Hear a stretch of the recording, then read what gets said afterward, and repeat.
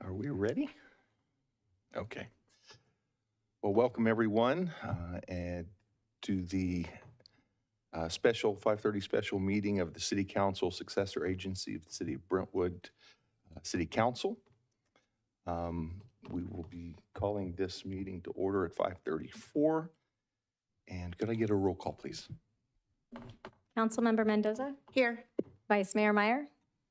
Here. Councilmember Orlemans? Here. Councilmember Pearson? Here. Mayor Bryant? Here. Could you join with me in the Pledge of Allegiance?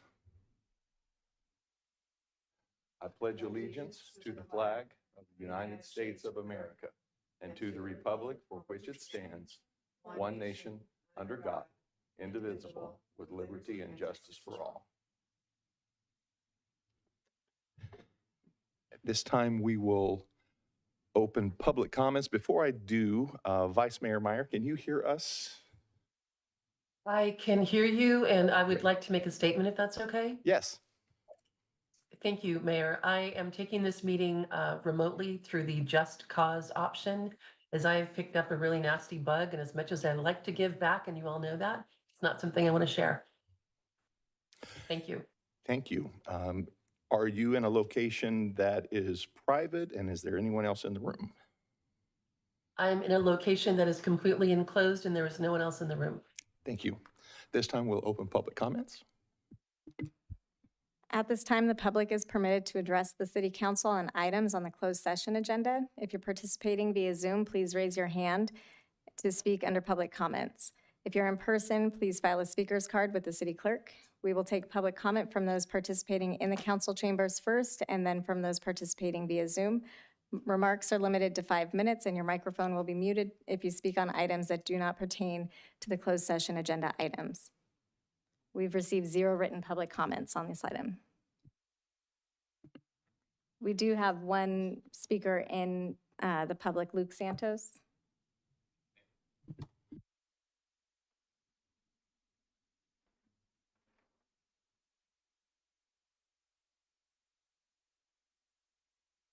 Good afternoon, members of the council, members of the city. You'll have to bear with me. This is not my normal forte. My name is Luke Santos. I am a utilities maintenance mechanic for the City of Brentwood Public Works Division. I'm president of the Employee Bargaining Association for Public Works. I came here to speak on behalf of my group tonight to express a little bit of concern and frustration with the ongoing negotiation process. And I just wanted to say that, you know, to reiterate what everybody knows, we've waited a long time. We've been awaiting a long time to make a new contract. We went an entire year without a contract on behalf of all of our other employees for the city to make sure that everything went smoothly. We received meager salary increases in the few years to come after COVID, considering the mass inflation and the high CPI. And now we're having difficulty negotiating what seems to be fair wages going forward in the future. It's become very frustrating, unrewarding. I elected to go through this process. I succeeded the president. I was the vice president, and now I'm the president. And I thought I was going to have a good experience and learn a lot about how proposals are formed, how negotiation goes back and forth between the city's negotiating team and our negotiating team. And it seems like it's just constantly vague. We're unsure if our messages are being heard clearly from across the table. And it's raised concern with my group. So I came here tonight to express that overall concern, and we're grasping here. We're wondering when. We're waiting for more authority. And if the authority's 0.3 authority, we're not having any of that. That's nowhere near what we need to receive to be up to where we belong. A study was done, and apparently to city or members of the city or members of the council or whoever makes decisions, we're worth less than the middle of the road. It's a very concerning trend. People have left. People will be leaving. It will continue. We're losing our depth in our workforce. The people with the most experience are choosing to retire out early. They're leaving because they're frustrated, just like I am. They don't want to deal with this anymore. They don't want to go through this process and what seems to be unfair negotiating in our eyes. Wish I could elaborate a little better than that. I just hope you take into consideration the sacrifices my employees have made for the city and all the other employees of the city. We've all made sacrifices to get here. We're worth more than the middle of the road. Y rates are unacceptable. I'm bidding against myself. It's not what fair negotiations should be, especially in this day and age and this time. This has gotten to a point where we need to find some common ground.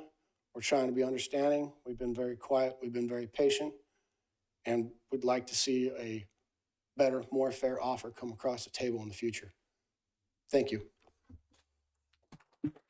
Thank you, Mr. Santos. I have no other speakers.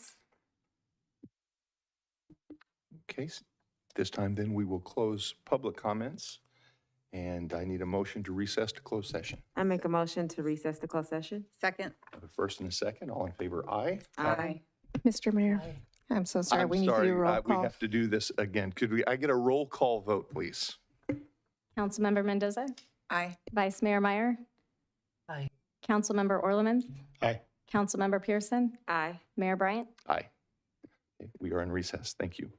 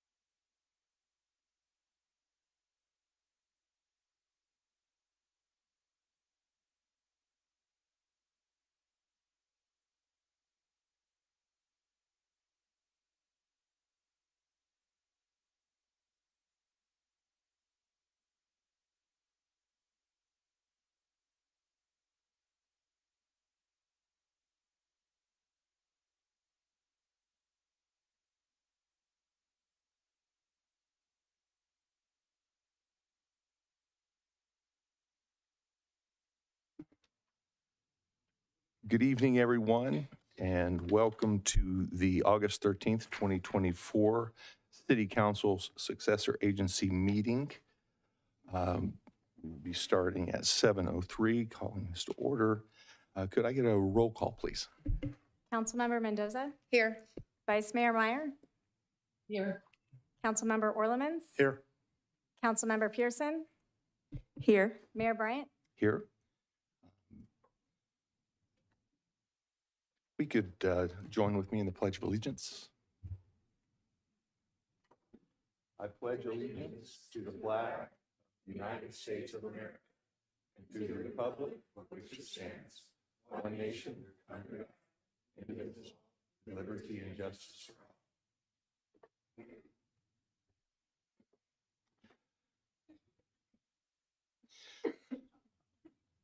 At this time, there is nothing to report out from closed session. Before I open public comments, I'm going to ask our city attorney to go over some information. Our process will be a little different tonight. Katie? Thank you, Mr. Mayor. Vice Mayor Meyer will be participating remotely via teleconference for today's meeting. Under the Brown Act, this is found under Section 54953 F2A1 of the Government Code. This is the just cause provision, and in just a moment, Vice Mayor Meyer will share the reason she's asking to participate remotely in this fashion tonight. This requires a few housekeeping details for us all to observe. Any votes of the council will need to be taken by roll call. Prior to any vote, the Vice Mayor will need to state whether there's anyone who's in the room with her who's 18 years or older, and if so, the general nature of her relationship to that person. And finally, she'll need to keep her audio and visual technology on for the duration of the evening or her participation in the meeting. So at this time, Ms. Vice Mayor, if you'd like to make a brief statement as to the just cause provision, that would be appropriate. Thank you. Thank you. I contracted a nasty bug and would rather not share it, and so I'm requesting to take part remotely. Thank you. At this time, we will open public comments. And how many public comments do we have at this time?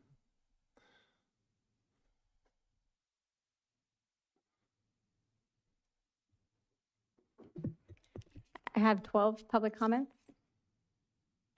Okay.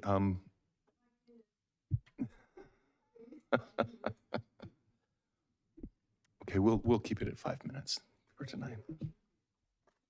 At this time, the public is permitted to address the city council on items that are not on the agenda, items that are listed under presentations, informational reports, or consent calendar. Requests for future agenda items, new requests. Comments for the meeting's detailed agenda items or business items should be made at the time that those items are called. Please limit your remarks to 5 minutes. The microphone will be muted as the timer expires. We've received no written public comments. I'll call Michael Clement.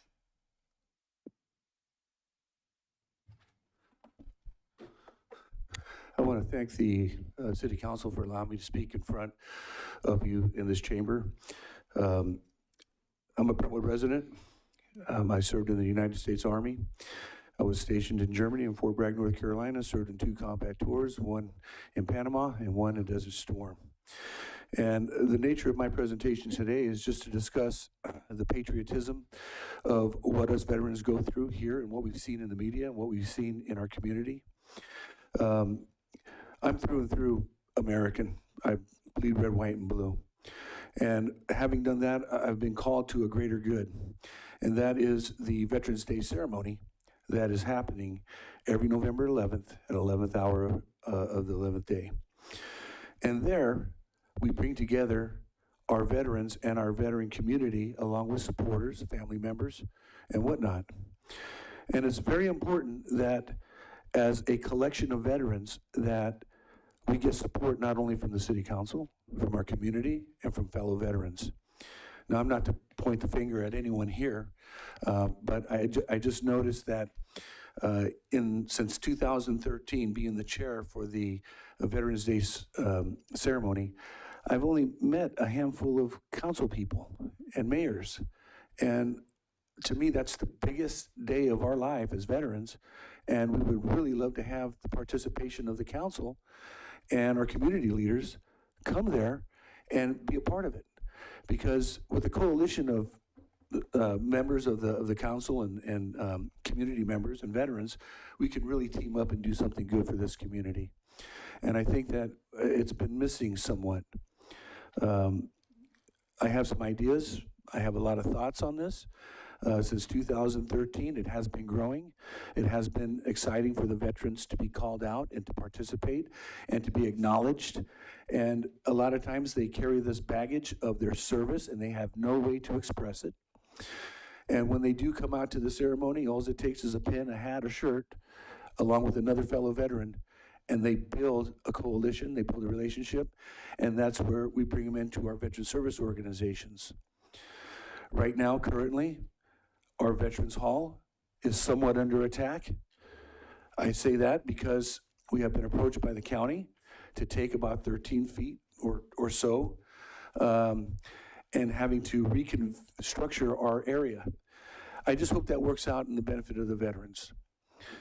Back in 2012, when that fire department went dormant and not working, we used that whole area to have our outside meetings, to have venues, to have containers placed on the property, to put all our parade gear.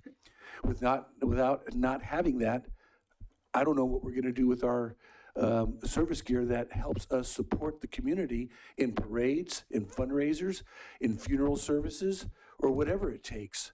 And I'm asking the city council members to look at this and to have a heart when it comes to making decisions that affect the veteran community. Now, we're quiet. All we do is just service. That's what our main focus is. And we don't want to step on anybody's toes. We don't want to be loud. We definitely don't want to be obnoxious. But when something like this happens where it interferes with the way we can run our organizations, and that means the American Legion, the VFW, the Marine Corps League, the Ladies Auxiliary, the American Legion Riders, and the Sons of the American Legion, who have all contributed to this community. We don't want anything to interfere with that. We want to just go as planned. Back in 2012, we had a 55,000 population. Now, we're at 68,350. And with that, we're getting less, not more. And if we get less and not more, that means we can do less, because that's going to affect the way we can function as an organization. I'm just hoping that whoever makes these decisions, whoever the buffer is between the county and our community, our city, that we make the right decision that benefits the veterans. A lot of these guys go out and fight these wars in these countries. Maybe you don't know what that is. And I'm not here to try to teach anybody what that is. But it happens to a lot of us veterans. We sign the dotted line, we give ourselves to our community, to our country, to our state. And when we come back home, we don't want to be disrupted. We just want business as usual. So again, I just say that I just want someone to recognize that and to be an advocate. I'm sorry, the speaker timer has expired.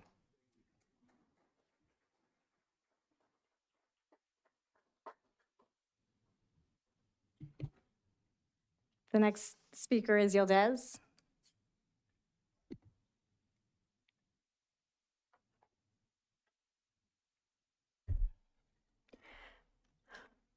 Good evening, council members and the city staff. I sent at least 3 letters this year and last year to you related to former DR golf courses, weed abatement, and livestock issues. It is very simple. DR is not farmland. We did not buy our house on the farmland. Please, city manager, don't try to adjust our life around the cows and goats. You are destroying our home values and quality of life. The city manager approves this weed abatement plan for the former DR golf course. He is responsible for this decision. He put our homes and our daily life at risk. I do not want to see and smell pee and poops in front of our fence. It is disgusting and unhealthy. We have flies, rats increase at the top on the wild animals. Those smart cattle, instead of eating the dry grass and weeds, prefer the greenery, bushes, trees, and neighbors' plants from between the iron rail fences. Weeds are still there horizontally instead of vertical, after so many heavy animals sleep and walk on it. Last year, I lost all my star jasmines and other plants near the fence to goats and sheep. Why do homeowners have to go through this? Cattle feces attract flies, rats, and birds, which spread bacterial and viral diseases, especially in this hot weather. We do not need livestock in the residential area. They do not belong to Deer Ridge.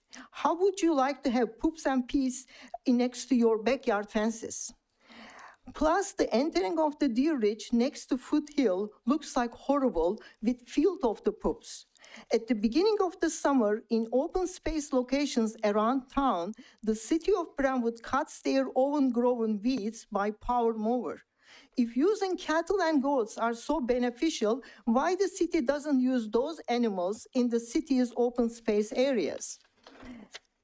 The city must implement their rules equally for everyone. The weeds at the former DR golf course should be cut with power mowers like everywhere else. Contra Costa County Fire Department had a county-wide deadline of June 3rd for weed abatement. Whatever the reason, the city of Brentwood has exempt itself from this deadline. We are in the middle of the August and temperature is still close to 100 degrees, and the city of Brentwood leaves us vulnerable to fire because the city favors Mr. Macaulay's cattle business. Deer Ridge has over 1,000 homes. The former DR golf course is embedded in the residential neighborhood. You cannot separate it. Now the city foolishly indulges Mr. Macaulay's money-making weed abatement plan simply because he's a local businessman. The 1,000 homes in Deer Ridge are apparently not equally important to the city. This is not weed abatement. This favor to local businessmen. This is not the first time the city favored a businessman. We have not forgotten the city manager waived a ticket of over $70,000 for the golf course owners, Sankos brothers. Last 2 years, our peace disturbed by the goats, sheep, and cattle. What is the next? We already have a lot of problems with wild animals because of the open space. On top of that, you approve these livestock issues. We pay a lot of taxes for this city. You must treat the residents fairly and respectfully. The city ignores our voice. We are tired of city's attitude on this matter. Please, council members, you must hear our voice. No livestock in Deer Ridge. Thank you. By the way, I have the pictures from my backyard, and I give it to city clerks to distribute to you to see. But I see every day who was passing through my fence. Thank you. Thank you. Clifton?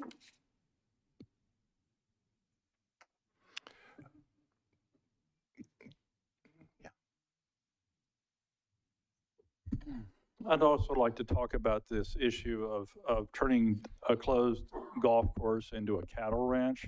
I think it's kind of ridiculous, and it's being called weed abatement. That too is ridiculous.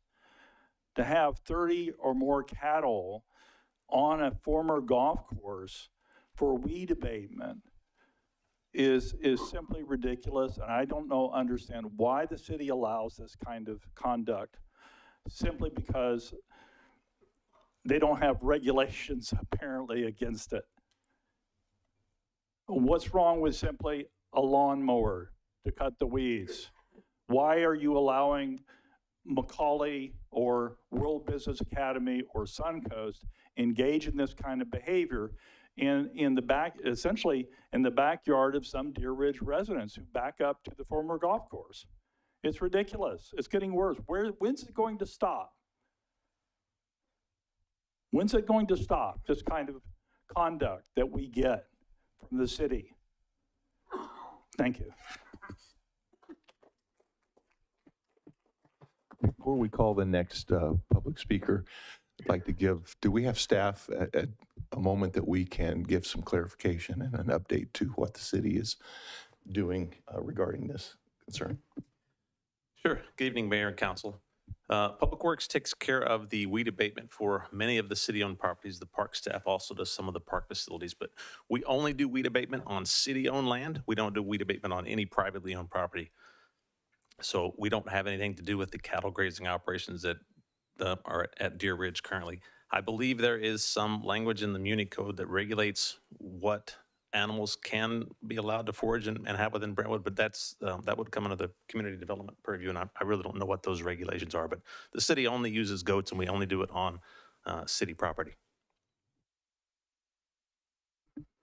Yes, thank you. Just to add on to that, the municipal code actually doesn't specify what animals are or aren't acceptable for weed abatement. The city staff intends to bring forward an update to the weed abatement ordinance for a couple reasons. One of those being that lack of specificity, probably this winter, given everything else that's on our plate and the weed abatement season is already happening. I understand the concerns about Deer Ridge. I can say I can't comment on open code enforcement cases and the specific details of those.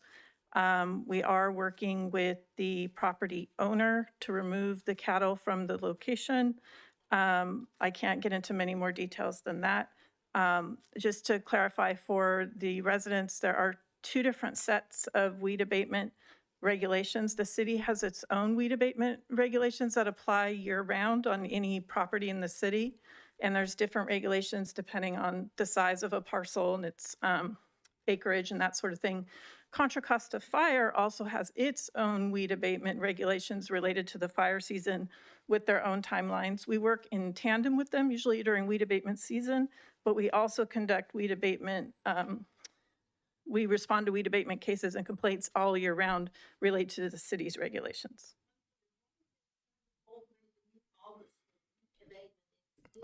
I'm sorry.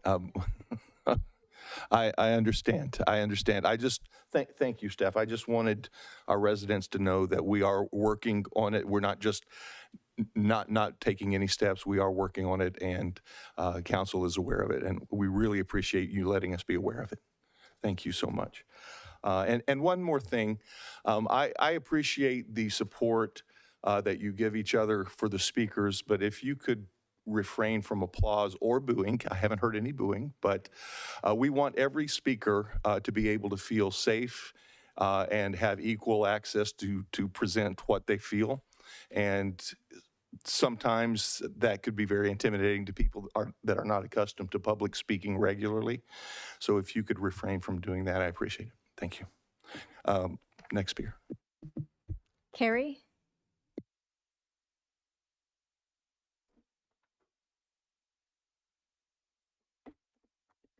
Good evening. Thank you, Mayor Bryant, Vice Mayor, and council members for the opportunity to speak today. My name is Carrie Reiser, and I'm representing the Brentwood Chamber of Commerce. I first would like to thank each of you who have been in attendance of our many events over the last several months. We know that your time is often stretched, and we appreciate that you choose to spend some of your time within our business community.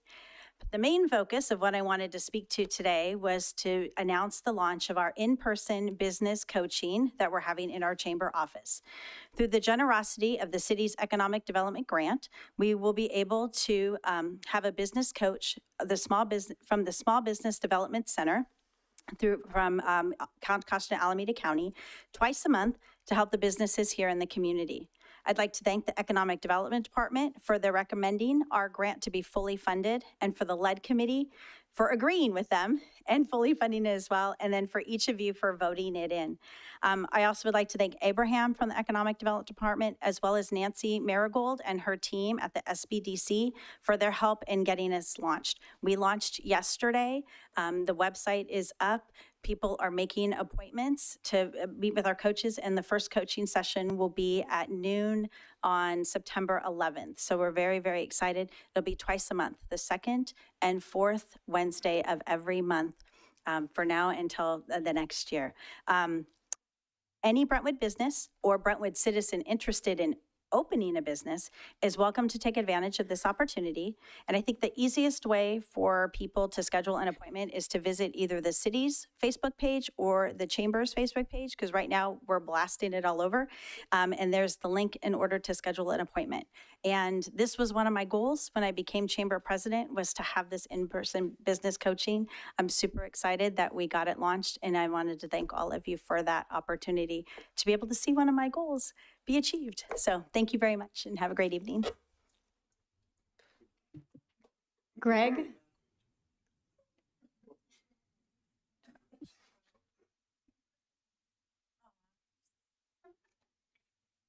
Good evening, everyone. Mr. Mayor, council, city neighbors and friends. I too live at Deer Ridge. I've lived there for 18 years. I lived on number 7, the par 3, as you pull in on Foothill off of Balfour. I want to thank the Director of Community Division Development for working with the removal of the cattle. So what more can I say that hasn't already been said? October of 2019 is when that golf course closed, and that's when they stopped watering and taking care of that golf course. And then as the years went by, the weeds were as tall as I was. So a lot of us, my wife included, we took care of it in our area on number 7.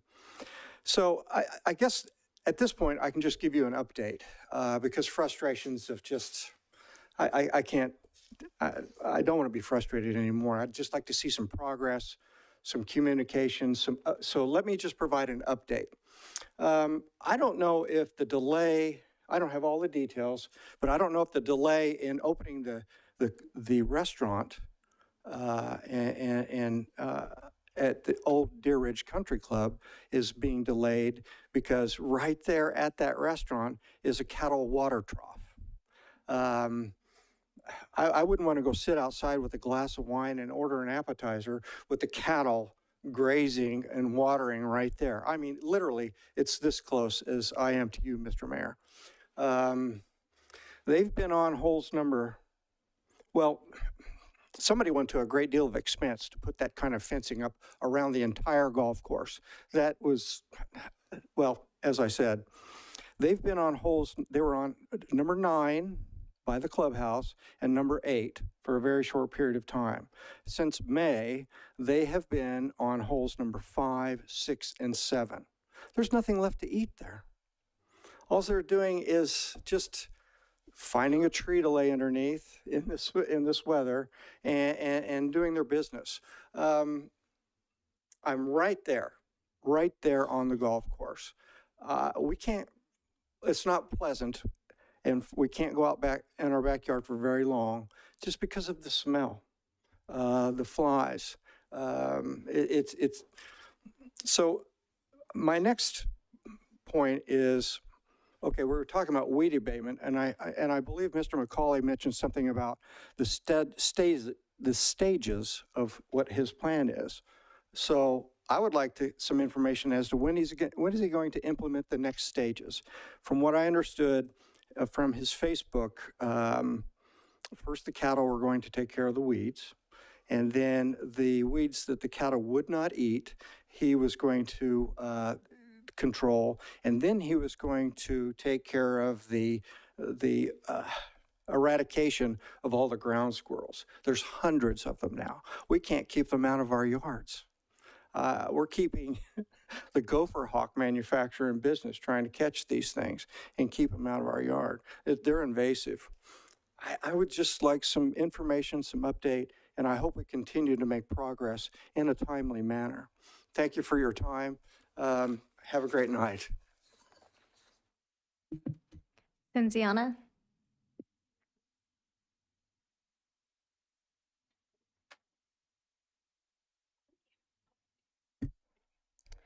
Good evening. I've been watching Planning Commission meetings for years, and I have great concerns about Commissioner Gerald Johnson. He's the most divisive person on Planning Commission that I ever encountered.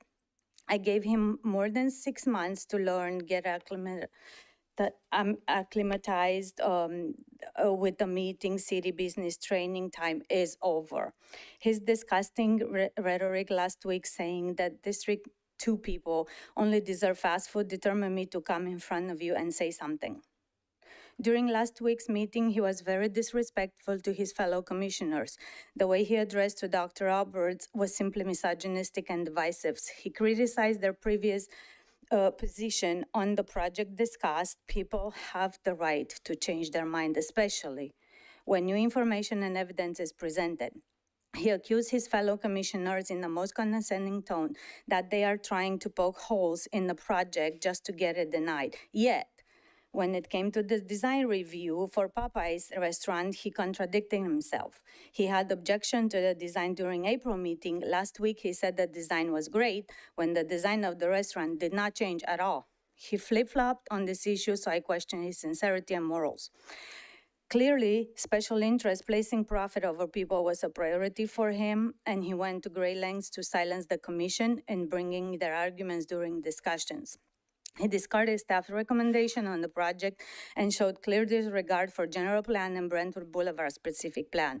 As a new commissioner, it is important to at least understand why the staff made the recommendations and adopt the stipulation that residents place in the general plan and Brentwood specific plan, Boulevard specific plan. He looked unprepared for this item and showed no interest in understanding further detail and information.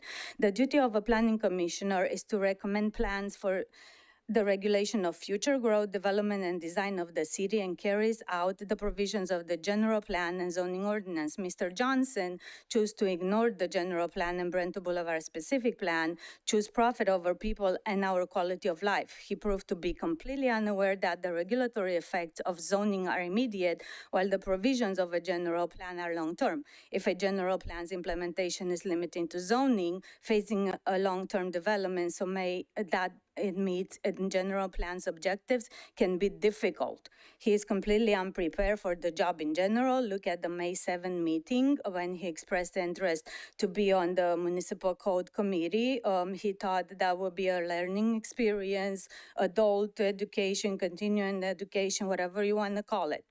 We expect people on commissions and council to be ready to go day one when they make the decisions for our lives. He's also unprepared for the meetings. Look at the Vineyard Academy meeting. Also during Popeye's restaurant discussion, he said this restaurant will spur development in the area. He used this hyperbole without any foundation. We had 2 fast food restaurants in that area. We have not seen any improvement to date. Last week, we heard the assistant city manager mentioning that when a shopping center is improved, we see increased rent. Mr. Johnson showed no concern over the devastating effects this factor can have on the small businesses that currently operate in that shopping center. However, he was quick to insult the residents along Brentwood Boulevard, highlighting that the people in District 2 are less than, and we only afford low-priced food options. He proposed to invest and lift up the area, but never explained how that will change the demographics. In my opinion, he's suggesting that once the area is gentrified and the poor people move out, then there will be more affluent families establishing there. How about the people who live there today? He proceeded to say that a nicer restaurant, and I'm quoting him, will not come there because of the demographics and the income of the area. And I'm quoting again, with current demographics and the income of the area will not support nicer restaurants. Both statements are create an unnecessary hostile environment due to the words that degrade immutable characteristics of the community. I can go on and on with more examples. I will email those to you. I'm asking you to remove Mr. Johnson from Planning Commission so we can be better in Brentwood and specifically better in Brentwood Boulevard area. Thank you for your time. Nabella?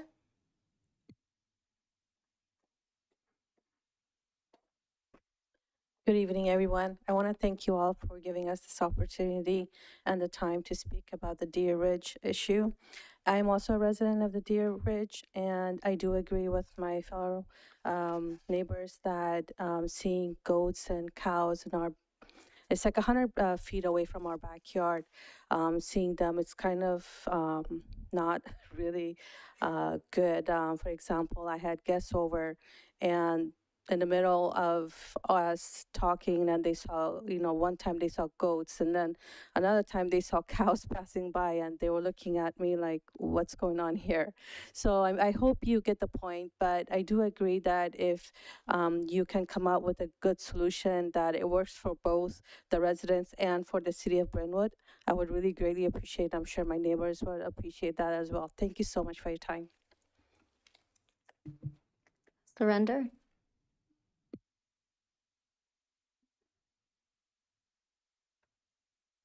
Good evening, everyone. Thanks for giving me this opportunity. I'm also a Deer Ridge resident. We moved back, our family moved back here last year. So the reason we bought this home is in our backyard, beautiful backyard, right? So we sit there now, we see all these cows. Recently, my mom was sitting there, she was visiting, and suddenly this cow came in and she got so scared, suddenly out of nowhere. So I think the smell and stuff, we can't even go to the backyard and sit there. I really appreciate if you guys can take quick action to do something about it. Thank you very much. Zachary.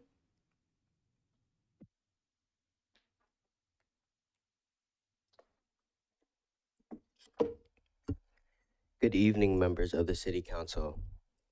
I acknowledge that this problem has been brought up.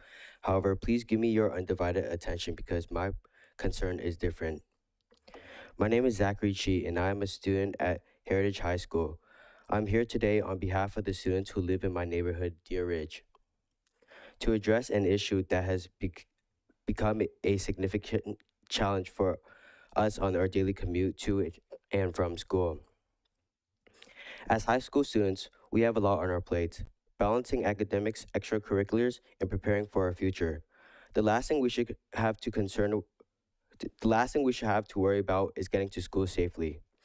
Unfortunately, this has become a daily concern for us due to the presence of the cows along the route that many of us take both to get to school and to return from school. Because of the cows, they have to be fenced in for safety, which means that we have to jump over 2 fences just to get to school. The first fence is on the north side of Mountain View Drive, which you have to cross in order to walk across the golf course. This golf course is full of cows, making it not only intimidating but also dangerous. After crossing the golf course, we reach the second fence, which is the entrance to Torrey Pines Drive. We then have to repeat this entire process again on our way home. This might sound like a minor inconvenience, but for us, it's much more than that.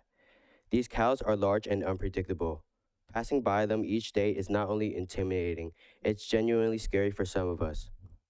The thought that we might accidentally provoke them or be in a situation where they feel threatened adds a level of anxiety to our commute that we shouldn't have to deal with.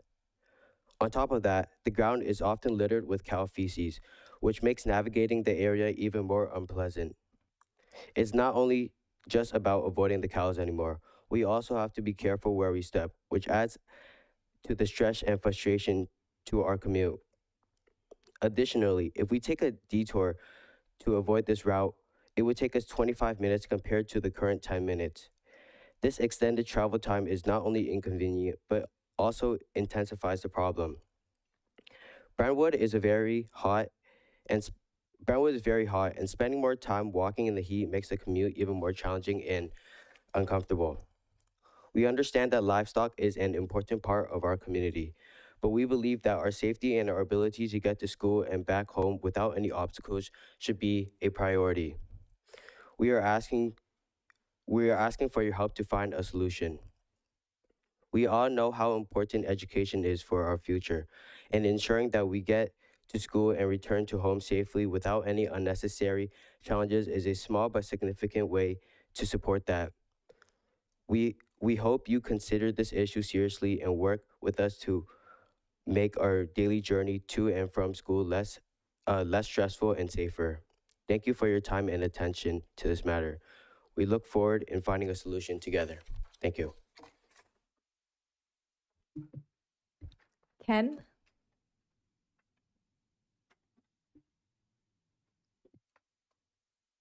Good evening. I'm also living in the Deer Ridge resident. I guess all my neighbor already said all their concern, but I would like to share at least one of my experience. I have a small dog that I love to walk, and we have a lot of neighbors, they love to walk their dog too. But there was one time where I was walking my little dog, and one of the cattle, they look really aggressive, and they try to charge into my dog.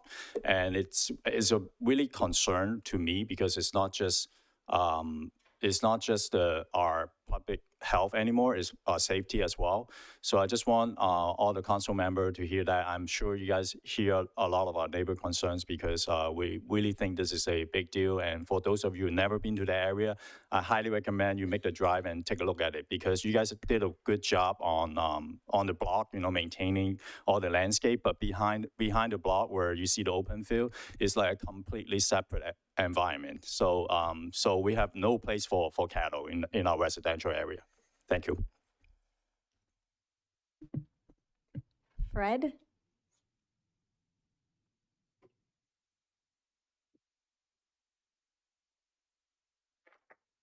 Thank you for your service.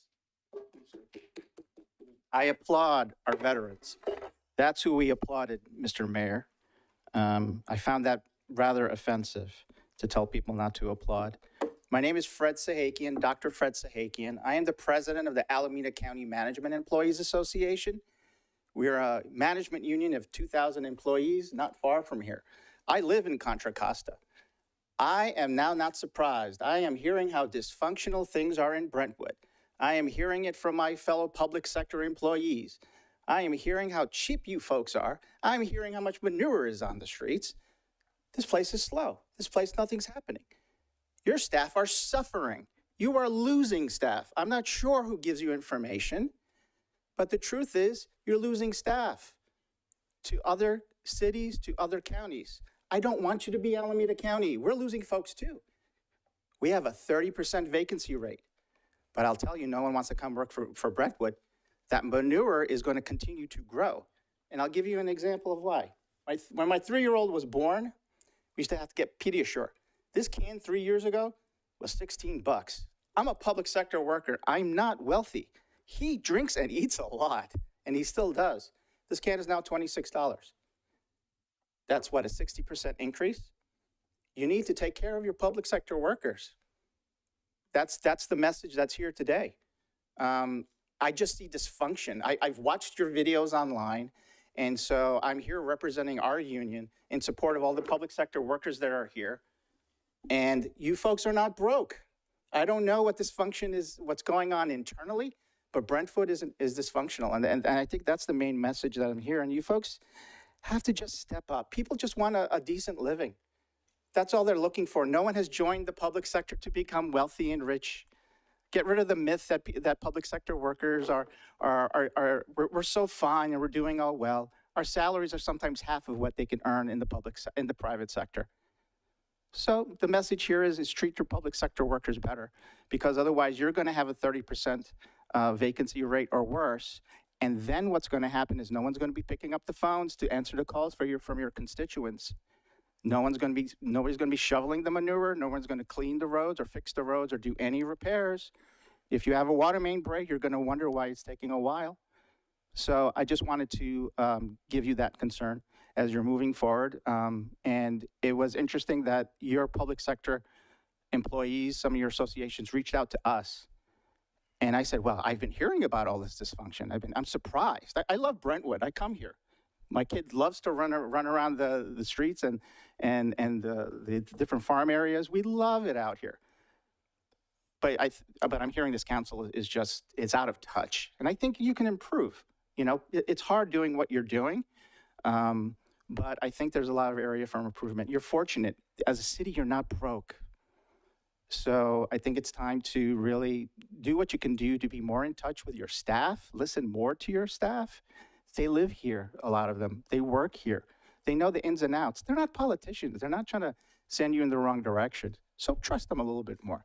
But at the end of the day, please, give them a living wage, because they're here for maybe longer than most of you in terms of their careers. Thank you.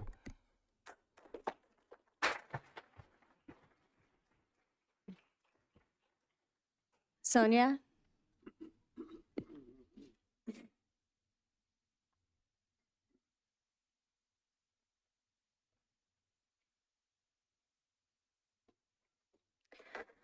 Good evening, Honorable Mayor and City Council. My name is Sonia Cardinelli, and I am the Vice President of the Brentwood Employees Association Miscellaneous Office Division. I'm here as representative of our members. I was not planning to speak today, but I was inspired by Luke Santos, who's a member of one of our other bargaining units, who shared his heartfelt frustrations before the city went into closed session regarding current labor negotiations. I want to piggyback on some of the concerns he expressed. We entered into negotiations with the city back in January. We have been meeting since then, and it has been a very, very slow and painful process. And our contract expired July 1st. We're at a loss, and it's not clear what's stalling this process. The offers we've received have been very disheartening. This is the 4th meeting that city staff has attended. We want to be sure that you see us. Do you see us? We're losing valuable employees every day. Out of fear, their financial needs won't be met, so they're finding better opportunities in other cities. We know you have said that you have the best interests of the city in mind, and you make decisions for the betterment of your community. We're also your community. We also live here. We have extended family and friends who are also part of this community. We care about our jobs. We're good people. Many of us have been very loyal and dedicated for years. I've personally been working for the city for 17 years. Many of our employees are educated. When we lose them to other cities, that's a big loss. Our employees give their best every day,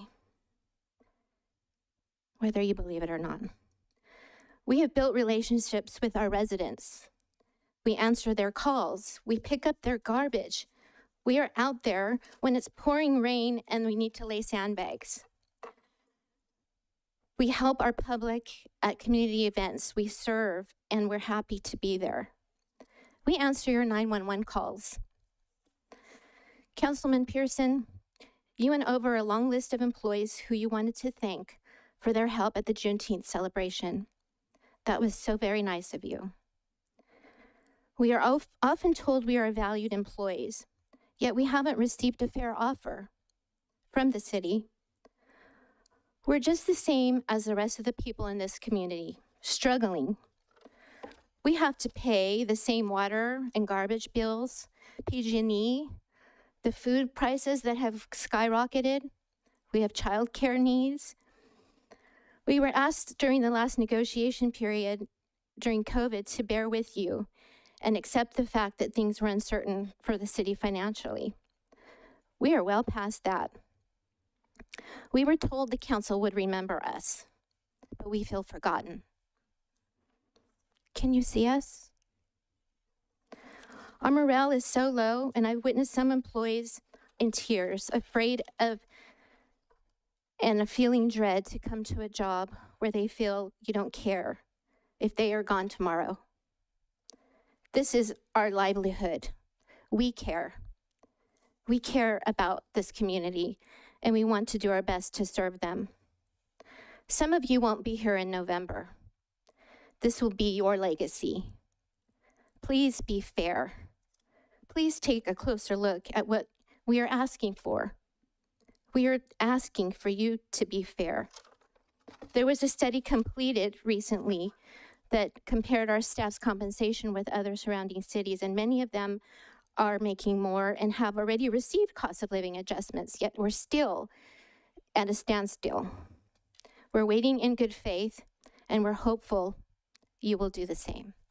Thank you.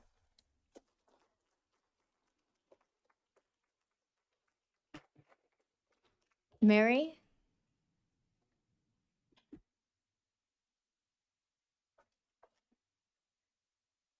Good evening. I wasn't planning on speaking.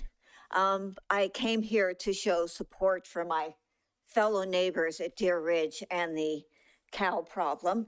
I am near, I think it's hole number 7, and I can say that, and if you haven't driven in the neighborhood, it's a mess out there in more ways than one.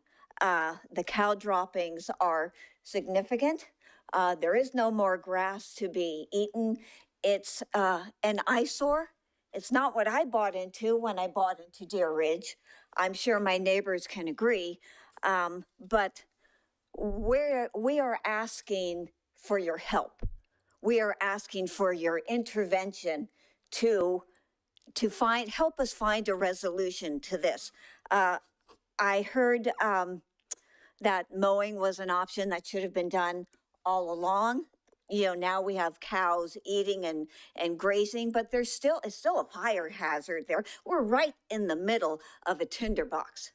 I mean, all you have to do is drive through. It is dry, one quick spark, and everything goes up into flames. We're asking for your help.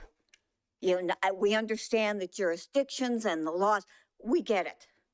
But we're asking you to step outside that box within the law and help us to get what we need, what we want now and going forward. We always seem to, in Deer Ridge, to have to fight. First the closure, and then the control of, hey, we're going to put in this over here.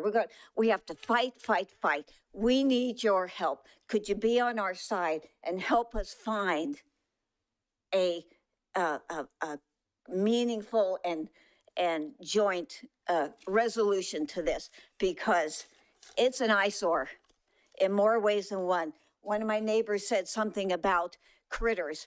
I've had more moles, rats, mice in my backyard and front yard than I've ever had. Now, I understand that we're in an open area and we have wrought iron fences. I bought into that. I understand it. But because of this, I don't know, cows and just, it's gone to hell. I mean, everything is increased. Rats, moles, you name it. So it comes out of my pocket to get rid of them, and my neighbors' pockets to get rid of these. And I am, and I think my neighbors, we're asking for your help. We're asking for your help, and not sort of be, well, we'll put it on the sideline. We need your help right now, and we need it to be consistent. Thank you.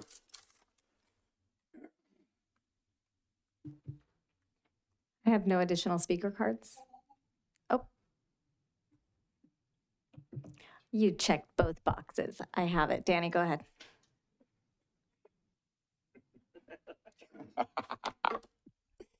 Yeah, you can't get rid of me that easily.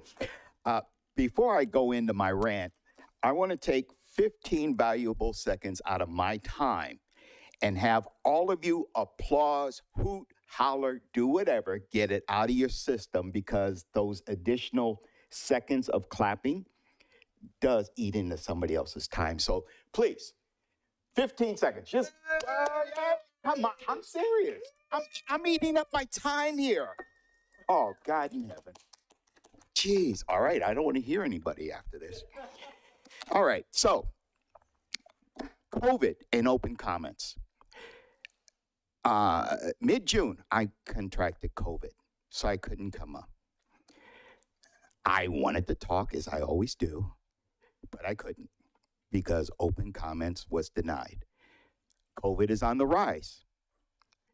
Councilwoman, you're wearing a mask because you're concerned about COVID, and rightly so. My wife wears a mask anytime she leaves the house.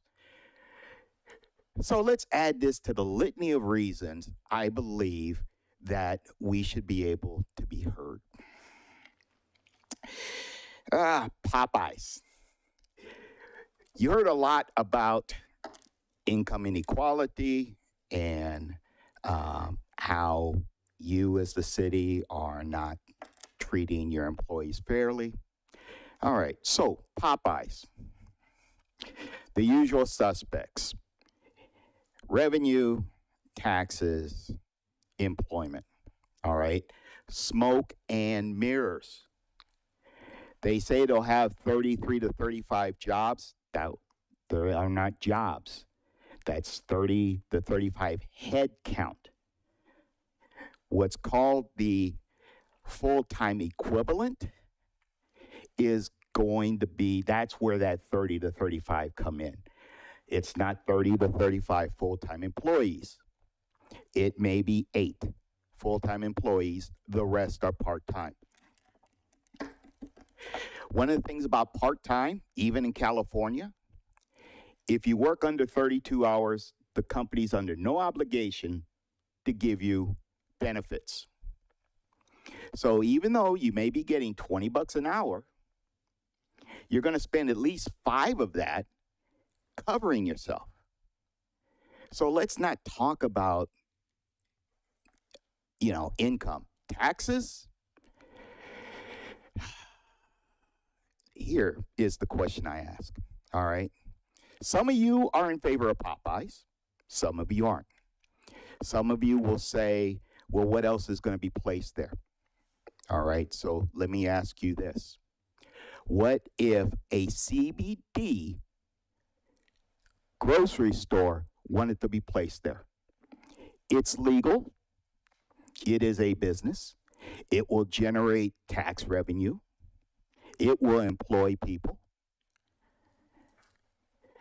Would you allow that? I actually asked this of someone about a half hour ago. And that answer was an immediate no. And well, why not? If we're looking for revenue, if we're looking for tax, if we're looking for employment, take Popeyes out. Put in cocoa farms. You actually get more taxes.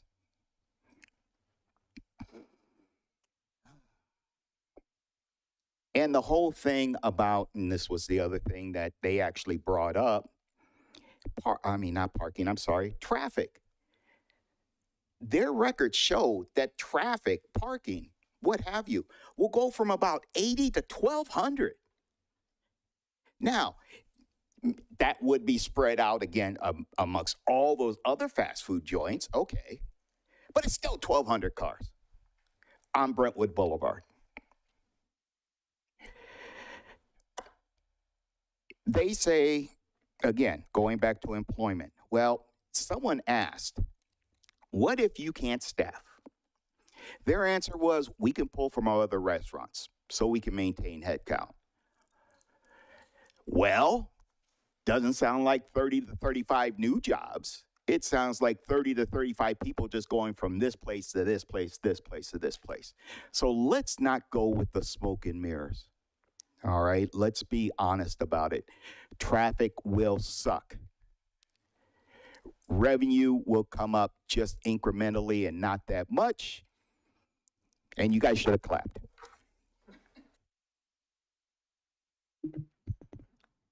Now I have no further speaker card. Oh my goodness. You sure did. Okay. Those are the only 2 speaker cards I even have left in my possession. So Ian is the last speaker that I have. Apologies. It's okay, Amanda. I forgive you. Thank you.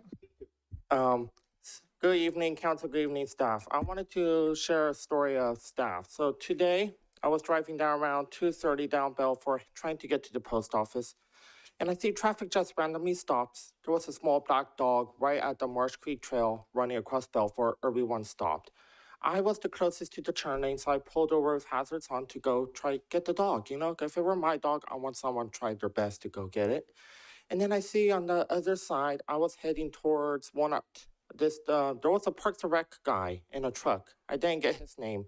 He came from the other direction. He came out, and he and I both ran down Marsh Creek Trail trying to get this dog. I didn't think of doing general comment tonight, but you gotta recognize staff when they do something out of their way.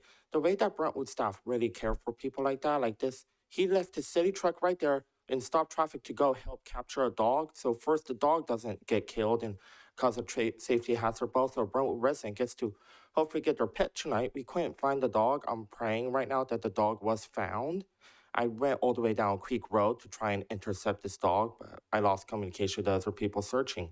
But that's not the only Brentwood staff that's amazing. Every time I call non-emergency Brentwood, every dispatcher answers very quickly. They ask if I can be on hold, and I'm like, yeah, I'm never in an emergency, thankfully, knock on wood. But, you know, they are always prompt, helpful, and fast.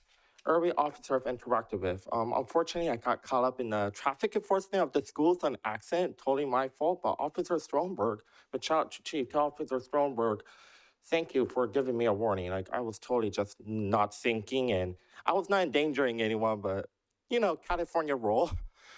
Please don't use that in court, Chief. But otherwise, it wasn't a warning, but don't write me a ticket now. But Brentwood staff is pretty amazing. And, you know, this meeting may sound heated or get crazy, but just remember, we're all amazing in this city. We all mean well. We all hope the best for each other. And for the Deer Ridge thing, I can't sit here and not say something about Deer Ridge. I live in that district, and also I drive a kid home from Adams. And all I can think about is his friends right now who are crossing in Deer Ridge right now with those cows. Not just the high schoolers who are probably facing these cows, but there's some middle schoolers also too. So I know staff is very hands tied, but think about those poor little middle schoolers. Some of them are pretty tiny, like they probably couldn't reach these dais. I'm not trying to insult them, but I see them every day that I go pick up the kid from Adams when I'm not in Concord for work. And also, I drive through Deer Ridge, but only drive through one part. I'm gonna go take a deeper drive and see what they all mean. I wanna see for myself as a voter and as someone who cares for the city. But that's all I gotta say. Thank you, Council, and thank you to all of the amazing staff, especially to Officer Stoneberg, Chief. Please don't write me the ticket, though.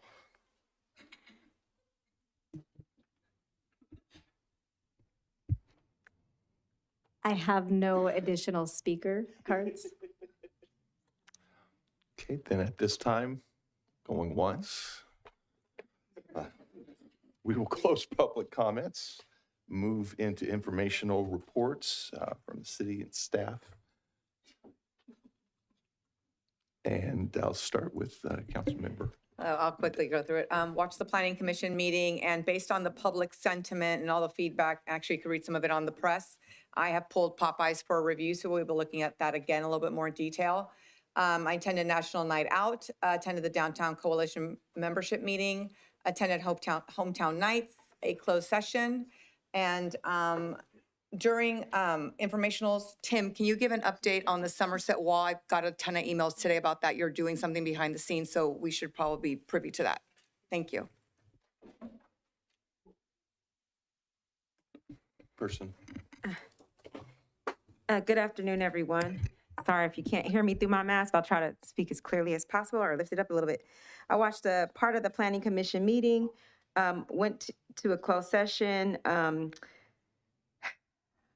attended a Rotary meeting, went to Neighborhood Night Out. Thank you to Darren Gale, who attended 3 stops to me. It was an amazing night out with residents. I was bummed that I couldn't make it to the blue ribbon cutting for Handy Dads. We had a little emergency at my house, but I'm just so grateful for that business and for the chamber for hosting the blue ribbon cuttings. I attended the Age and Disability Committee's operational assessment report meeting, and also attended the officer swearing in where one dispatcher was promoted, and Officer Ramundi was, we have a new officer who decided to leave one city and come here, and we're grateful to have her here. So yes, I think that was everything. Thank you. Council. Good evening, everyone. Since the last council meeting, I attended the Tri-Delta Transit meeting, the Liberty Union High School convocation, city council closed session, the police department promotion and swearing in of the new officer, and she came from Oakland. National Night Out was amazing. Chief, staff, everybody did an amazing job, and I appreciate all that Officer Loffridge did to put a lot of that together, and everybody participated. It was amazing, along with all the Brentwood staff that was there and participated with us. Thank you. I attended the Chamber of Commerce ribbon cutting for Handy Dads, their 10-year anniversary. I watched a majority of the Planning Commission meeting. I can't say I watched all of this one, but it was a majority. and then the Municipal Code Review Committee last night. Thank you, Vice Mayor. Thank you. Attended the Hometown Nights downtown, the Liberty Union High School District convocation, and best of luck to all the teachers and students and administrators and staff of all the districts. The elected women's luncheon downtown was held at Zephyrs. The dedication of Helen Myers Way, the DBC monthly membership meeting, National Night Out, which I attended, Shadow Lake, Somerset Trilogy, and Encanto. Watched some of the Planning Commission meeting live and catching up on some of it recorded on YouTube, which we can all do. The Aging and Disabilities Ad Hoc Committee meeting to review the Senior Center operational assessment. And I was a panelist on the annual B conference, which is a conference for women. Thank you. Thank you. Since the last time we met, I attended the Transplan meeting, the East Contra Costa Regional Finance Fee and Finance Authority meeting, BART and State Route 4 bypass meeting. I also had the privilege of attending the Handy Dad's 10-year anniversary blue ribbon cutting, National Night Out, and I also want to thank staff for your usual amazing and outstanding job that you do.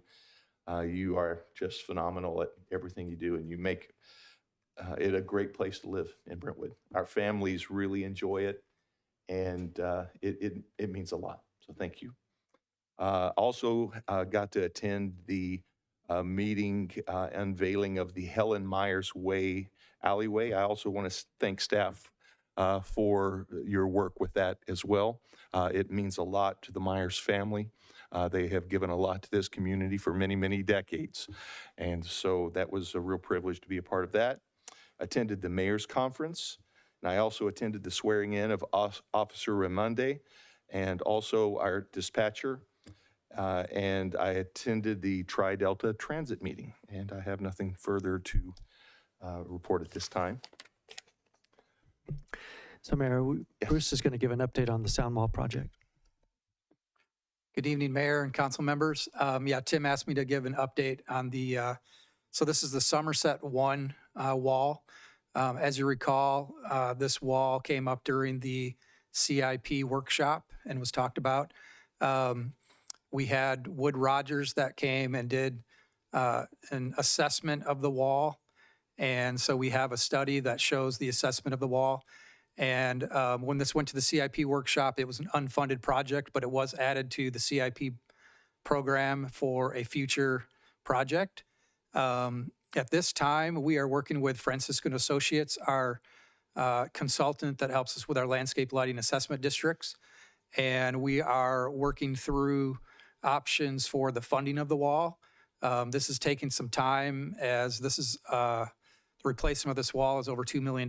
So it's going to take some time to work through these options. So when we have this plan together, the plan is to come back to the city council and review what these options are for funding and look at these considerations for the city council to give further direction. So we are working on this right now. This is going to take some time, but the plan is bringing back funding considerations for the council so that in the next year, if we can get this funding, that we can add this to the CIP program to move it forward. So we have also reached out to the HOA board of Somerset 1, and we plan to have a meeting with them just to give them an update on where we are at, to keep them informed on this project as well. So that's my update on the Somerset wall. Thank you. Any further updates from staff? This time we'll move into the consent calendar. And do I have a motion for the consent calendar? I make a motion to adopt the consent calendar on, make a motion to adopt the consent calendar. I'll second. We have a first and a second. All in favor? I'm sorry. Roll call vote, please. Yes, please. Councilmember Mendoza? Yes. Vice Mayor Meyer? I'm alone in the room and my vote is yes. Thank you. Councilmember Orlemans? Yes. Councilmember Pearson? Yes. Mayor Bryant? Yes. Okay. Before we get into public hearings, with the agreement of council, if we could move item H2 to the front, seeing that we have our veterans with us tonight for this item. And this item is related to the Veterans Day events. And Tien, our recreation manager, will present.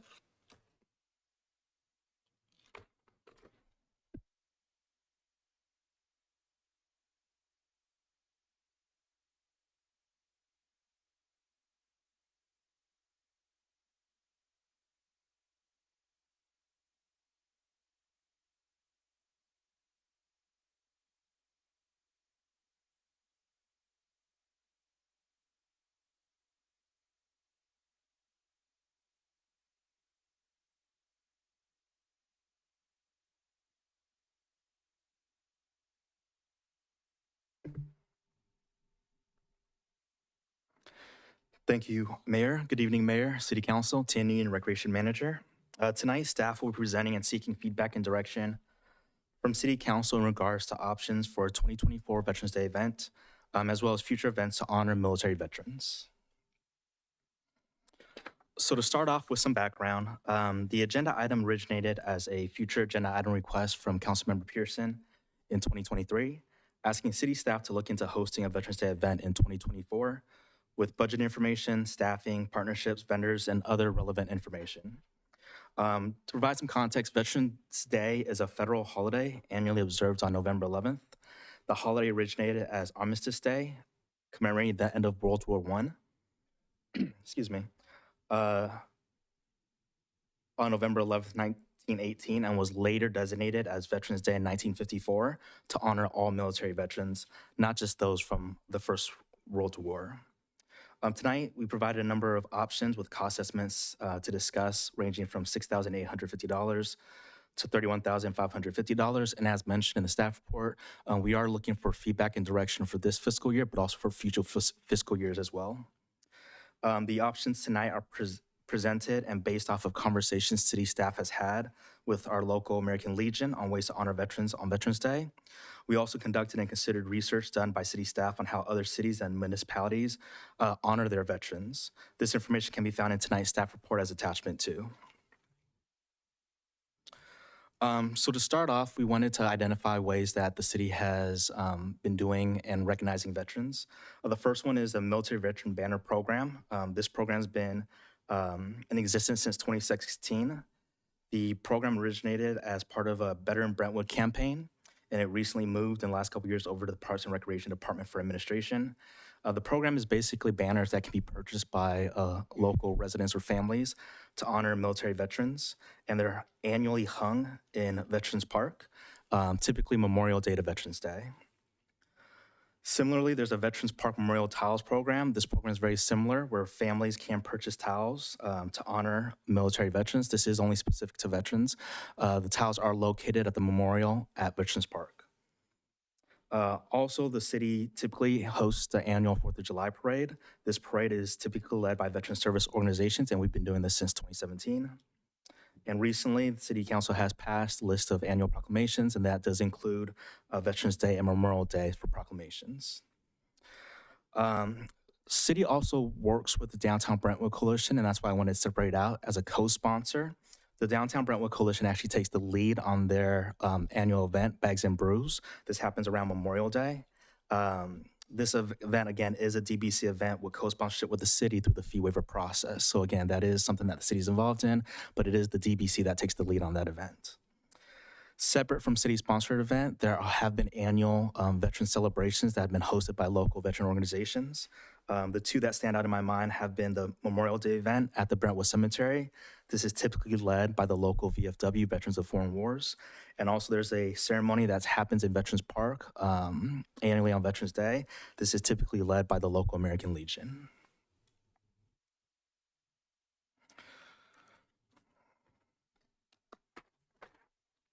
So with that, staff has prepared a number of options for City Council to consider. We also provided some additional considerations for Council to consider, not just for this year, but future years as well. If you allow me, I'll do my best to walk you through some of those options. I do want to mention that the options 1, 2, and 3 are designed to build off of each other, so they do reference prior items that are included in the previous option. Option 1 includes an opportunity for us to partner with an existing event that happens at Veterans Day. Again, that's typically led by our American Legion. We will partner with them and provide them a number of services in the instance of fee waivers, use of facilities, to bolster their already annual event that happens at Veterans Park. This also includes providing chairs, staffing, and assistance with that program and event as it is. As mentioned, we have a military veterans banner program. We would look at including a celebration for this to tie in with that annual event at Veterans Park. And something new that we considered is we annually do a senior card campaign around the winter holidays. As we had conversations, we thought it'd be a good idea to start a new program, which would be a veteran card campaign, where we provide opportunities for local community members or local residents to provide cards or messages that we provide to veterans on Veterans Day to show their gratitude, but also appreciation for their service. So as mentioned, this is mentioned in the staff report, this is estimated to be $6,850. As we move into our next options, option 2 includes all the items we mentioned in option 1, again, partnering with our local veteran organizations to bolster that Veterans Day event. But also we talked about potentially adding a city-supported barbecue luncheon for veterans and their families on Veterans Day.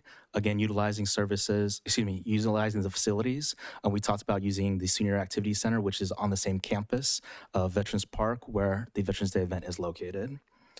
Option 3 includes the items in option 1 and 2, but it also included a post-Veterans Day ceremony. So we want to have a little bit of separation from the annual ceremony that the local veterans have, but to have a ceremony following that, to have some entertainment, to have vendor booths, local resources for veterans' health and welfare services, and also maybe a recognition of veteran-owned businesses. So again, building on those options. Additionally, we provided some other options based off of research that we consider for future years. The first one is the Military Veteran Banner Program, as mentioned, has been in existence since 2016. We have seen a slight decline in participation of this program over the years, especially following COVID. As mentioned in the staff report, this program is available and we put up to 32 banners annually, and that's just based on the number of light poles in the park. This is an option for council to consider for future years if they want to continue the program, but eliminate the fee. This eliminates the fee for the families or veterans wanting to be honored, and it's a service that we can offer roughly at $3,200 for that cost. The other item we talked about in future years potentially is considering a parade downtown. This we would not want to do on Veterans Day. We wouldn't want to counter program anything that's happening in Veterans Park. But what we looked at is other cities do have that typically the weekend prior to Veterans Day. So again, not to counter program, but also to provide an opportunity to honor veterans. We would look at this happening downtown. It'd be a little bit different from our typical parade routes because we'd still have the parade on First, starting typically roughly at Guerin Elementary, but we would work down First Street and ideally would end at the Veterans Memorial Hall. So all that together, we wanted to provide those 3 options, but also some additional options for future years for council to consider. And right now, staff does recommend option 3 for this upcoming 2024 year for council's consideration. So tonight, city staff is requesting city council receive and provide feedback on the staff report. We also would appreciate if they can provide direction in the form of motion to allocate resources to implement options during this fiscal year, but also allocation of resources to implement options for future fiscal years as well. This concludes my staff report, and I'm available for questions. Okay, are there any clarifying questions? I have a question. Did our team meet with the veterans to discuss what they thought of the options and what was their feedback if you did? Correct. So thank you, Councilmember Mendoza. City staff did meet with the representatives from the American Legion, the Sons of the Legion, and a number of other local veteran organizations. And that's kind of how some of this came about. We did our research on what other cities did, but we also wanted to talk about what they had in place in their events and what are natural opportunities for us to complement, supplement, and work with them with their with their event. We laid out some of these options for the veterans to discuss, and I think that's where we use that as part of our recommendation on option 3, being a good fit potentially for this year. And I know it's for all veterans. I don't think, it's going to be a hard one. Are we going to honor anyone specifically? And I think you probably know I'm asking due to the passing of Commander Weber on the 25th. Was that discussed, doing it in the honor of someone? And if we do, how do we decide? Because I have my opinions about that. Councilmember Mendoza, we did not discuss that specifically. We met with the Veterans Organization a couple of weeks ago, so that hadn't come up. I think one of the things that we talked about with the Veterans group is, again, we wanted to really keep the event that they had in the park with the salute, with their speakers and all those things, and have an additional potential, again, with option 3, that luncheon component, that ceremony where we can highlight and recognize other local veterans, and that could be different each year, and it gives us flexibility without, for lack of better terms, doctoring or modifying what was already existing. So we have different opportunities there, but again, to answer your question, Councilmember Mendoza, we didn't talk about that specifically on what that theme or what that would look like on an annual basis. Okay, thank you very much. Any further clarifying questions of staff? Yes, my Vice hand Mayor. is raised. Thank you. First of all, thanks for this report. It was a pleasure to read something positive like this and think about some of the possibilities. I've gone to the Veterans Day event for years at the park, and I'm trying to remember. I think it starts at 9. Is that right?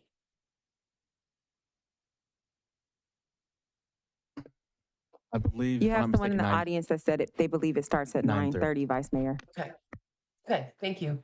And the reason I'm asking is because I know our service groups, like the Lions and the Rotary and the Seroptimists too, will do pancake breakfast in honor of certain groups. And I think that's something we could also consider. Pretty sure the service groups would all be honored to honor veterans. But I also wanted to ask on the military veteran banner, there was a mention of revamping that program to get higher engagement. Can you talk about what that looks like? Sure. Vice Mayor Meyer. So a couple things that we talked about with that military veteran banner program. As mentioned, we have seen some decline in participation since COVID. We thought we would be able to try to refresh it, do a little bit of different take on marketing outreach. Some things that we thought about and included in the options was kind of bringing back, since it went away during COVID, more of a celebration and recognition of when the banners go up, but also when the banners go down for those families and those residents. That's why we talked about maybe tying in a little bit more of a celebration with the options we discussed.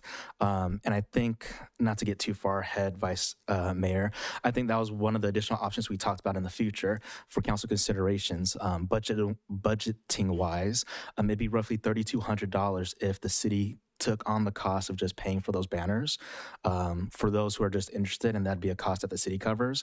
And that way, annually, we could do something along the lines of a draft or a lottery of what are the 32 veterans that we honor annually, and there wouldn't be necessarily a cost to the city, a cost to the family. It would be incurred as a cost to the city for council's consideration. So those were some of the ideas we talked about, Vice Mayor. I know I gave you a spectrum just because it depended on which one of the options the council was wanting to pursue. Thank you. I have a couple more questions. My apologies. I don't know that the city as a whole is aware of how significant the Memorial Day observation and celebration is at the annual Cornhole Fest. So I wondered if you could just take a couple of minutes to talk about what that looks like. I think it was brushed on, but I think there's enough to it in recognizing fallen soldiers, et cetera, that I think it would be nice to share that with the public in case they weren't aware. Vice Mayor Meyer, I'll do my best. I don't have as much intimate knowledge of this as it is a Down to Brentwood Coalition event, but it is Bags and Brews. It's a cornhole tournament. They do a lot of things to recognize veterans at the event. It is it's based around the Memorial Day holiday in recognition and wanting to honor those who have served, but also recognize those veteran organizations. There's a number of things that they do downtown, whether that's street closures and the local businesses' involvement with it. I'm not doing a great job of representing all that is involved. I did want to highlight it is because it is one of the city co-sponsored events because they do go through that fee waiver process, but I don't want to take any shine away that it is a downtown Brentwood Coalition event. Do you want to ask Amy to pipe in? Yeah, She's- I was actually yeah. gonna say if she could, maybe even during public comment, if she could talk about it a little bit more. However that works, I would love to hear a little bit more about it. And team, you did a great job. I just think a lot of people aren't necessarily aware of that portion of the event, and I would like for them to be. Another thing is the senior center does at least one resource fair a year. And I know that there's some focus on veteran services, but I think that's also a really good platform for additional resources and vendors and all the other things that we're talking about is to kind of connect that with a resource, senior center event. And I wondered if that's something that we can consider too, but I think I might have a couple comments when I'm done, but that was the end of my questions. Thank you. Thank you. Any further clarifying questions of staff? Okay, at this time, we'll open public comments. At this time, the public is permitted to address the city council on items on this agenda item. If you're participating via Zoom, please raise your hand to speak. If you're participating in person, please file a speaker's card. We'll take public comments from those participating in the council chambers first, and then those from Zoom. Remarks are limited to 5 minutes, and your microphone will be muted if you don't speak on items pertaining to this agenda item or after the timer has expired. We received 0 written public comments. I do have 1 speaker card. Danny Dorman.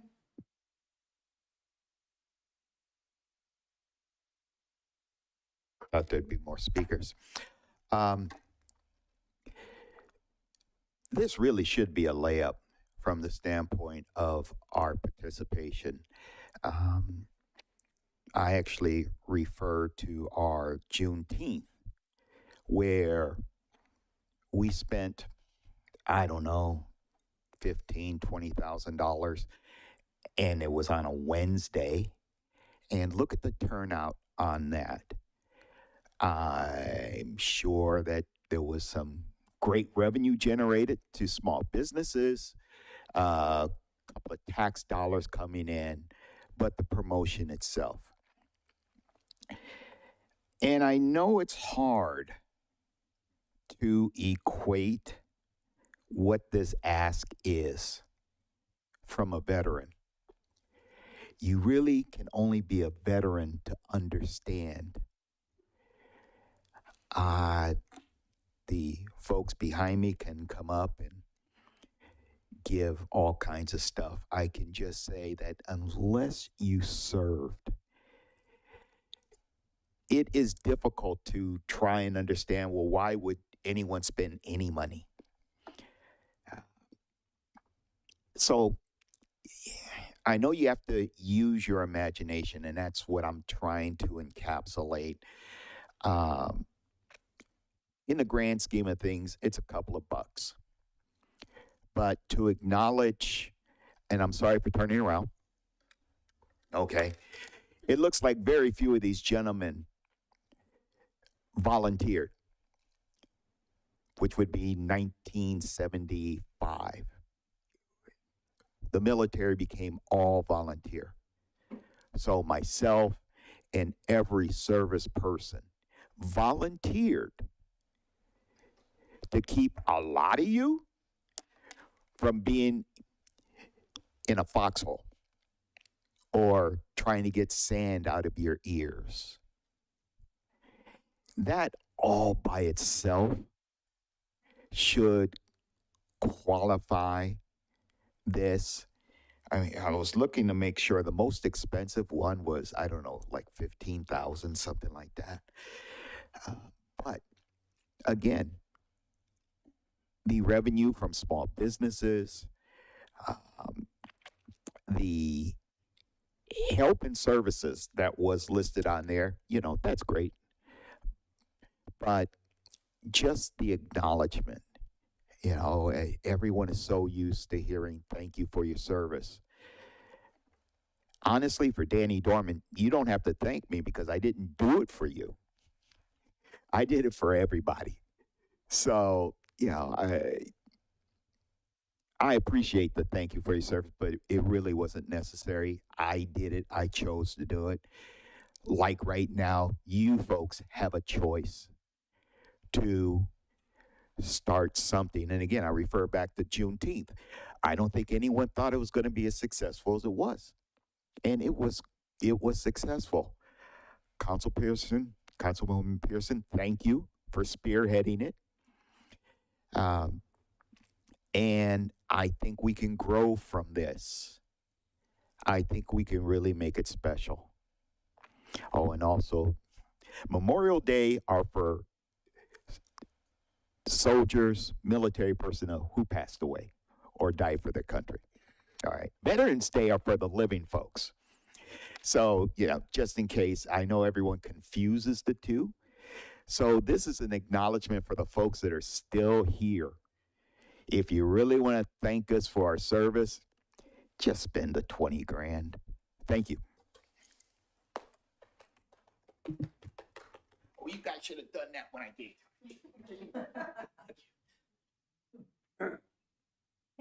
I have no additional speaker cards in person. I do have one. Oh, sir, unless you. Thank you. My name is Dan Duran. I am the current commander of American Legion Post 202 here in Brentwood. And since we're talking about the Veterans Day thing, I'd like to bring something to the council's attention. And that is, if you have been to the Veterans Park, every service is recognized but one. No, I'm not going to tell you. I want you to go down there and look. Please. It's really important. That's all I have to say. Thank you.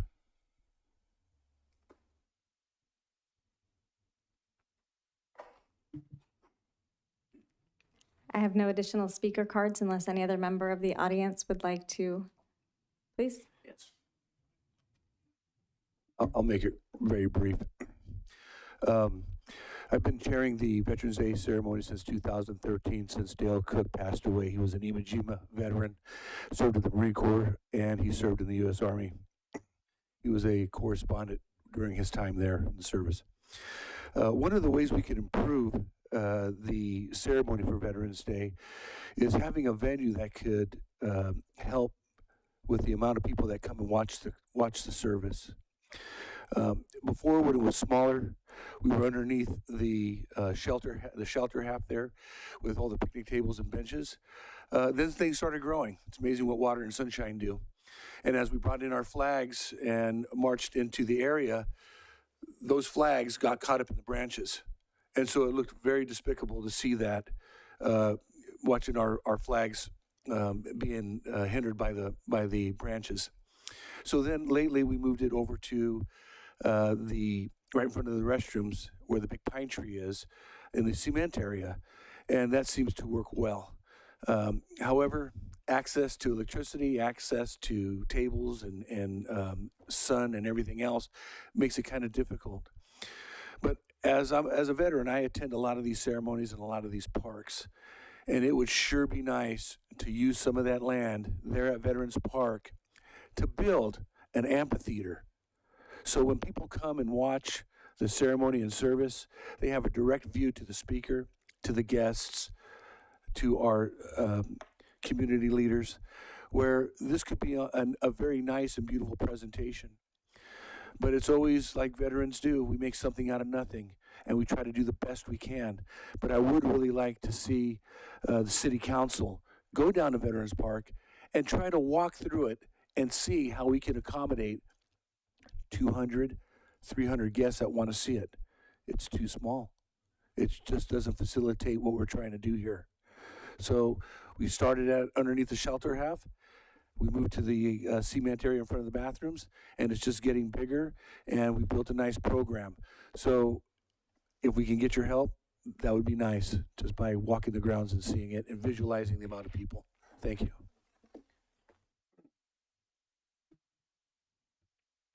Okay, please.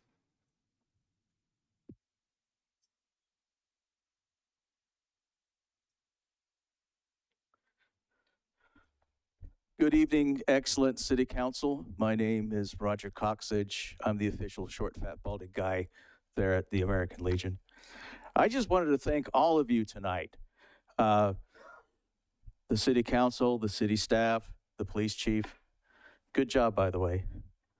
Your officers are doing a great job, and I appreciate it.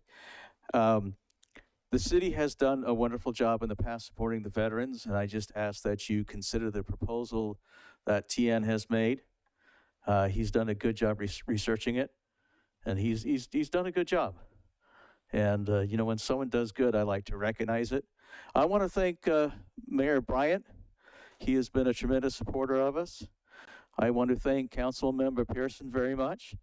I want to thank Council Member Mendoza. What a supporter. Well done. Where's Vice Mayor? There she is. She's up on the screen. Thank you very much. And I want to thank Council Member Olermans. Well done.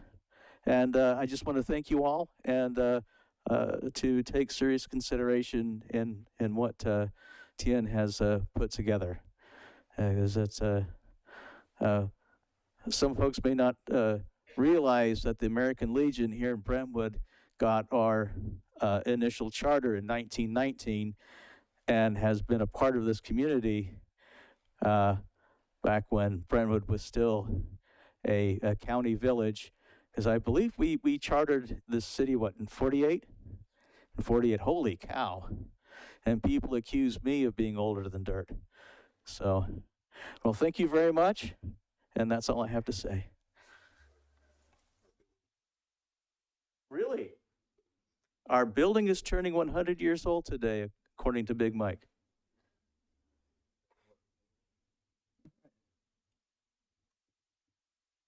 Would any other member of the audience like to speak? I do have one hand raised in Zoom. Amy, go ahead. Hello, everyone. Can you hear me okay? Okay, thank you. Hi, it's Amy from downtown Brentwood. Firstly, I want to say, hello to everyone in the audience there, our friends at the American Legion, VFW, Marine Corps Detachment. We love partnering with you guys in downtown, and just want to offer our sincere condolences on the passing of Bill. He was very special to us, and we will miss him. So also want to say thank you to Tien. That's a really great report that was put together. And I, a lot of my background revolves around supporting the military. So personally for me, I really like the idea that we are going to look at doing something consistently for Veterans Day. I did want to just point out, while we do the Bags and Brews, and this the Memorial Day tribute ceremony, and that is a beautiful event, and I definitely encourage members to come down. As Vice Mayor Meyer mentioned, if folks don't know about that component of that event, it's the Sunday Memorial Day in May, and we do recognize and honor, I think, over 71 local fallen heroes and Gold Star families, their moms, dads, and family members. Sorry, it's very emotional for me. While that is a very important event and it's very heartfelt, it is different than Veterans Day. And so, we do think it's important that there's a day where we're honoring, all of our veterans, not just those who paid the ultimate sacrifice, but obviously they've sacrificed a lot as well. And we want to honor them and give them the respect that they deserve. So just with that being said, I would say, in downtown, we would be happy to partner in any capacity for something happening around November 11th. It's kind of always been on my work plan, but, didn't want to overstep either, because it's not necessarily something we should particularly be leading, but we would be happy to support and every way that we can. And so I will just leave that there's a great list of different opportunities. I like the card idea. I think that's something passive that can happen, throughout the year. You could be issued out in November and could happen throughout the year. I think the idea of doing an event of some kind, a parade, anything obviously to honor our veterans, I think is fabulous. So just know that you can count on us. And thank you to Roger, Dan, Mike for your words and your support and your partnership and all of the things we've been doing with the veterans in downtown. And congratulations on 100 years of the building. So thank you.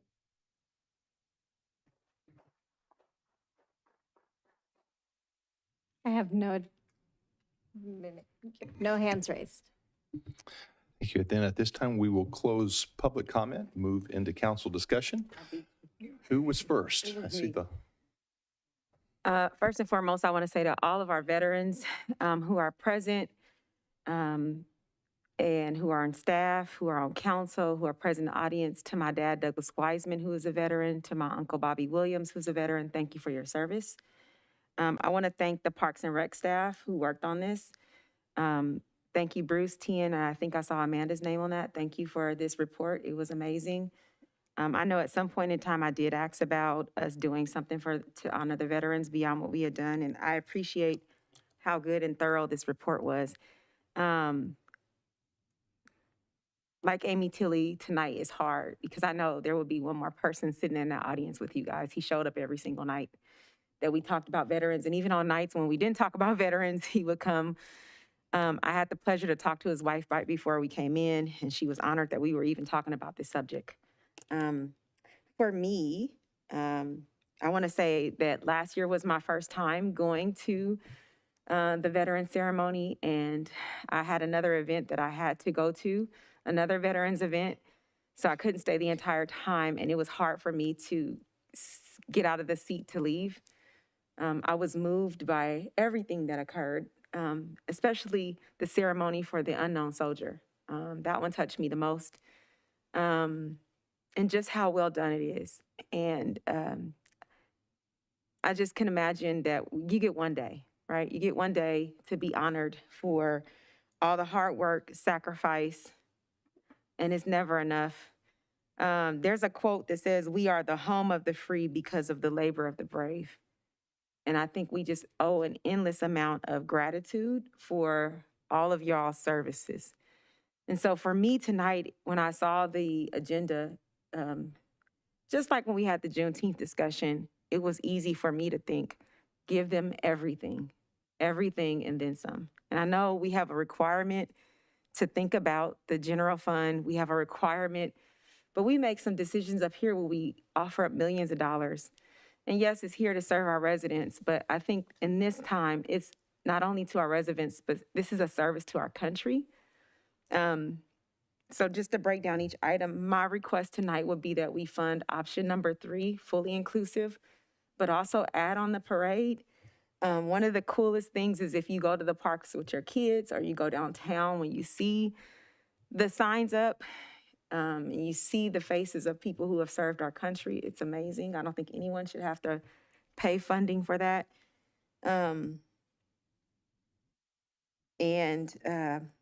Yeah, I would just go with option 3 with the parade. I love the idea of the barbecue for the veterans and their families, the post-ceremony, and I absolutely love the idea of a health and wellness fair to provide services.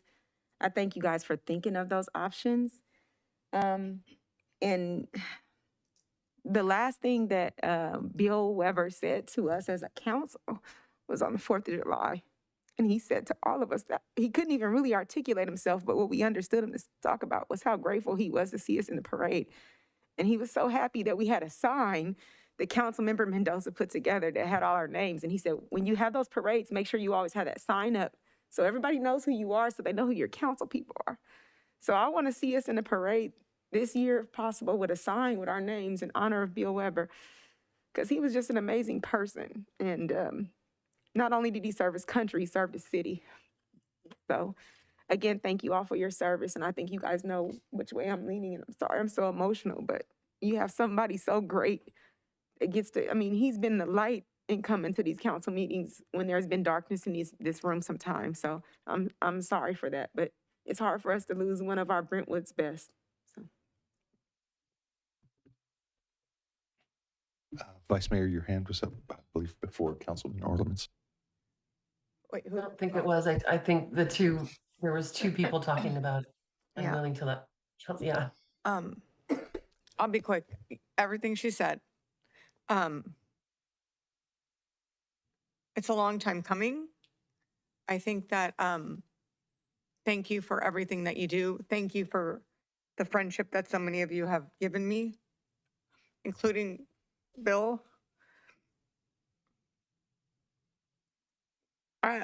Yeah, let's do it all. I think the only thing that I would say is, yes, I want you guys, the veterans to get their barbecue for you and your families, but I want there to be an option for the community to come out and participate, because I think they need to also be with us. I think it's important for them to have these conversations and understand everything they've gone through. I think it's important for you all to be candid about your service with our community, because I think sometimes they forget everything you've been through.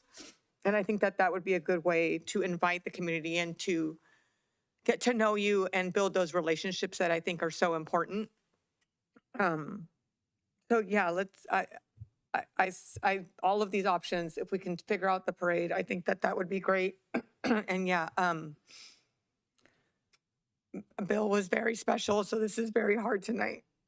Bill and his wife, I didn't even know they were married, and I was friends with both of them. Thank you all for showing up. Thank you for your public comment. Please reach out to your supervisor. It's very important that you continue to reach out to your supervisor. Let her know that you are here. Her and I had a couple quick words the other night about it as well. So let her know. Don't stop. Thank you. Vice Mayor. Thank you. I agree with everything. And even more so than anything else, the honoring of Commander Weber.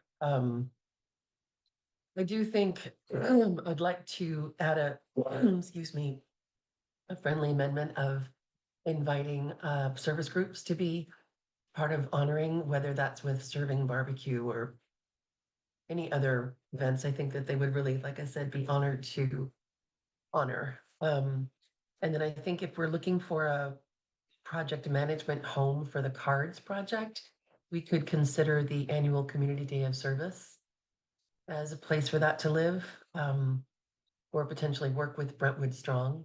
I know that they already have some connections with some of our veterans. I think I'm looking at my notes. I think that's all. I just really wanted to agree, and I wish I could have been there, especially following Commander Weber's passing, to really drill down on how important he was to everyone in the city and how he helped city council to really get a even more keen understanding of the military and the veterans, presence within the city and the activities that have been going on. So thank you all for speaking up, and thank you all for all of everything you do. And that's it. Thanks. Thank you. Councilman Orleman. Usually not too difficult for me to say something about an organization or a group of people that I am so passionate about. I have attended quite a few of the veterans services in Veterans Park, and since Chief Herbert started reading off the list of all the officers that have also served in the military at each one of those events, my name was one of those that was read off, which always made me feel very special. Having Bill Weber guide me as a new city council member through what it's like to be part of an organization, because I didn't feel like I was part of the veterans group. I didn't serve in a war. I was never deployed. I was a stateside CONUS military police officer for 4 years. But he made me feel welcome. He brought me into the fold. He told me how my service mattered, and made me appreciate how much all of your service matters that much more. I want to thank Councilmember Pearson for bringing this forward and starting it and getting it moving as early as you did so that so Tien could do such an amazing job putting all of this together, getting this out in front of us, wholeheartedly in support of option 3. Would love to see the parade. I don't think we can do enough to tell our veterans, thank you for what you've done. Thank you for your service. I don't look at it as a price tag. I look at it as you paid the price, and this is just us giving back to you. Thank you for everything you did. Without Bill Weber guiding me through, I wouldn't know exactly where you stood. I agree 100% with what Councilmember Mendoza said. Continue to reach out to your county people. I can give you some of the other contacts of some of the other county people if you'd like to. Please stay on top of that.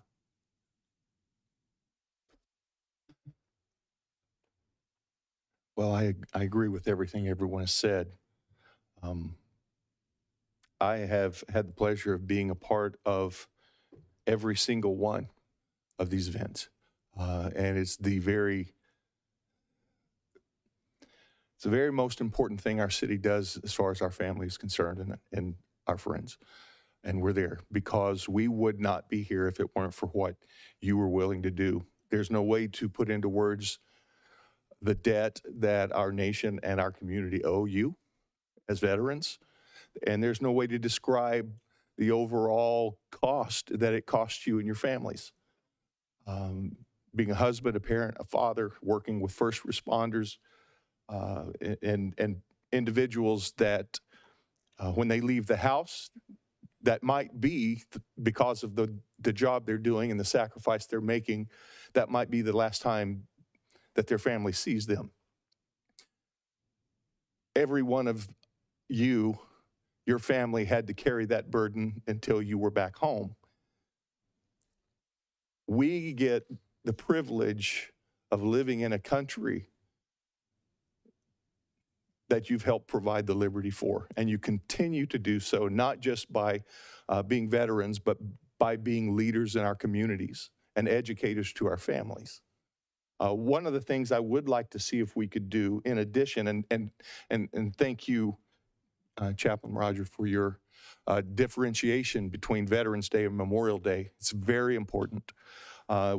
For Memorial Day, we have banners for our fallen and deceased veterans.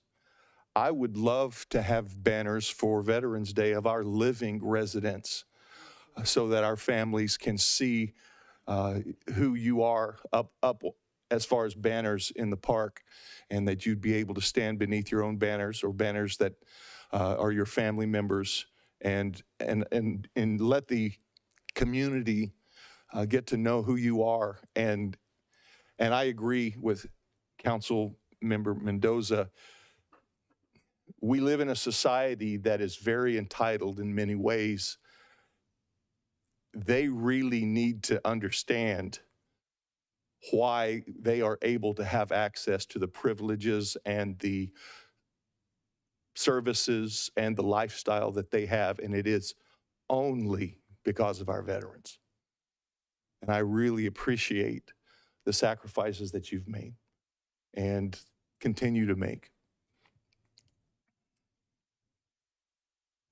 So,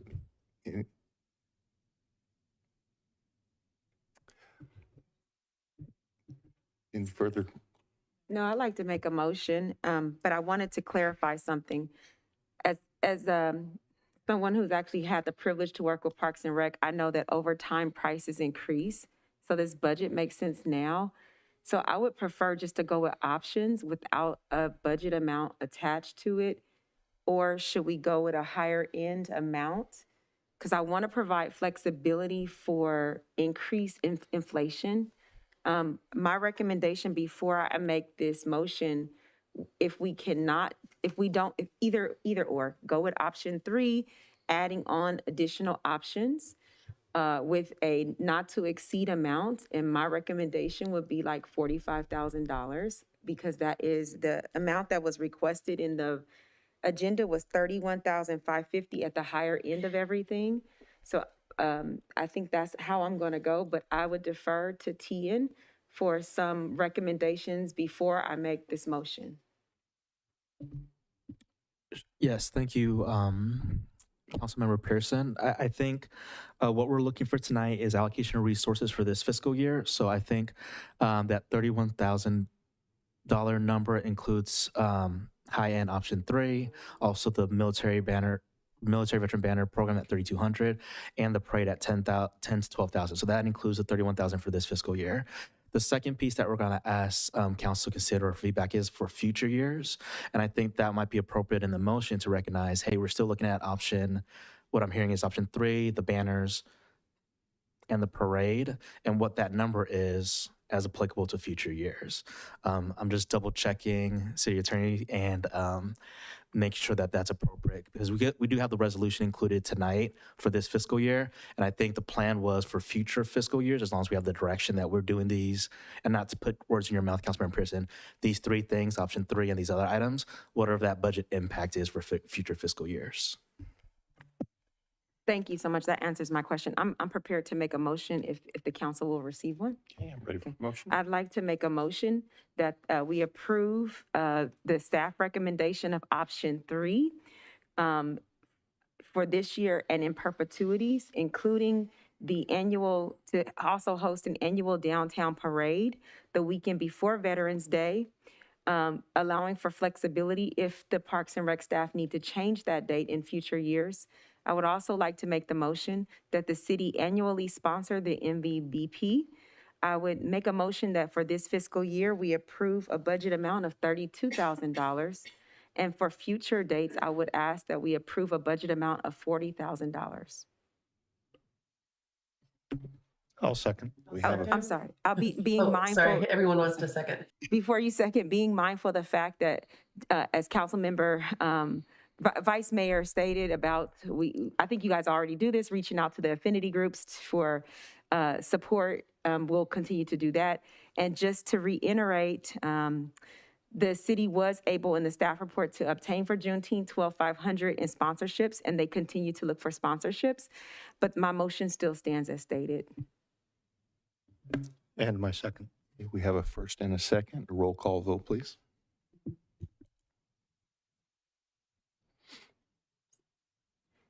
Councilmember Mendoza? Yes. Vice Mayor Meyer? I'm alone in the room, and yes. Councilmember Orlemans? Yes. Councilmember Pearson? Heck yeah. Mayor Bryant? Yes. It is unanimous. Yes, thank you for your service. And at this time, we will take a 5-minute recess.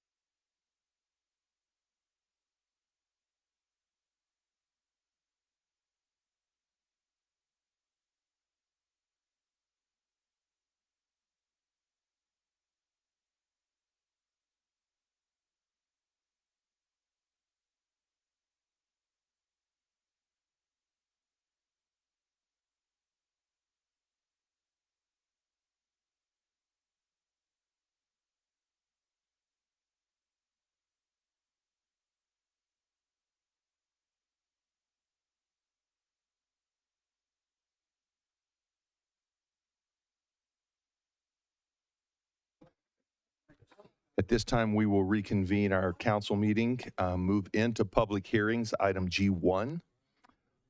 And Deborah Gailey, our senior analyst, will present the next item regarding annexation number 16 to Community Facilities District number 5. Deborah. Thank you. Good evening, Mayor and council members. Community facility districts are an annual special tax to fund public services that are necessary as development is approved and the city's population increases. These services can include police and public safety, government and community facilities, joint use school sites, and storm drainage facilities, among others. At the June 25th meeting, the City Council initiated the annexation of property into the existing CFD and approved a boundary map identifying the parcels.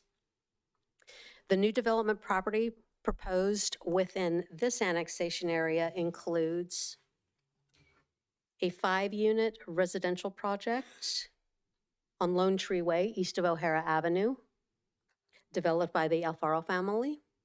A 94-unit residential project east of Brentwood Boulevard and south of Lone Tree Way, developed by Meritage Homes. A 63-unit residential project along Apricot Way, north of Sand Creek, developed by Truemark Homes. And the Costco commercial site, approximately 20 acres, located south of Lone Tree Way and east of Hydorn Ranch Road. Following the June 25th council meeting, each property owner was provided a ballot explaining the CFD and providing the opportunity to cast their vote.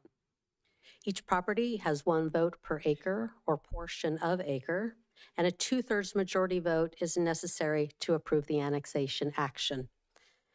The balloting results will be reviewed and presented by the city clerk at the close of the public hearing. Properties will be subject to the special tax following building permit issuance, and upon development, additional revenue is estimated at approximately $178,000 annually from these properties to support the public services. Tonight's public hearing completes the election process for the annexation of additional property, and staff is available should you have any questions. Thank you.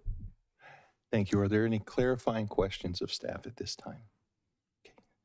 Seeing none, I will now open the public hearing. And Amanda? At this time, the public is permitted to address the City Council on this item. If you're participating via Zoom, please raise your hand to speak. If you're in person, please file a speaker card with the clerk.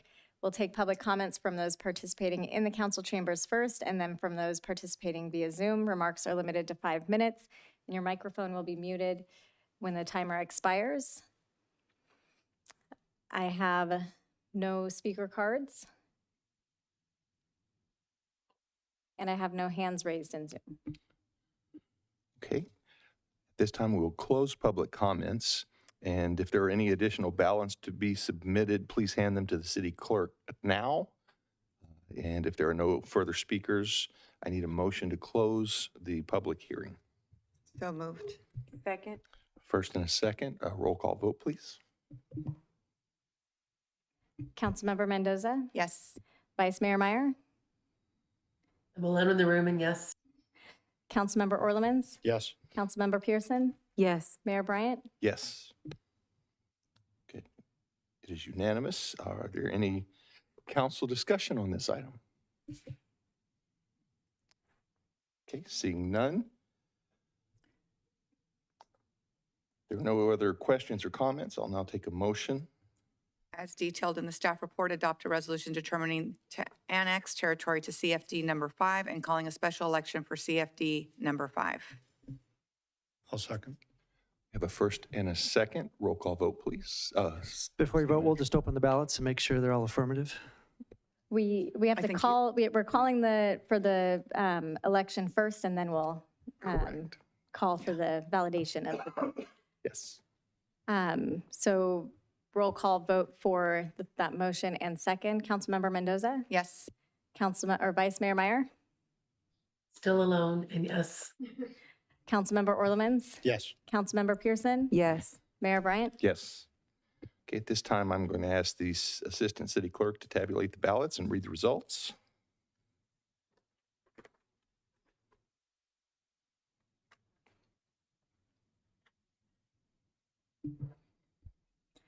We've received a total of 73 votes, all in favor, none opposed. Thank you. Do I have a motion on this item? As detailed in the staff report, adopt a resolution determining the results of the special election for the annexation of territory to CFD number 5. We have a first. Second. And a second. Roll call vote, please. Councilmember Mendoza? Yes. Vice Mayor Meyer? Bill Malone, yes. Councilmember Orlemans? Yes. Councilmember Pearson? Yes. Mayor Bryant? Yes. Okay, the item moves. Moving into item G2, a mitigated negative declaration and mitigation monitoring and reporting program for the Sand Creek Sports Complex. And Bruce Mulder will begin the presentation for this item. Bruce? All right, good evening again, Mayor and council members. So yes, this item is regarding the mitigated negative declaration and mitigation monitoring and reporting program for the Sand Creek Sports Complex. So as required by CEQA, notification was provided to the public and affected regulatory agencies, giving 30 days for review and comment on the initial study and intention to adopt the MND. The notification was published on May 31, 2024, and closed at 5 p.m. on July 1, 2024. Comments were received from the California Department of Transportation, Central Valley Regional Water Quality Control Board, Chevron Pipeline Company, and Contra Costa County Flood Control and Water Conservation District. These comments and the city's responses to these comments are included as an attachment to the staff report. And as detailed in the city's responses, all the comments have been adequately addressed and do not result in any changes to the conclusions of the initial study. The intent of the initial study and the MND is to provide information concerning potential environmental impacts of the proposed project and to specify mitigation measures required to ensure significant environmental impacts do not occur. It is not the purpose of the initial study and the MND to either recommend approval or denial of the proposed project. And Rod Stinson of Rainey Planning and Management, the firm providing environmental services for this project, is available by Zoom if there are any questions regarding the study. Thank you. Are there any clarifying questions of staff at this time? Okay, seeing none, I will now open the public hearing. At this time, we'll open public comments. Amanda? At this time, the public is permitted to address the city council on this agenda item. If you're participating via Zoom, please raise your hand to speak. If you are in person, please file a speaker cards with the city clerk. We will take public comment from those participating in the council chambers first and then participating from Zoom. Remarks are limited to 5 minutes. Your microphone will be muted if you speak beyond that, the speaker timer. And I have no speaker cards in person, and I have no hands raised in Zoom. Okay, at this time, we'll close public comment. Any council discussion on this item at this time? The only question I had was on page 91. I think it's the map that's shown there. It has the pickleball courts over where south of the competition soccer field for lights. But I thought we moved those just to be multi-purpose courts on the other side, and you can see that on page 81, I believe. So they're not ticking and tying the maps. I know, not 81, sorry. I can't remember what page it is where it shows you the whole project. But those maps are not, oh, it's page 83. They're not aligning because on 83, I think that's what we had decided on, the entry plaza with the food trucks. So does that impact anything at all when it comes to this? No, I don't think so. Okay. When we did the study, the sport courts were part of the Phase 1B. So they were located on the east side of the project and not part of Phase 1 with the soccer fields. Okay. And then my other question is, we talk about Phase 1A, 1B, and Phase 2.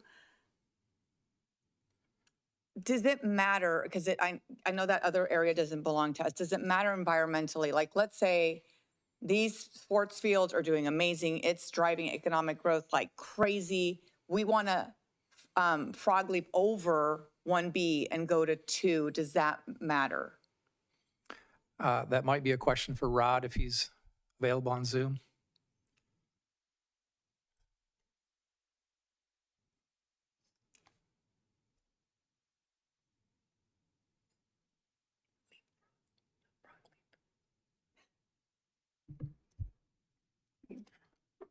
Go ahead.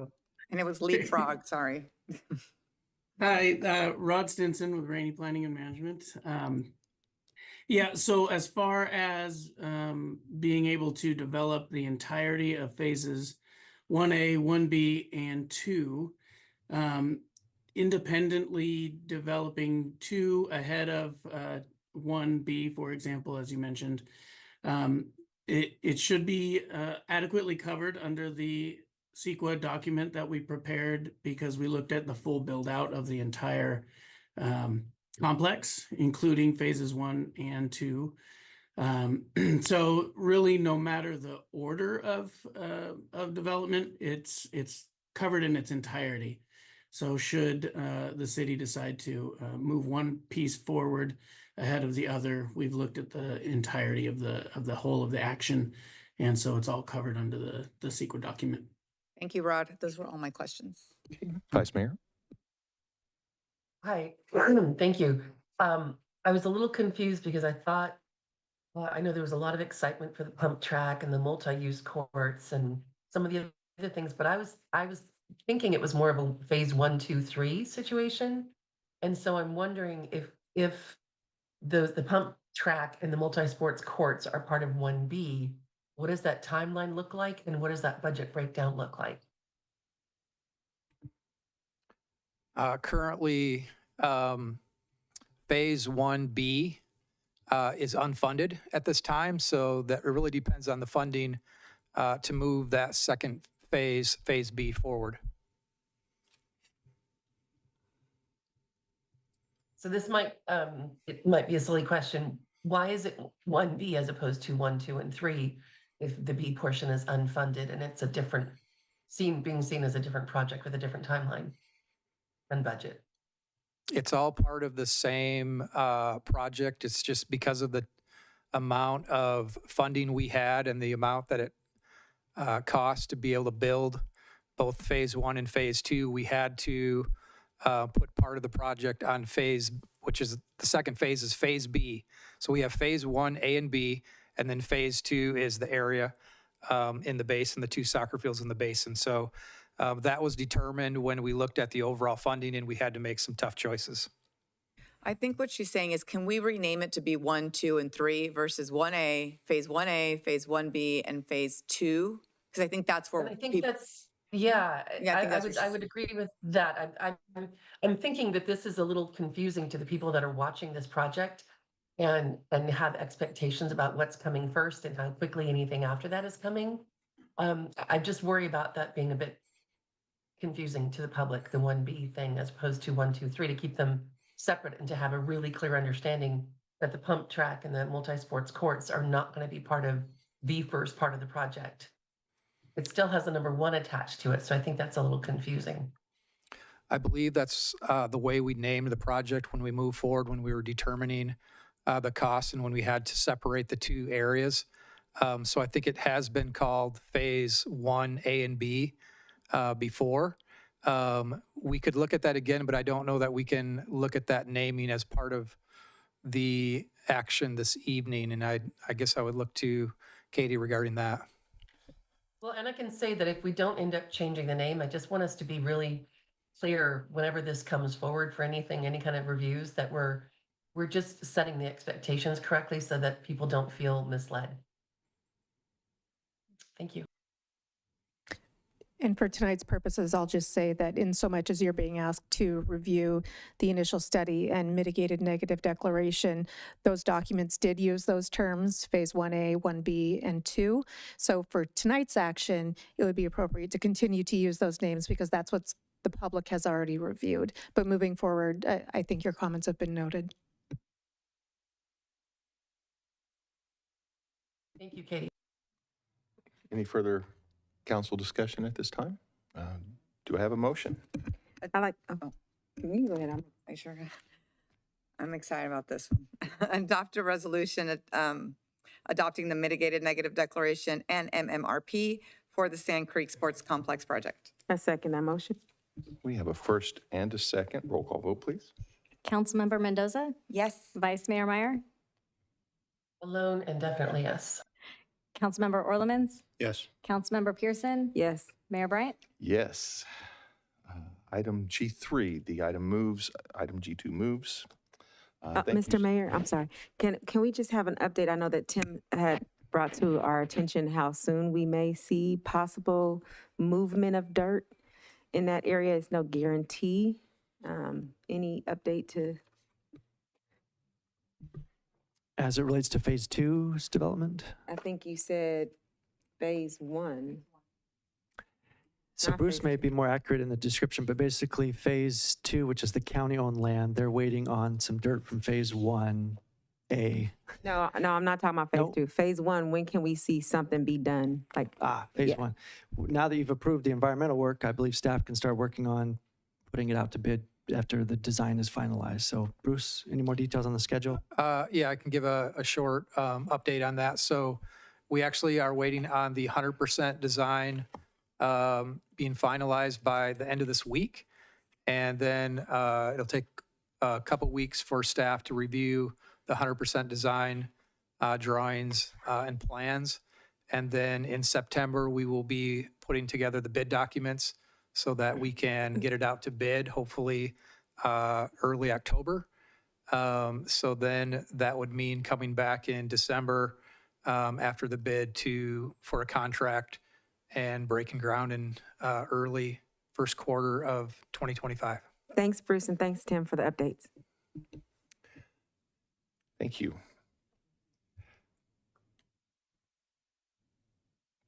Did we take the vote on this? Or, okay. And yes, thank you, staff, for your work on this. That's where I was when we got thrown. Okay. Moving into item G3. This next item is related to the Orchard Grove subdivision. And Sarah, the associate planner, will begin the presentation. Sarah. Hi, good evening, Council. Before you tonight is the Planning Commission's approval of an initial study, mitigated negative declaration, and mitigation monitoring and reporting program, and a RADA sheet, as well as a vesting tentative map, subdivision map, and design review application for the subdivision of 9.6 acres into 34 parcels, which consists of 30 single-family homes and 4 duet units, 1 on-site bioretention parcel, and a 0.4 acre remainder parcel. The project also includes a density bonus application to allow for a 17.2% increase in the density pursuant to the state density bonus law, which I'll discuss here in a minute. The item was previously scheduled to be heard before you on July 23rd, but was continued the day of, which brings us to today.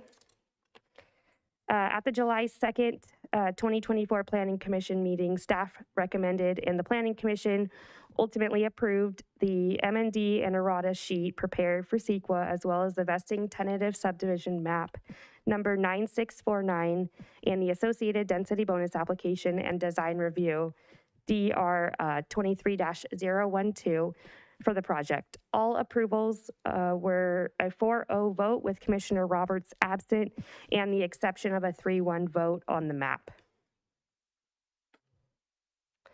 The Planning Commission added a series of conditions of approval, which can be seen here on the screen for you and are attached in the attached resolution for tonight's meeting and described more in detail in the staff report. So I won't go into these too much, but just wanted to let you know of these. The project site is located at 1901 Lone Oak Road on the east side of Adams Lane and directly north of the previously approved Orchard Grove subdivision and south of the Rock Church and Vineyard Academy. The site is currently developed with 1 single-family home on the southeast corner of the parcel, which will remain as the 0.4 acre remainder parcel. The rest of the parcel is currently vacant. The property is zoned R1E and has a residential very low density general plan designation. The R1E has an allowed density range from 1.1 to 3 units per gross acre. And due to the density bonus request, this project is proposed to have a density of 3.54. As allowed through the state density bonus law, the applicant is requesting waivers of the development standards such as the minimum lot size and required setbacks. You can see here on the screen where the project does not comply with the standard zoning requirements and in turn is utilizing the state density bonus law. So this was in the staff report as well, so I'm gonna flip through it kind of quick, but you should have already seen this in the staff report.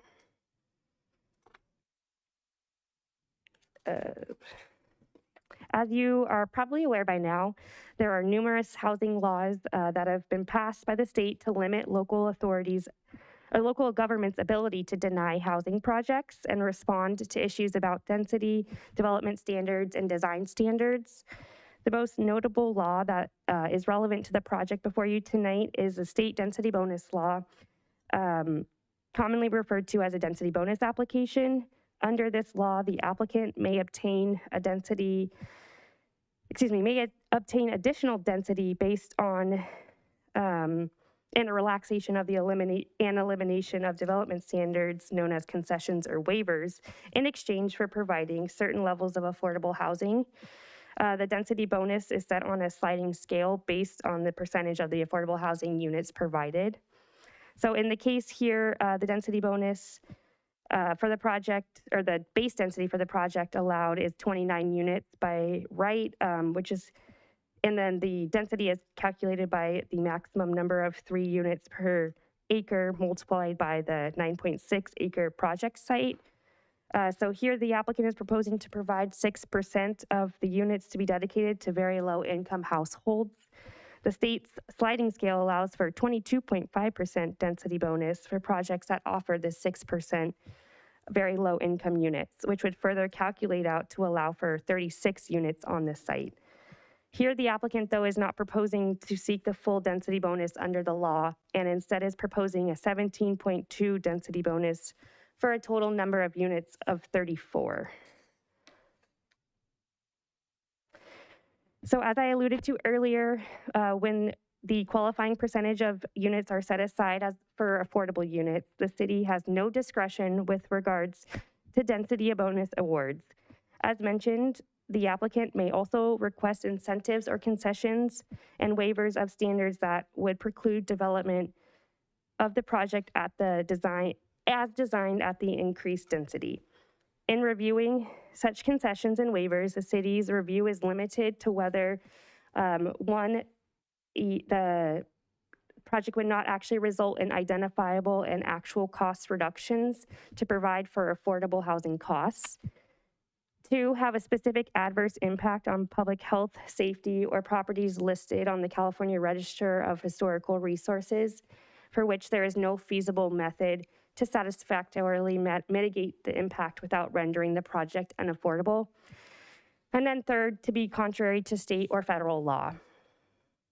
It is important to note that the city bears the burden of proof for denial of any requested incentives and concessions, as well as waivers that are not given. An incentive or concession is defined as a reduction in the site's development standards or a modification of the zoning requirements. Although not utilized for this project, the percentage of an affordable units entitles a project to 1 single concession. Under the state density bonus law, waivers may also be requested of the development standards. The city is not permitted to apply development standards that would physically preclude the construction of the project as designed at its permitted density with the concessions allowed under the law. Waivers do not count as incentives or concessions, and there are no limits to the number of waivers that can be requested. The applicant is requesting waivers of development standards which have been determined would physically preclude the construction of the project at the designed and proposed density. A brief recap of the waivers consists of modifications to the interim objective design guidelines, in addition to standards such as the density transition policy, minimum lot size, and lot dimensions, as well as setbacks. A detailed explanation can be found in the staff report of all the requested waivers. The proposed project is also subject to the city's affordable housing ordinance, which requires projects between the 27 and 34 units to contain 1 low income unit, 2 moderate income units, and 1 very low income unit. The city's ordinance at the time the project was deemed complete, as well as the definition of the state law, allows a low income unit to qualify as allows a very low income unit to qualify as a low income unit. And therefore, the applicant's proposal of 2 very low income units and 2 moderate income units complies with the city's affordable housing ordinance. These 4 units consist of 2 sets of duet units that are spread throughout the subdivision. The vesting tentative subdivision map also includes the 30 single-family lots and 2 sets of the duets, as we just mentioned, as well as bioretention lots and a 0.4 acre parcel in which the existing home will remain. The project will be accessed only off of Adams Lane through the new street that's being constructed with the Orchard Grove subdivision directly to the south. The interior lots range in size from 8,000 to 9,000 square feet, with slightly larger lots at the perimeter sized from 10,000 square feet to 13,400. Full right-of-way improvements will be constructed within the street, including utilities, curb, gutter, sidewalk, and a landscape strip. So here on the screen, you can see a combined map of both subdivisions. The one under that we're discussing tonight is highlighted in yellow, but this shows the frontage improvements that will be improved for the site. This shows sidewalk connecting from to O'Hara at the south and also to Grant Street at the north. And then highlighted there in blue, you can see that's going to be the crosswalk with the flashing beacon. So just wanted to bring those improvements to your attention. Here's a different view of them, just an aerial view. Again, showing the dotted area as the connection of the sidewalk, and then the highlighted area in yellow as the flashing beacon crosswalk. And then there will also be a protected left turn lane into the subdivision from Adams, and that's shown on the right side of your screen. In terms of design review, there are 6 home plans and 3 distinctive elevation styles for each home. The breakdown of the units and elevations is proportionally split. Roughly 46% of the homes, or 16 units, are single-story plans, while the rest are 2-story. The chart on the screen depicts the breakdown and the sizes of the homes, also in your staff report for you. The early California or Spanish style architecture incorporates concrete S-tile roofing, covering a series of traditional gable roof forms. Stucco is used as a primary wall material and incorporates deep-set entryway doors. The Mediterranean revival style also incorporates the S-tile roofing, covering a series of pyramid, hip, and cross-hipped roof forms. The craftsman elevations are a combination of stucco and board and batten siding with stone veneer bases. The exterior materials, massing, roof shape, and pitches, as well as the colors and materials, create a strong neighborhood identity and architectural variation throughout the subdivision. The city prepared a mitigated negative declaration for the project in accordance with CEQA. Several potentially significant impacts were identified. However, mitigation measures and the mitigation monitoring and reporting program are incorporated to reduce those impacts to less than significant levels. All that being said, staff recommends that the City Council uphold the Planning Commission's recommendation and adopt the following resolutions. There's 3 of them for you tonight. One is adopting a resolution approving the mitigated negative declaration. The second is adopting a resolution approving the vesting tentative subdivision map number 9649. And a third, adopting a resolution approving design review for the homes DR 23-012. That concludes staff's presentation. I have the applicant, Shay Holmes, here, and we have our CEQA consultant on Zoom if needed. Thank you. Thank you. Are there any clarifying questions of staff? I just have one question. My one question, and this is only coming from the perspective that at our last council meeting, we discussed traffic in the area, and I think that will be the elephant in the room when we talk about this project. As someone who lives in that neighborhood, I recently almost got hit head on when both schools were releasing. What happens when you come in around the release time at the schools, and because there are two different release times for the schools, they actually coincide, even though they're not supposed to. Coming down Adams Lane from O'Hara, if you make a right-hand turn, there is a queuing that comes out from Rock, and people come from out of the queuing. People who are just traveling down Adams Lane just to go home or drive through the area who have nothing to do with any school-related topics will go out of the lane to the other lane to go around the queuing to not have to wait in a queuing line for about 15 minutes. As I was there, someone almost hit me head on. Actually, I almost got hit 2 times because one car tried to avoid another car coming that way. So my concern and my question tonight is for that protected left lane turn, and I wish the chief was here. How are we going to regulate that if it's truly just a protected turn into the subdivision? There he was. His ears were burning. He heard me. Thank you, sir. Take your time. I'm going to delay my question a little bit so you don't have to rush.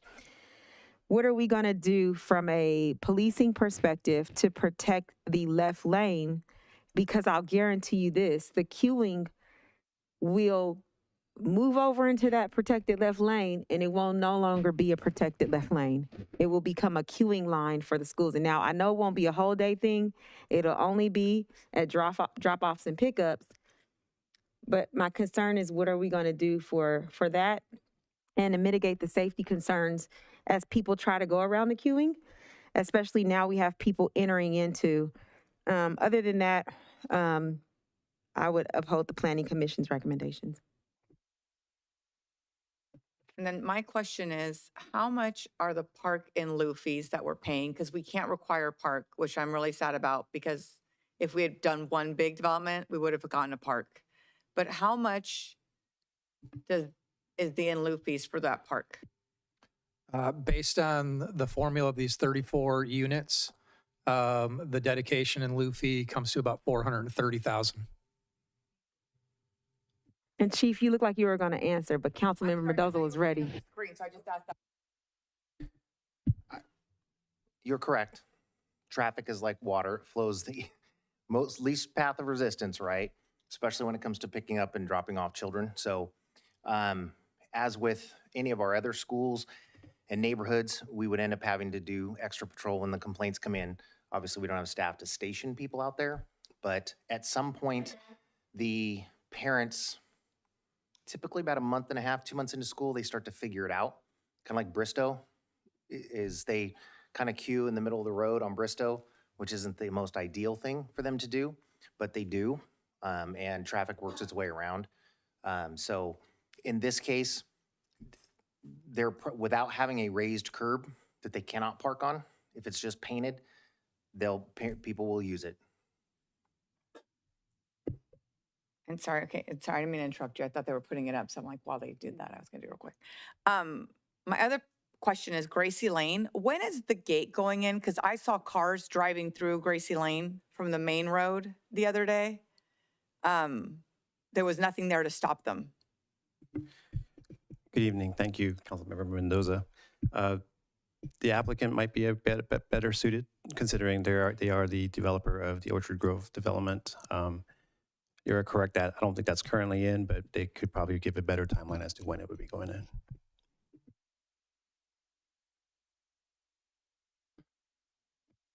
Okay, if there are no, yes. If I may, Alexis, you might have a little update on the traffic that's not related to the project, but that's something we're looking into as well, that may be tangentially related.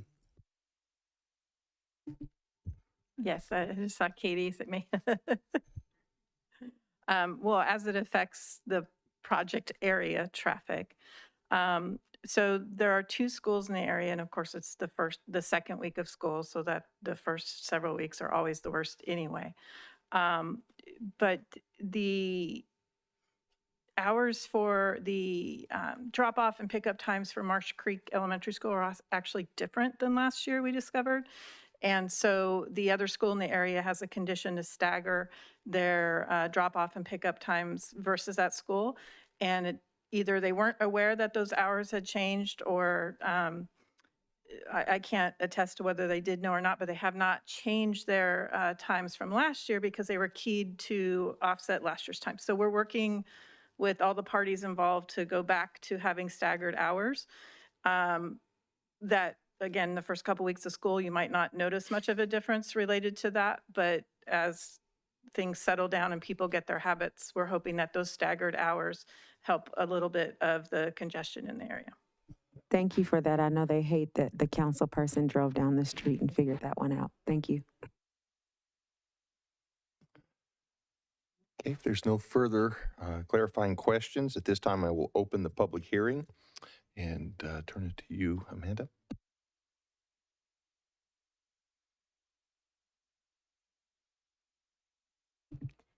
At this time, the public is permitted to address the city council on items or on this agenda item. If you're participating via Zoom, please raise your hand to speak. If you're participating in person, please file a speaker card with the city clerk. We'll take public comment from the applicant first. He'll be granted 10 minutes, following by members of the audience present in the council chambers, and then those participating on Zoom. And the members of the general public will have 5 minutes to speak, and your microphone will be muted once the speaker timer has expired. Great. Thank you, Mr. Mayor and members of the City Council for hearing this item tonight. My name is David Best. I'm with Shea Homes. We're obviously the developer and the applicant for this project in front of you. Ms. Uweiler did a great job in describing the project as we presented it, and you have a staff report, so I won't take up any time rehashing that stuff, but I'm certainly here for any questions if you have them as you walk through your deliberation. As for the traffic issues that were brought up, the Planning Commission also brought up similar issues. I guess all I can offer is that although the existing traffic issues that are there don't necessarily get exacerbated by our project. In fact, our project's impacts are being mitigated by the improvements along Adams Lane. And so all I can offer you is that we'll make it better. How much better is yet to be seen, but like Ms. Uweiler showed on the screen, we are connecting the public sidewalk from over near the O'Hara signalized intersection up to the Grant signalized intersection, which currently is just dirt. So once we're finished with both the Orchard Grove project to the south and the new one that's before you tonight, we will have a fully completed public sidewalk on both sides of Adams Lane past Blue Goose Park and up to the school. We're also installing a flashing beacon to help make pedestrian crossings on Adams much safer, especially during school hours. And then, as was described, we're widening Adams Lane on our side of the frontage and including some left-hand turn pockets to mitigate for folks that are trying to get in and out of the subdivision, not just during school hours, but during normal times. So that's what's happening with traffic. I would like to ask if the council would consider not adopting the additional condition of approval that was suggested by the Planning Commission with regards to adding 5-foot of defensible space around the home. I think that's condition of approval number 15 in your packet. The conversation at Planning Commission was about the potential that those homeowners would not be able to acquire insurance, homeowners insurance when they bought their property. I went back and did a little homework with our mortgage folks, and to our knowledge in the mortgage industry, it's not the fact that new homes that don't have defensible space in urban areas have any problem getting homeowners insurance. So I guess as the applicant, I would prefer not to have that condition on the site because it's going to be a little tough to interpret it. I mean, and also it might not be aesthetically pleasing to have 5 feet of concrete all the way around the house. So I would ask your discretion on that. That's all I have to say. So if you have any questions or comments of me, I'd be happy to answer them for you. Councilmember Mendoza. Yeah, I have a question about the end of Gracie Lane. So I think a condition of approval was to put in a gate there. So when is that? Because it was supposed to be like an emergency gate. So there's cars driving up and down. So they're speeding down like Lone Oak, going down Gracie. So when are you going to fix that? Yes, I apologize, Councilmember Mendoza. I did have that written down that you asked that question. I don't have exact timing for it, but the Orchard Grove project in its current stage, we are completing the improvements to Gracie Lane, which is extending the asphalt by about 4 feet and putting a curb on the north side. And so the reason we haven't put that gate in permanently at the moment is it's better access for all the equipment. So all of our equipment and trucks don't drive through Caper and Lone Oak to access that area when we're doing construction. But it's all set up to be done. So as soon as that road work is complete, we're going to put that gate in and get it locked and secured. Okay, can you put something temporary on the weekends by any chance? Absolutely. We can certainly do that. Thank you. Okay, any further clarifying questions of staff? At this time, I need a motion to close the public hearing. I'm sorry. We have no further comments in the chamber, but we do have one hand raised in Zoom. Yes. Go ahead, Cinziana. Hello, good evening. Thank you for the can you hear me? Okay.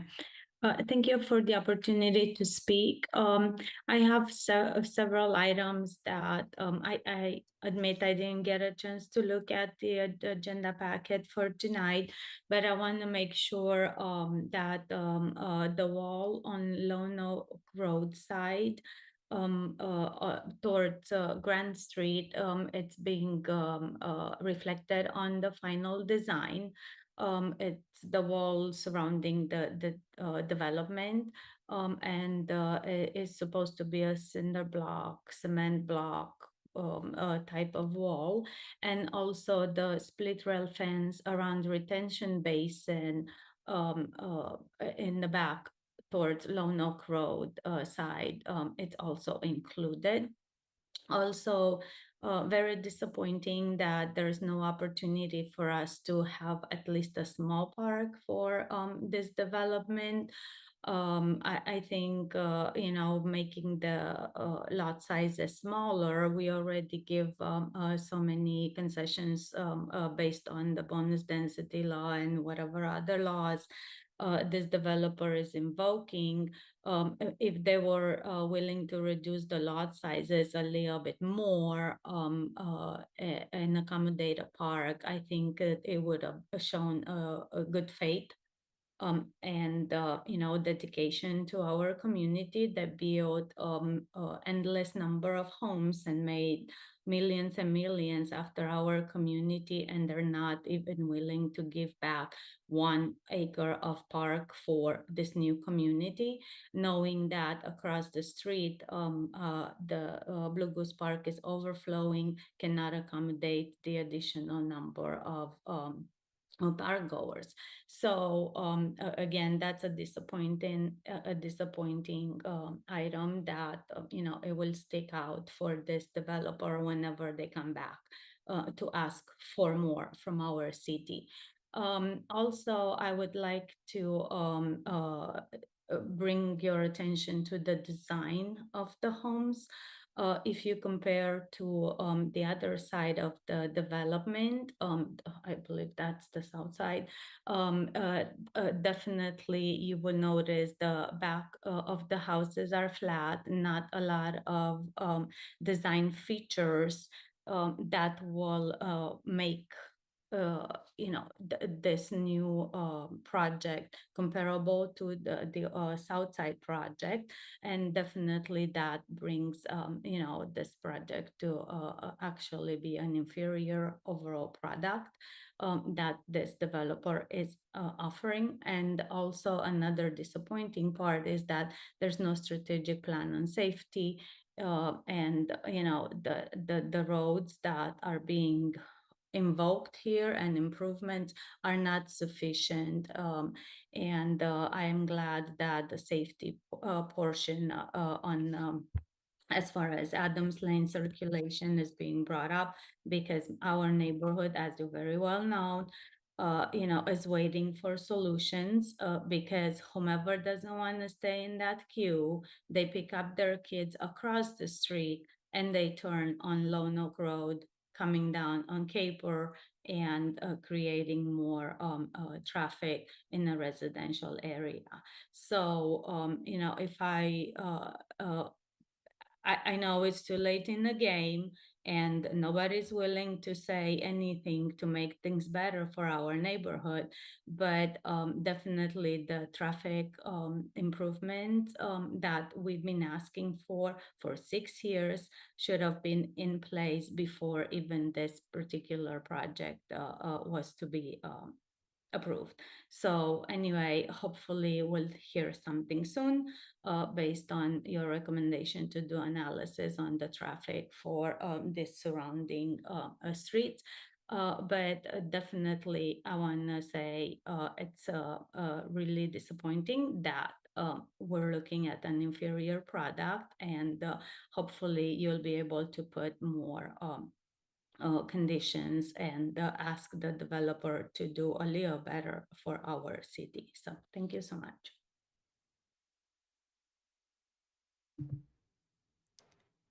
Melissa, go ahead.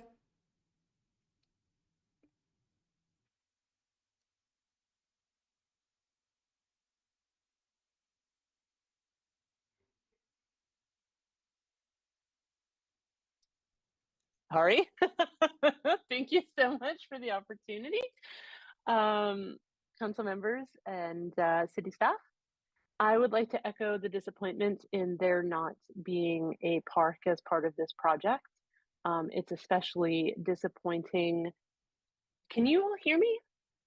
Yes, we can. Okay, sorry. It popped up with a message. I would also, in the exclusion of a park, it's disappointing because the lot sizes, I feel like, for these new homes going in just get smaller and smaller. We are a family community and our children need places to play. Whether that's in their yard or in their neighborhood park, something's got to give. And it's additionally disappointing as somebody who grew up below poverty level to see that the affordable units have even smaller yards. I would also be remiss if I did not address the defensible space comment. With the ongoing climate change and the fires getting worse and worse every year, all you have to do is take a look at Santa Rosa and see what happened with their neighborhoods that didn't have enough defensible space. All it takes is a few sparks, and that could be the end of somebody's home. I've seen it happen. I've had it happen to my grandparents. And so I would like to urge City Council to not acquiesce to that ask. Defensible space is absolutely important in all, both new developments and homes that have been built. As somebody who has worked for insurance companies, while carriers may be issuing policies now for new homeowners, that won't always be the case. People are being dropped left and right in our state. And so why give them any additional opportunity to say, no, I'm sorry, we can't insure you. Thank you very much for your time. I have no additional speakers. Thank you. At this time, we will close public comments, and I need a motion to close the public hearing. So moved. Second. Second. First and a second. Roll call vote, please. Councilmember Mendoza? Yes. Vice Mayor Meyer? I'm alone, and yes. Councilmember Orlevins, Yes. Councilmember Pearson, Yes. Mayor Bryant. Yes. Okay, any further discussion on this item? No, Councilmember. I just want to echo what Melissa said. As someone who grew up low income, I know it was really hard to look at the designs and see how small the low income units were. It's so obvious if you drive in a neighborhood, everyone will know who is the low income housing. And I know it's a duet, but it just was the one thing that stood out to me as bothersome.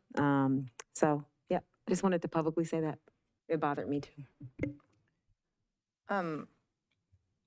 There's many times I don't agree with our planning commission, as you all know.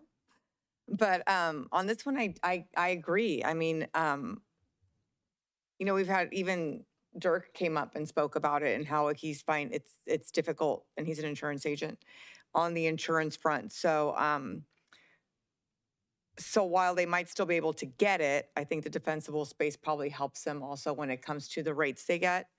I'm disappointed in there's no park. My challenge is to our staff, like, let's try to get parks wherever we can.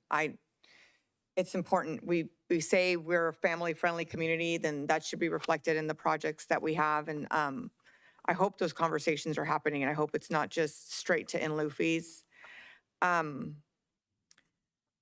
I love your home, so this is nothing against you guys. I have a Shea home. I love it. I think it's great. It's fantastic quality. I don't have any complaints about my home.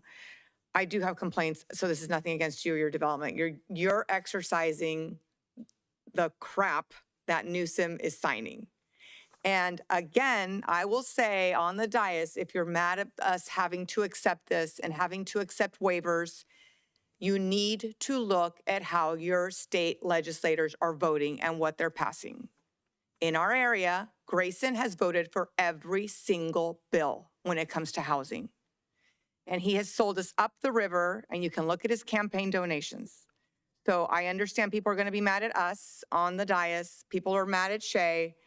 I am still working on a state initiative, will not stop working on a state initiative to give land use control back to the cities via the Our Neighborhood Voices initiative. You can go ourneighborhoodvoices.com to learn more. But unless residents of California stand up to these bills, it is only going to get worse. So that is what I got to say. Councilman Orleman. After I watched the Planning Commission meeting on this, and they were pretty clear about the defensible space, but because I wasn't 100% clear, I started making some phone calls to insurance companies, and I came to the conclusion after speaking to several of them, and please, this would be more of a question for you, the developer. Regardless of whether we require a 5-foot defensible space around a house or the insurance company does, you can't sell the house if they can't get insurance.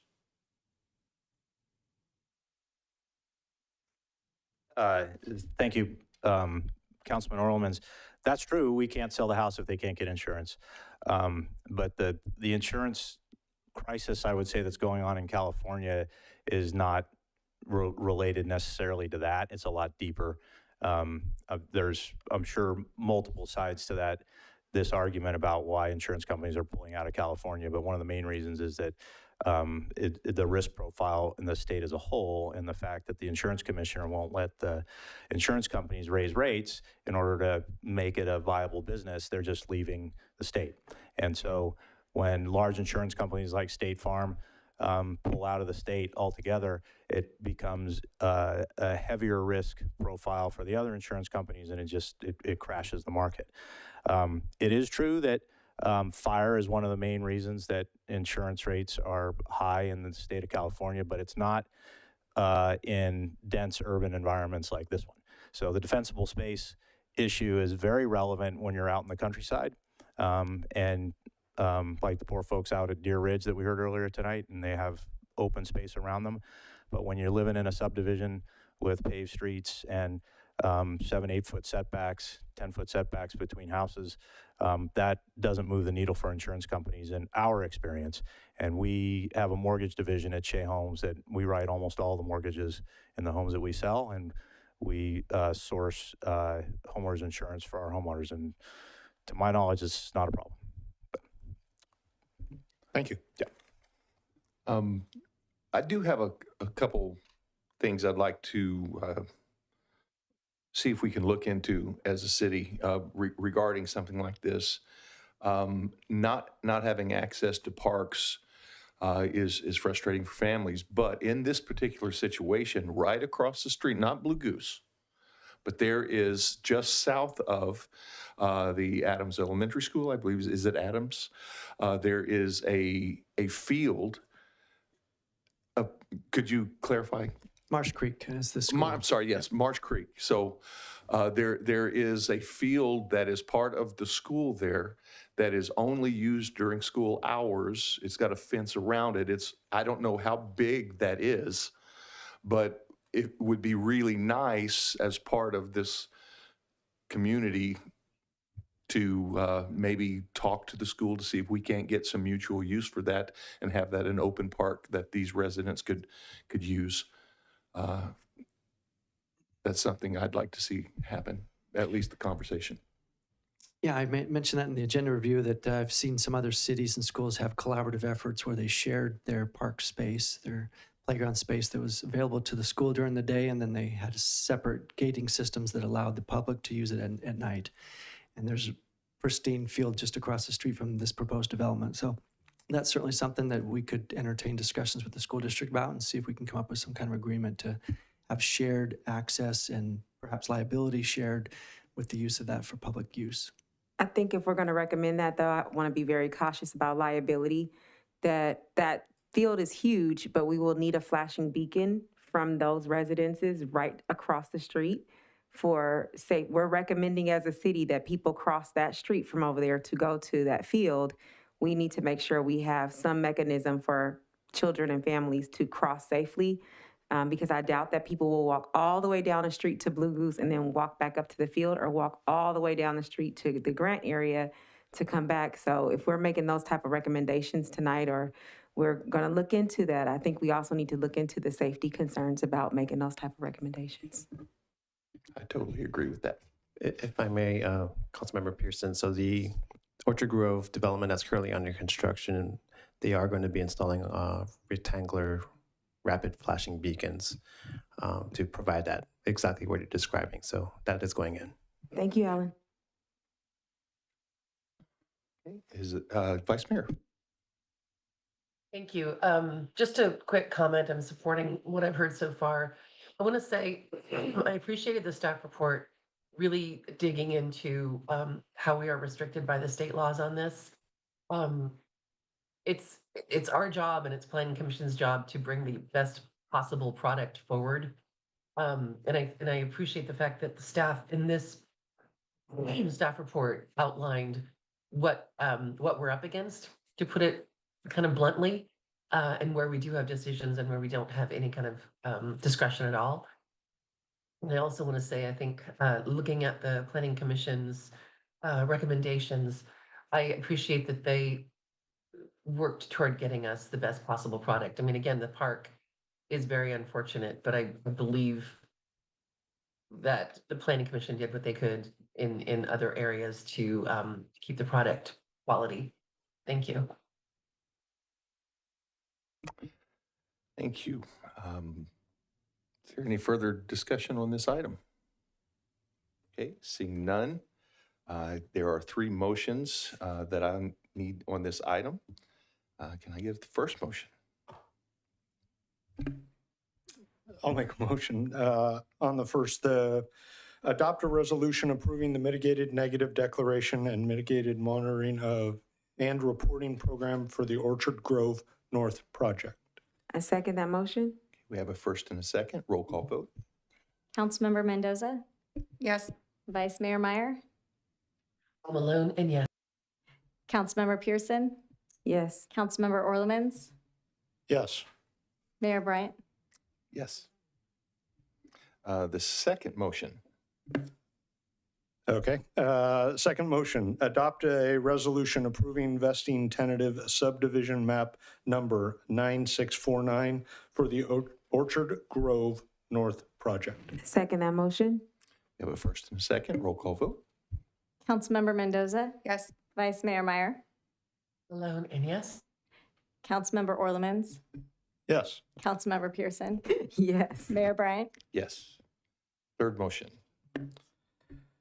Adopt a resolution approving the design review number 23-012 for the Orchard Grove North project. First, Question, is this with the defensible space? It is. Yes, it is. And do you agree to that? Thank you, Councilmember Mendoza, for asking. But it sounds like that's going to be the desire of the council, so I might offer an alternative that we would be required to install landscaping that is acceptable or otherwise deemed defensible space in the opinion of your fire department. If that would work, I'm just trying to avoid having concrete all the way around the home. I think that makes sense, as long as it's deemed defensible by the fire department. That's the whole issue that was raised during the planning commission meeting about fire safety and protection. So I don't know how the other council members feel about it. I like that, but also an insurance consultant, a local insurance consultant to final sign off that it's not incrementally more expensive than whichever one is better for the resident. Yeah, the second one might be a little difficult for me because I know the fire department, but I don't know independent insurance consultants, and if that's going to potentially prohibit me from building and selling the home, that might be. I don't know that the resident would eat that cost. That would be cost to you. That's a deep dive. I think that's adding additional conditions. So I think the fact that he's willing to do it with the thing is. Okay, so the fire department I review? agree with having the fire department buy out. My concern about, probably not the right time to have the discussion. Yes, with the fire department approval. Yeah, and we can just submit our landscape plans not only to the city folks, but also to the fire department for their acceptance. Would be fine by us. Okay. okay, we have a first. A second. Does the first include this addendum? And Katie? So I just want to be sure that the city council is amenable to amending condition of approval number 15 in the design review resolution to provide that the applicant shall submit the final landscaping plan to both the city and the Contra Costa Fire to ensure that the landscaping proposed constitutes defensible space within a minimum 5-foot area around the home. Is that the motion? That would be the motion. Well, I didn't. Go ahead, Tony. Yes. And the alternative would be that if it's not, do they go back to the concrete, or are they going to just keep going at it until they get it right with the fire department? Yeah, I think it's fine that we'll just figure out however we need to design it so the fire department approves it and the city approves it. Thank you. Yes. Yes to second. Okay, we have a first and a second. Roll call vote. Councilmember Mendoza, Yes. Vice Mayor Meyer, And yes. Councilmember Orlemans, Yes. Councilmember Pearson, Yes. Mayor Bryant. Yes. Okay, the item moves. Thank you. Moving into business items, item H1. This next item is related to the Parks and Recreation Operational Assessment Final Report, and Matrix Consulting will present.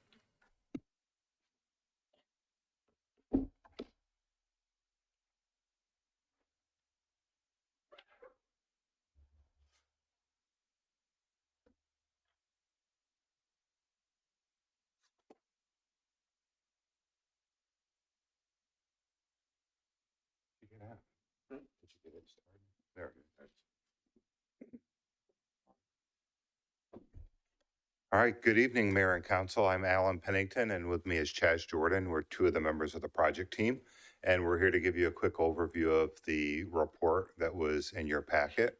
We have a short presentation that will talk you through the process, key findings, and the key recommendations.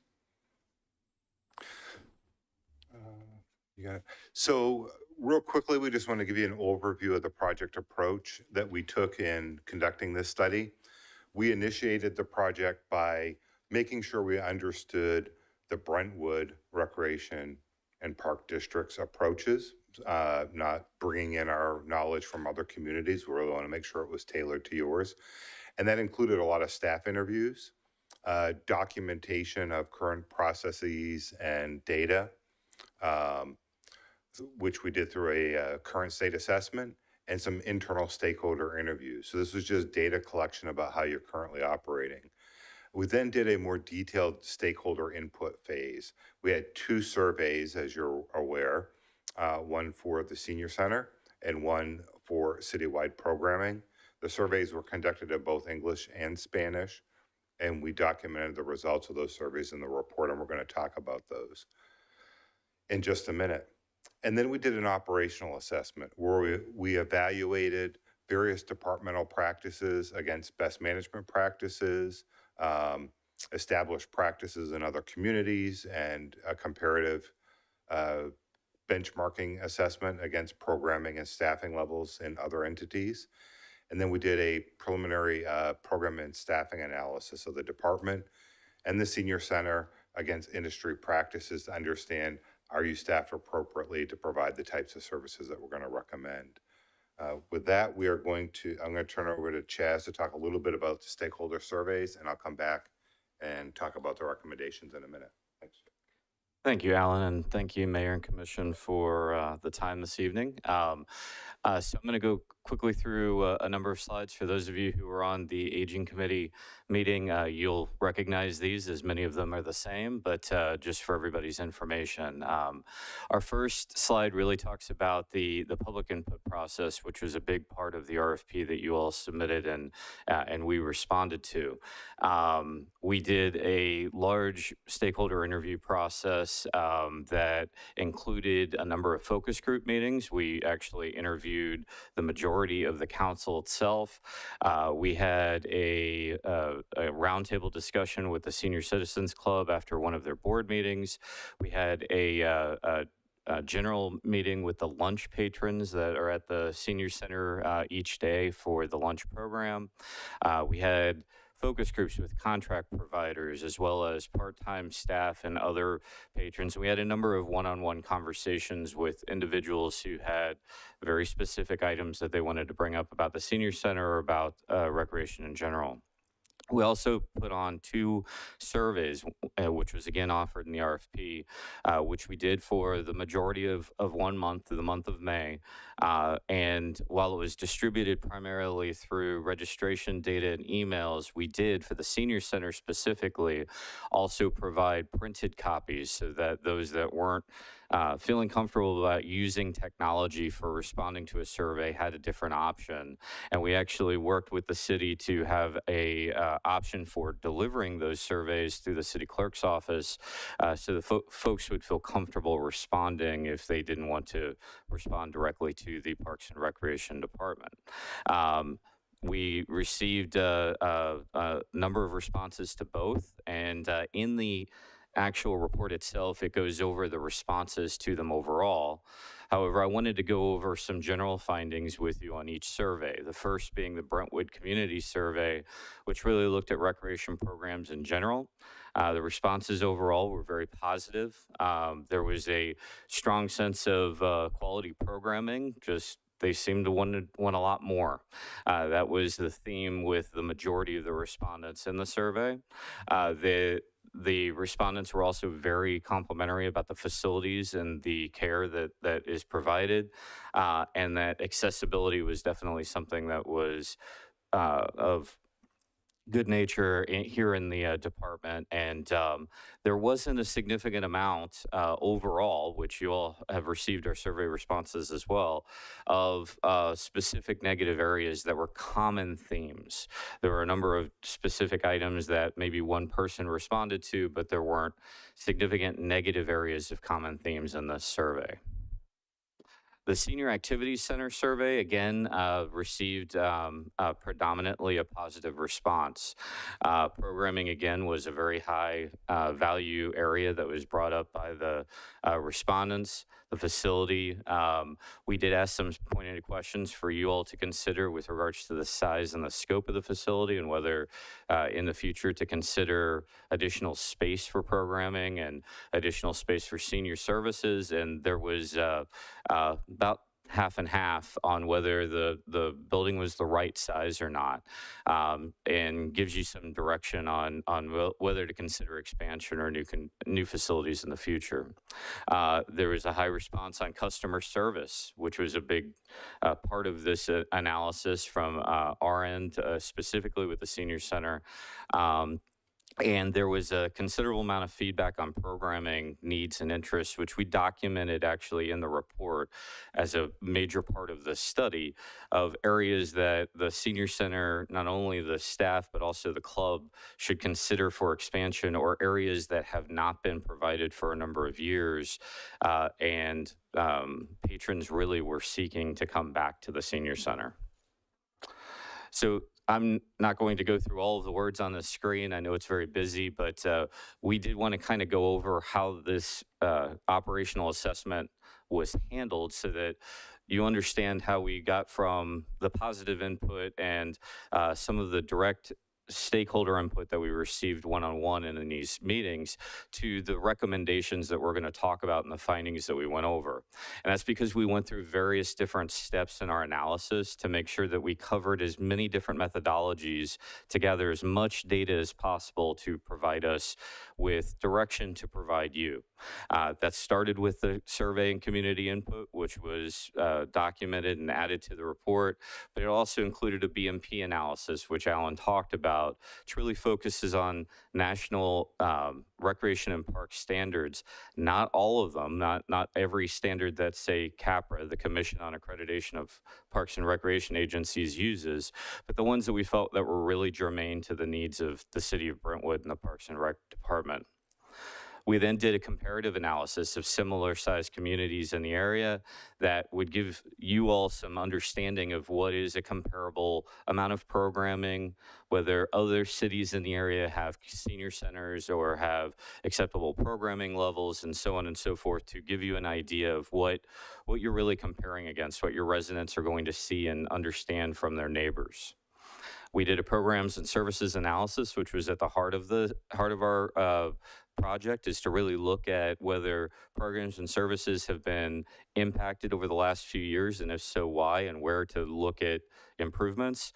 And then finally, resourcing and staffing to make sure that there's the right amount of not only funding, but also people to implement different ideas and concepts dealing with programming, and if there are any impacts from staffing that should be looked at based upon the other analyses. It also looks at skills needs and competency reviews, not just capacity, so that we can give you guys some recommendations for ways to improve in the staffing so that you can provide services better. So in general, from our findings, we like to go over all the strengths as well as the key opportunities for improvement. Strengths included high quality facilities. That was definitely something that was brought up not only in our input session, but also through just information that was provided in the survey, as well as from interviews, not only with staff, but with patrons. Customer service and the quality of programs were marked as incredibly positive responses in all of the ways that we received input.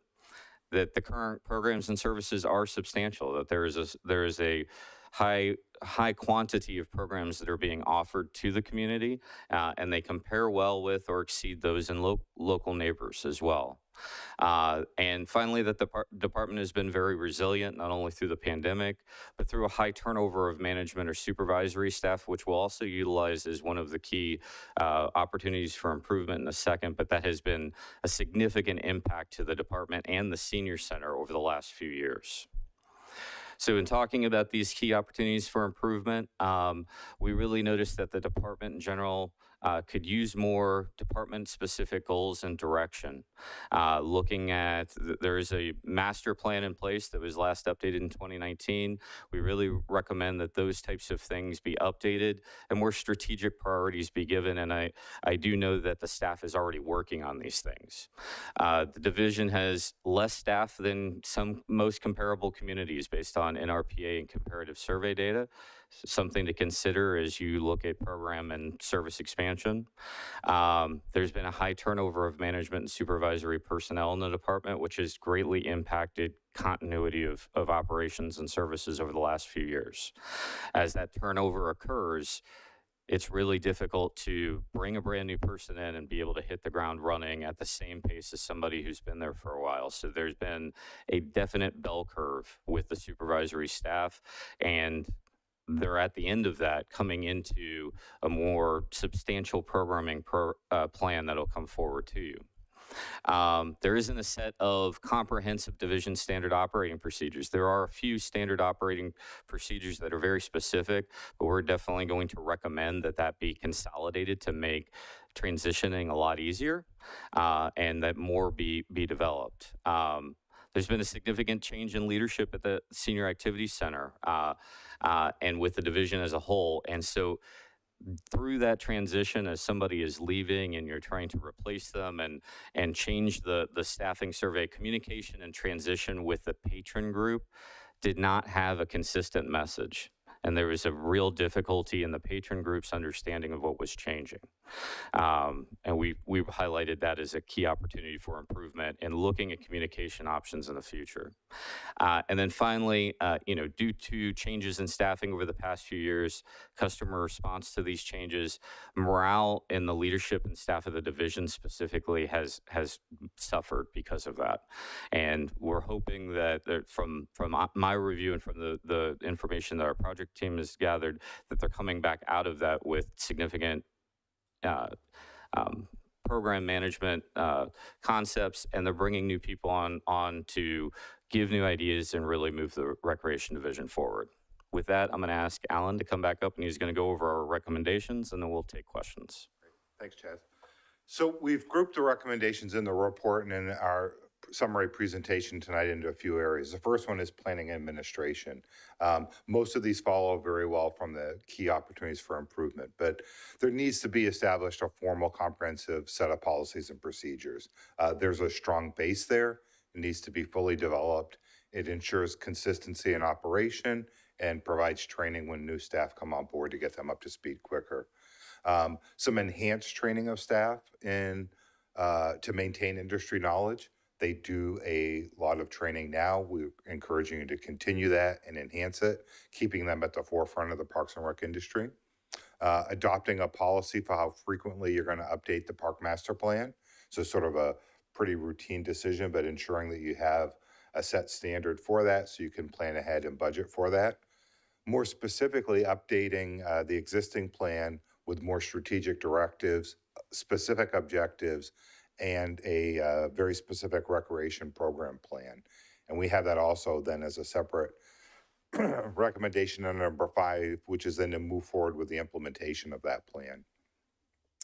And recommendation 6 is developing some marketing tools that provide program and service information in multiple languages. So it's really ensuring that you're reaching out to your community appropriately and informing them of the opportunities that exist within Brentwood for them to access the services there.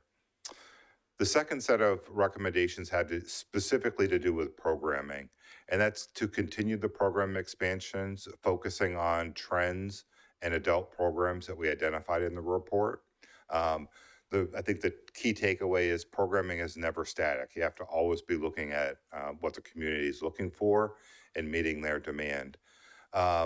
8 is more of a administrative function related to programming, but doing an internal review of the contract requirements that you are requiring for private instructors. There's some concern that some of the insurance levels and other processes for getting a contract in place are discouraging people from pursuing that. We're not saying you eliminate your risk management approach, but to look to see are there other ways you can do this to increase those contractors without putting the city at risk.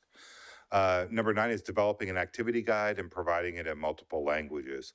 This is somewhat contradictory to national trends where communities are moving away from the activity guides, the printed activity guides. However, what we found is that's been a very effective approach for you, and you're missing some individuals who are not accessing your program offerings online, and that may be the best way to reach that group.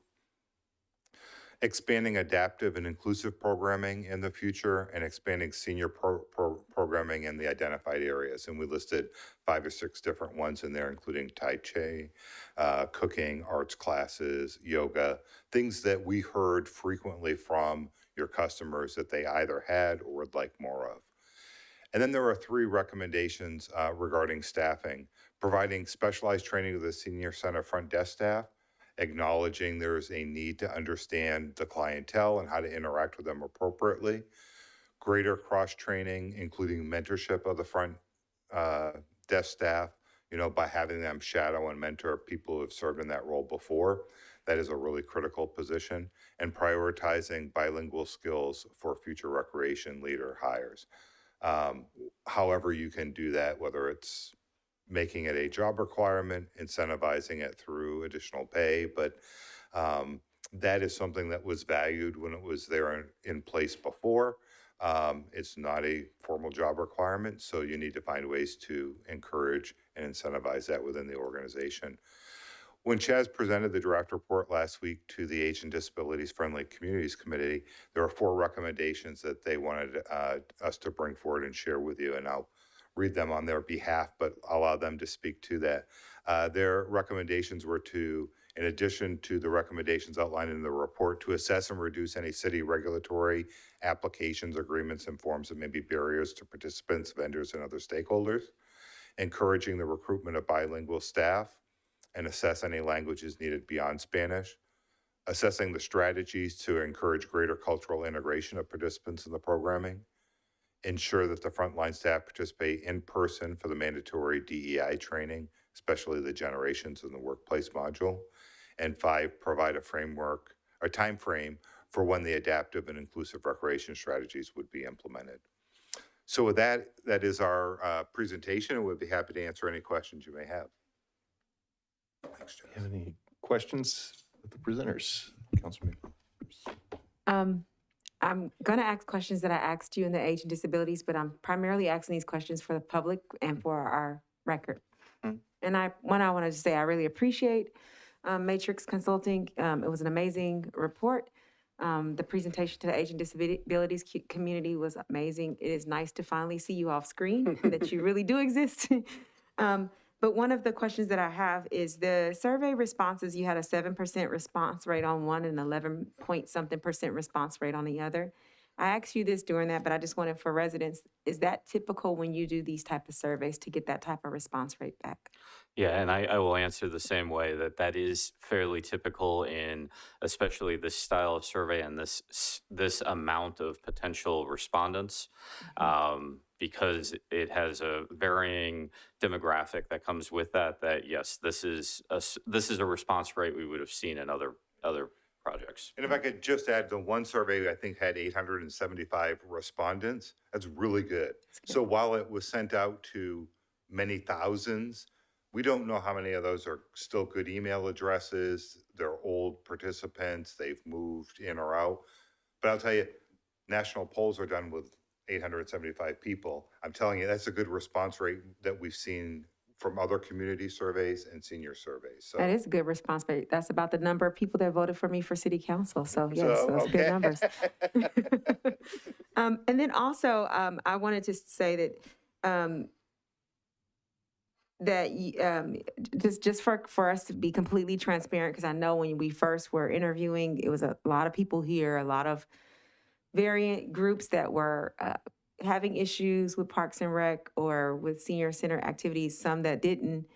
When you all interviewed groups, just for clarity, you asked the city for recommendations, but you also listened to the videos of council and interviewed us to see who you should interview as well, correct? Correct. In fact, that was one of our questions in our interviews with council members, is varying stakeholder groups for us to really focus on and contact with.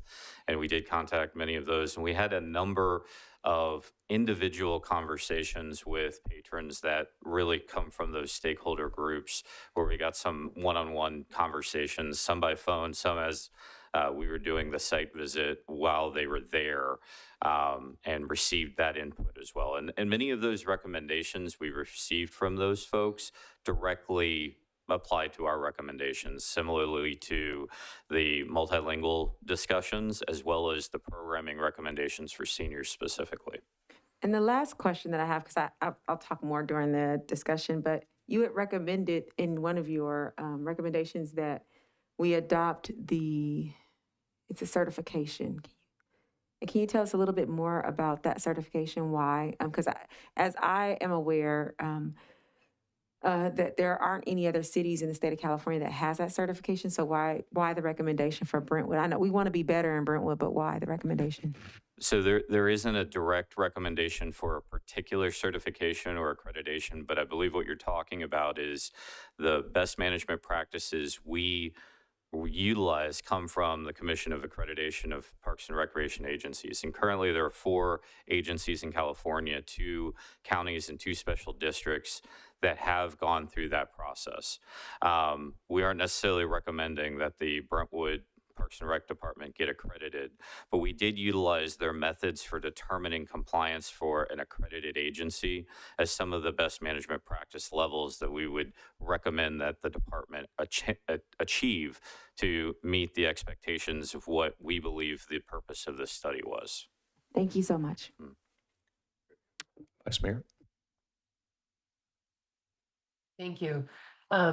Gentlemen, I'm sorry I'm not there in person to meet you in person. One of the things that we have noticed and in doing kind of our own outreach when this was all going down and where people were concerned and wanting to speak to council about what their thoughts were, is that the club board of directors seem to have a different viewpoint as the attendees themselves.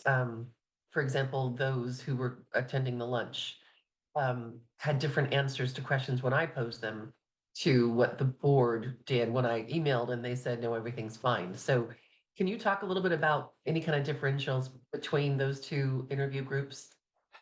Yes, when we met with the club, I would agree that they were incredibly positive, dealing with the Parks and Recreation Department as with senior center activities in general.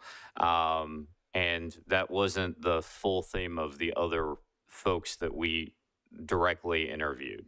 But we also interviewed some specific board members of the club as well, that didn't paint the same, I would say, rosy picture that came out of the club meeting. And I feel like that's where we got some real quality input. The club meeting itself was still very, very helpful in understanding the dichotomous relationship between the department and the club and providing programming for seniors. So we really got value out of really understanding how they play into the amount and the quality of the programming that they provide. So that was the benefit there, but we did get some more of the directed feedback, as I think you're mentioning, from more one-on-one and other conversations that occurred. Mm-hmm. Okay, thank you. Next question is actually for staff, and that is, can we work with the board to encourage more engagement between them and the senior center attendees? Because some that I spoke with didn't have any idea who their board members were. Yeah, as far as staff. Oversight? Yeah. Yeah, good evening, Vice Mayor. Yes, I can take that question. So as staff, we do have a good relationship and we are regularly engaged with the board. So I guess your question is more that the board is more engaged with other participants at the senior center? Is that your question? Yes. Yes, and I'm not trying to criticize anyone. I just feel like there's a teachable moment there for increasing that trust and that engagement between the 2 groups. Yeah, we can pass that on to the board, and we can work on ways that we can work on that engagement. I know the board, I think, is very well connected to a lot of the seniors, but not maybe all of them, and maybe there is some disconnect there. So that's something we can make a note of. Maybe they can even do like a regular kind of town hall or something like that. And then another thing, were senior center attendees notified that this meeting was happening? Yes, we contacted the board and let them know that this meeting was happening. The meeting itself came up rather quickly, so I don't think we had any announcement at the senior center in general that the meeting was happening this evening. Okay. I think I have more comments when it's time for that, but just to be very clear, like I was not actually able to open the attachments that were sent separately. For some reason, they wouldn't open for me, so I'm just double checking that those were the actual original versions of any survey results. The actual report is included with the agenda item online as well as the staff report. However, I am not sure about the survey results, how that was transmitted. So those are the spreadsheets that you forwarded. Yeah. So that has the raw data in those spreadsheets. So we can send them out as PDF if that'll get to you easier. That would be great, Tim. Thank you. And any other comments? I think I will save till later. Thank you. So you mentioned other languages. How many other languages do you think that came up in the surveys that were needed? There was not a significant amount on any specific language in the survey. The obvious one that came up was Spanish, but in the report, it also documented a secondary one that came up, but it was only, I think, one participant brought it up. So that's one of the reasons why I believe at the aging, or the committee meeting last week, it was discussed that having some sort of analysis done to really determine the appropriate languages in the community, because we utilize census data and the community input data, and really all of that focused primarily on Spanish. But it was recognized in the input that there were other nationalities and other languages that probably needed to be considered. Okay. The other thing you mentioned was additional headcount was probably needed. Did you do any analysis around how many and in what departments?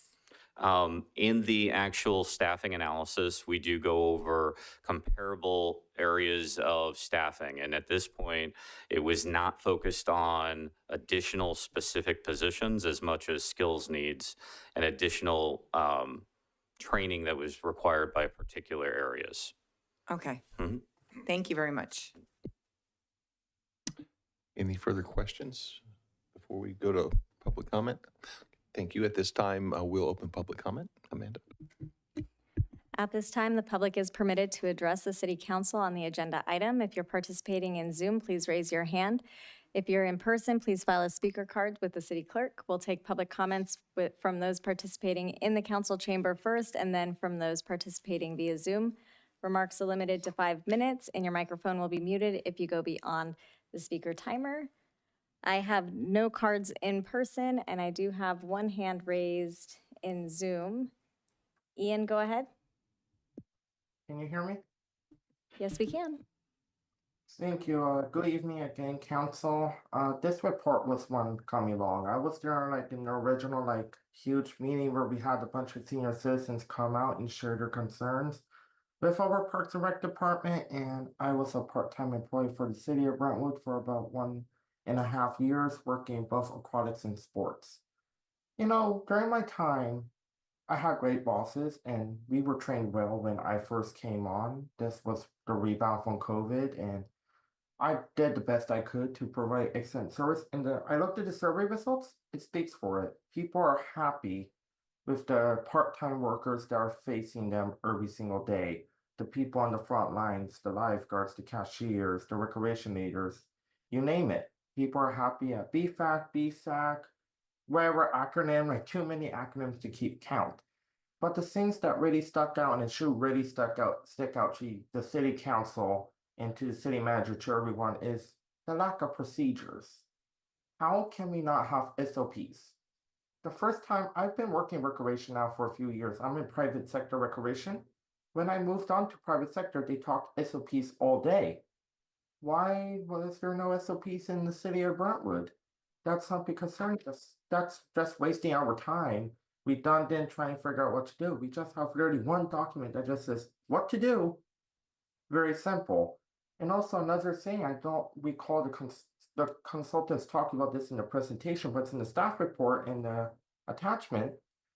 Goals. There's a department-wide goal, but where are the specific goals? We need SMART goals. We need to be able to measure these, see how everyone is, be able to do performance reviews, we need to run the city like a business. Yes, we're public sector, but I don't have the business degree yet. I started on Monday, but I can already tell you, we need to run this city like a business, especially the recreation department, because we have cash flow in and cash flowing out, and it's a service we're providing to everyone.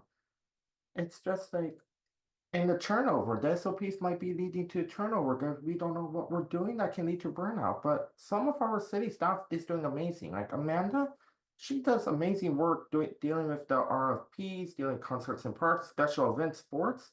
She's amazing. I loved working under her when I worked at Sunset Athletic Park. And Stacy, she's doing her best as well. But this problem really boils down to the person right there on the dais, the director. The director is the person responsible for the whole city. So it's the city manager. Why did they never create SOPs and SMART goals for each part of the department? That's something the council should severely be asking tonight, because we spent so much money on this consultant just to tell us we're not running an efficient business here. We're just running a do whatever you want, just make people happy type of thing. And yeah, like I don't know what else to say. Like the results of the surveys were good, but talking about the staff and the turnover, that's bad. And we need to keep the staff on, and we need to figure out like everything. Thank you. I have no other hands raised. Thank you. At this time, we will close public comments, move into council discussion. I appreciate your report. I thought it was fantastic. I thought it was great. I thought the suggestions were great. I have a question for staff. So there's some residents who were told by the senior center board that they weren't allowed to contact council or staff. Is that the way it's supposed to work? That's news to me. I am not aware of any staff telling any resident Not staff, the board, the senior club board. So I'm sorry. So the senior club board is telling residents not to contact And it council wasn't, members? it was quite a few were like discussing this. So I just want to understand, like, can I tell, like, I told them contact me directly, but I think that the message should be that they should feel free to reach out. Absolutely. I think some of them were a little apprehensive about answering the survey is what I heard. But I think that was my biggest concern. We got the survey results. We'll do, you'll implement, you'll do what you need to do. But I just don't ever, just like when I started and I said, employees can come out and reach out to us anytime. The same goes for them. Just because they're part of a club doesn't mean they can't reach out to us. So I can tell you that I specifically attended several board meetings, and I told them exactly, I emphasized that they should go and communicate with our council members. Okay, their but not perspective. the members, right? To the members, Well, not to the board, but also no, to. it's the board telling the members, do not reach out to us. Yeah, I can't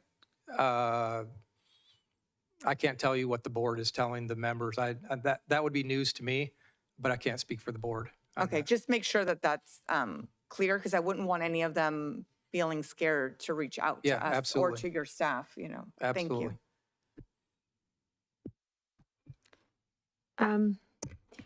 So thank you everyone for doing this, and I think Stacy, you do a great job too with Amanda. I felt that little shade there, but anyway, all right. So I wanted to just say for the SOPs, I think that they will help with the succession planning. We have a lot of part-time staff, and I think that it'll also encourage them and let them know that they can move into the steps to go to full-time. So I think that I don't want to beat up on staff. I think we just see a hole there, and we just fill the plug and work on it. One of the things that was really, really important to me when this came before the Age and Disabilities Committee, there were actually two things. One was, here I am with my inclusivity, is one, making sure, because we have a lot of residents that speak multiple languages, and making sure that we do some form of a secondary survey or outreach to make sure that we're taking into consideration the need for more Spanish-speaking staff, more Spanish-speaking transitions in all of our marketing materials, but also to make sure that we're reaching out for other languages that we already don't meet. Because I know that there's a large Farsi community that speaks Farsi who's looking for Farsi language, things in those languages. I know we already have an amazing activity guide with a lot of resources in it. It's thick as heck. And I think, can't you go to the counter and ask for a print of it? So I think that's there, because I know I've seen people ask and you all pull it up there. So just if anybody doesn't know, you can grab it at the counter right here. I don't know if you can get it at the senior center, but I'm sure if they're shaking their head, yes, you can get it at the senior center. The two things that also stood out was the expanding the adaptive inclusive programming. And what's big is it's always a conversation, but I feel like we don't get the exact date when we're gonna see a rollout. And so what came up in our meeting was that we actually get what the timeline looks like, where we can actually see it and it's actual planning towards it, not just still a conversation. Because we've been having a conversation for a while. So to get just the strategic plan about how that's gonna unfold, what that looks like, because I still don't know what that looks like, but I remember almost 2 years ago us talking about like, scissors and things like that, and I'd like to talk more. The other, and Bruce, I saw your light going, so go ahead, and I have one more comment.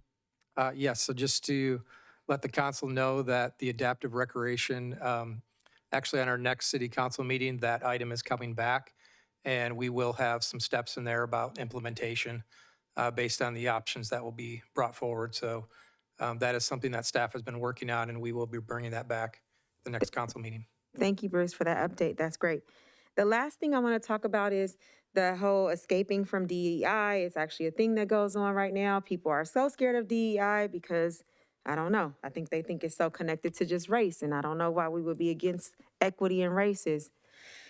But anyway, the thing that's important to me is that we don't just put DEI trainings available not in person. And I know it's hard because everybody can't be here at the same time, but when we leave it to jump on to a video at home, we don't get the same quality of reception.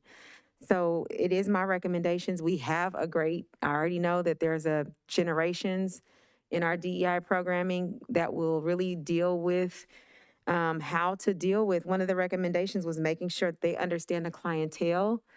And that generations training, I believe, will help in addition to other trainings. Even if it's a recorded training that we all the staff comes to one space to do the training here, that I would highly recommend that happens. And then there was one other little thing, but I'll give Susanna the floor because the other recommendations were hers. Vice Mayor? Thank you. You covered quite a bit. One of the things I did want to bring up is that we were talking about the regulatory barriers in place.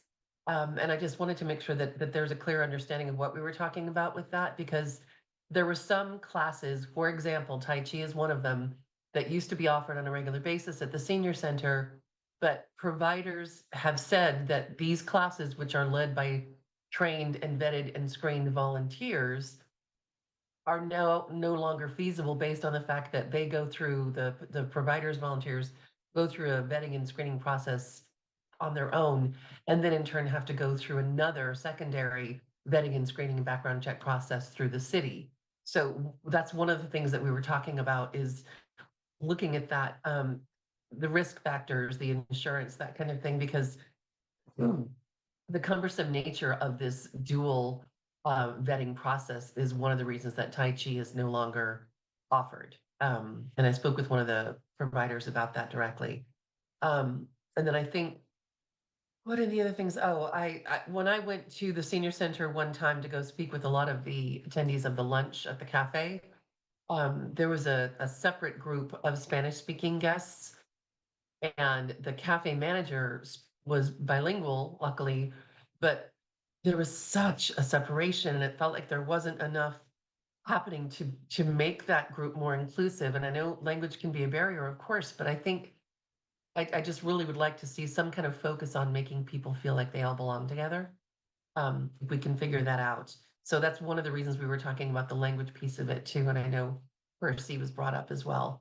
I do have to say, I think our senior center, having been to a lot of senior centers, ours is crowded, but pretty top notch. We've had a few bumps in the road. I think we can get back to where we need to be for the city and the residents. But it is really good. We know that we're getting residents of other cities considering driving to Brentwood worth it so that they can take part in our programs. But I very definitely want to see some of these improvements that we've been talking about.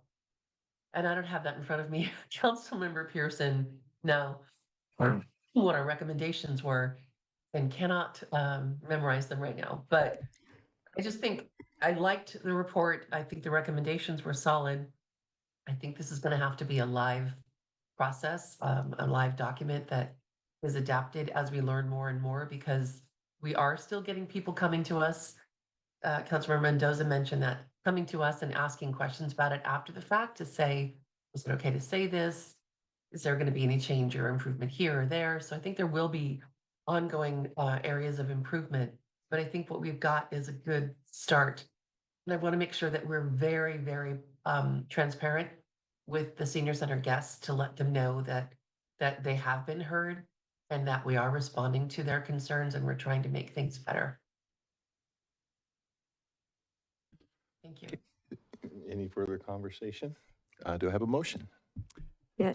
Tim? If we could just give staff a few opportunities to clarify a few things. Bruce, if you'll just clarify a little bit about the SOPs, and then Sakari, if you can address what that regulatory review might look like as far as insurance requirements and what the risk might look like for that, so the council's clear on those expectations. Yeah, first of all, I just want to state, when we had the meeting back in September and we saw a lot of seniors come in and there was a lot of criticism there. So I do appreciate at that time, I stated that I welcomed this operational review. We're always open for areas of improvement, continuous improvement. So I do welcome the study and I appreciate the recommendations that are in the report. I think there's also a lot of positive information here as well. But there are a lot of things that are already in place. So I think the council should feel good that there are a lot of things that are already happening. For example, we do have a lot of SOPs that have already been created and that have been in place. There's a lot of staff training that is happening. Our Recreation Division actually has a retreat this week where they're going to be talking about goals. They're going to be reviewing the matrix and they're going to be looking at the recommendations. So we are taking it very seriously. So I just want to let you know that there are a lot of things that are already happening and a lot of things in place. As far as some of the policy, for example, talked about strategic planning, strategic goals. We do have a master plan in place. We follow the general plan policy. So there are a lot of policies, a lot of things that are already in place as well. But we do welcome this report and we will respond to the recommendations that are here. I know TN and the recreation supervisors, they're very dedicated. That's why they're here this evening to hear the report. They work very hard. They take this very seriously. And they have a lot to say regarding the recommendations in here and have already provided a lot of information to me as far as things that they're already doing. So I do want to thank them for the work that they do every day for the Recreation Division. Regarding the DEI training, that is a mandatory training. That includes our part-time staff, and we will work hard with Sakari to make sure that we provide that training as well, and that was the intent. Regarding risk management and the contract and structures and things, we do have policies that we have to follow through the Municipal Pooling Authority, but I'll let Sakari speak to that as far as more information regarding contract and structures. And before you let Sakari speak to anything, I just want to comment on something. The DEI training is not mandatory in person. So I just want to make sure we're clear for our record. It's a mandatory training, but people have the option, correct, to just watch it on a video. So I just want to make sure I'm clear because the Aging Disabilities Committee was saying to make it a requirement that it's in person, whether it be watching a recording or live, not just being redundant to ask for something that's already an ask. And then the other thing is, yes, we do a lot of these things that were recommended, like item 9 on here, that is done already. We do have a very inclusive, like a full activity guide. So I did see there were things that we do here. But I think the recommendations in the report were that we don't have SOPs for all, and especially for our upper level, some of our upper levels. So when we have the transition in positions for someone who has like more of a management level position, all of the standard operating procedures are not there, which leaves a big plug for our community. And then you get the people who show up upset because of the transitions. And it makes it look like it's a park and rec issue when it's really just people suffering from a loss of a person because nobody's felt that. So I think while I appreciate the acknowledgement of the things that we do already, I think we also have to be realistic about how we can still improve. And I appreciate you saying that there is the willingness to improve. So I think we move there and yeah, I'm sorry. And one quick other comment, like I look at staff and I hope that this helps you and helps what you're doing a little bit more, make it clear. That's all we want is just to do better by our residents. And I hope that you don't think this is about you, but it was just like getting down to the nitty gritty and understanding what's going on. And I hope it does help guide you a little bit and give you a little bit more kind of like, hey, it says this, we should be doing this. Like, so you can like kind of push back. I mean, I'm all about pushing back to upper management. So, if you get some information and you're like, they don't want to do it, go, no, this is what it said and this is what the council has. And I hope that you're empowered a little bit more with the information in the report. I want to thank staff also. Sakari. I'm sorry, say Sakari. something. There she is. Yeah, I'm here. Good evening, council. I want to speak to a little bit about the risk management piece. So Bruce mentioned earlier that we are part of MPA, which is the Municipal Pooling Authority. It's a joint powers authority. And there's 21 total members a part of this, small cities. We share the risk. So in terms of our pooling and our insurance. And from them, we get recommendations about the levels of insurance we should ask for from our vendors when we are actually contracting with individuals to do work for the city. So those levels of insurance that we have currently are in place are from MPA.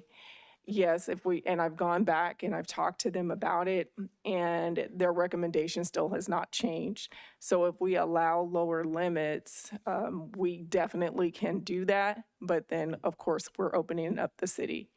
We look at our ways to like minimize risk and maximize the actual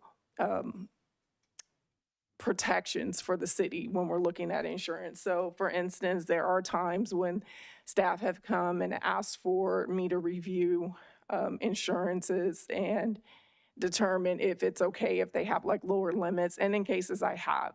So I'm looking at what that risk is. I'm looking at what's the potential exposure, and at times, yes, they can have lower limits, but we can't just automatically just start allowing lower limits across the board. Because again, we put the city at risk, and not only the city, the entire the entire pool, because we share the risk. So if there's a claim that comes that their insurance doesn't cover, then that's back on, that impacts us and then could impact our rates. So I can spend more time trying to work with them, but I've tried a couple of times about, hey, what if we allow lower insurance limits, and they said that would be up to the city, but understanding that's not their recommendation and what those impacts could be. So I know it's probably not perfect and it's not what people want to hear. But again, we do have to protect the city. Susanna, from our meeting, do you believe that that's what we were asking, though, that we reduce lower our liabilities, or just go back to look for some type of way to remove the barriers that were in Exactly. place? Yeah, no, thank you. I agree with you. I very much was more focused on the volunteer trainer process than the actual lowering of the insurance. And forgive me if that wasn't more clear. But Sakari, can you speak to that, or is that something that's more of a Bruce thing? Because the barrier that I was hearing from providers is that it's the volunteer vetting process that takes extra kind of double work. And I don't know how that connects with the insurance piece. So I'm hoping you can help me understand. Tim, maybe you can help, because I think that's how maybe you got from our Was this meeting. in the- Maybe you conferred it over to Sakari to research, but that's not what you conferred over to her, was not our ask. So maybe you can go back to answer what she brought up. Yeah, there was something about insurance and then the fingerprinting twice and background checks twice. So I'm not sure what's required. Is that a state requirement or is that a local requirement? Who can best answer that? Thanks.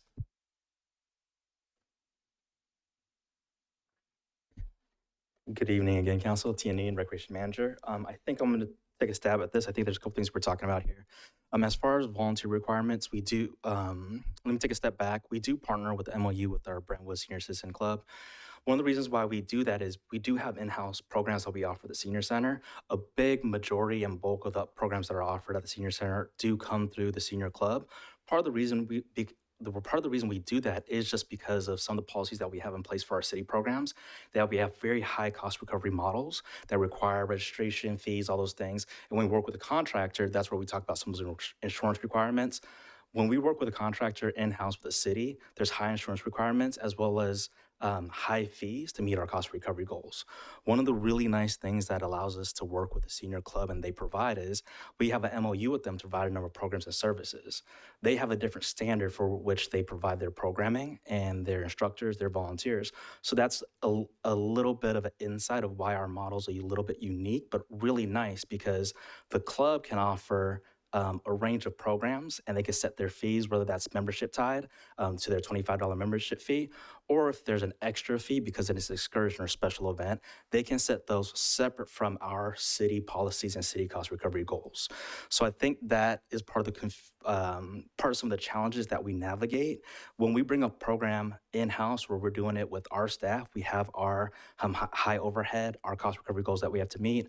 When we work with contractors, very similarly, we have to identify what is the appropriate amount for that contractor to make it worthwhile, versus if we work with the Senior Club, we have an MOU with them and they have a different way to deliver some of those models.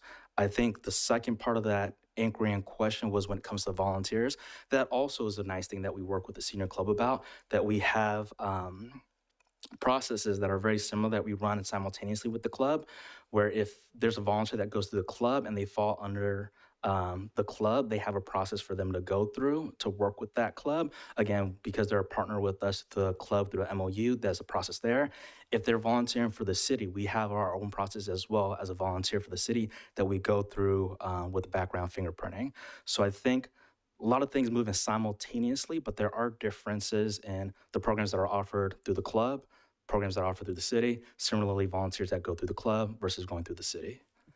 I think the question is, and I'm going to give you an example. When I do sexual harassment training during the day, I can bring in my certificate if the programs align, right? So I do my training once in my day job, and it can count towards my night job.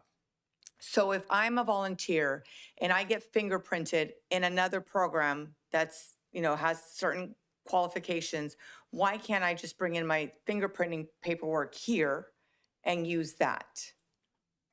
If you don't mind, I can possibly answer that for you. When it comes to fingerprinting, if the fingerprints that we're requesting come to our agency ID number. So once I fingerprint a subject, those prints come back to us. You as an applicant don't get that record, and we can't share that record across companies, right? Because there's strict rules related to it. So, for example, if I'm a law enforcement officer, I've been fingerprinted, but when I volunteered at Brentwood Union to go on a field trip, I had to be fingerprinted by the school for them to confirm that I don't have anything in my background, even though I am a working police officer. They've since changed over the years where Brentwood, like for the schools, they only need to fingerprint somebody one time as if it's a kindergarten parent. And then if anything comes up in their criminal history over the years, they would notify the school district that, hey, this person has since been arrested for XYZ, so that they don't have to be fingerprinted year after year after year. So if they're volunteering for the private company that we contract with, but then they also want to volunteer with the city, then they would need to be fingerprinted again for the city because they can't share their information with us. It's privacy business. So That makes what sense. changed? Because years ago, for the one of the vendors I'm talking about is Meals on Wheels Diablo Region. And years ago, there was a Tai Chi class and it was led by trained, vetted, screened volunteers. And it was a process that was very smooth. And there were several classes, they were always in demand. And now we no longer have the classes. So my confusion is around what changed? Why is it different now than what it used to be? Why is the process different?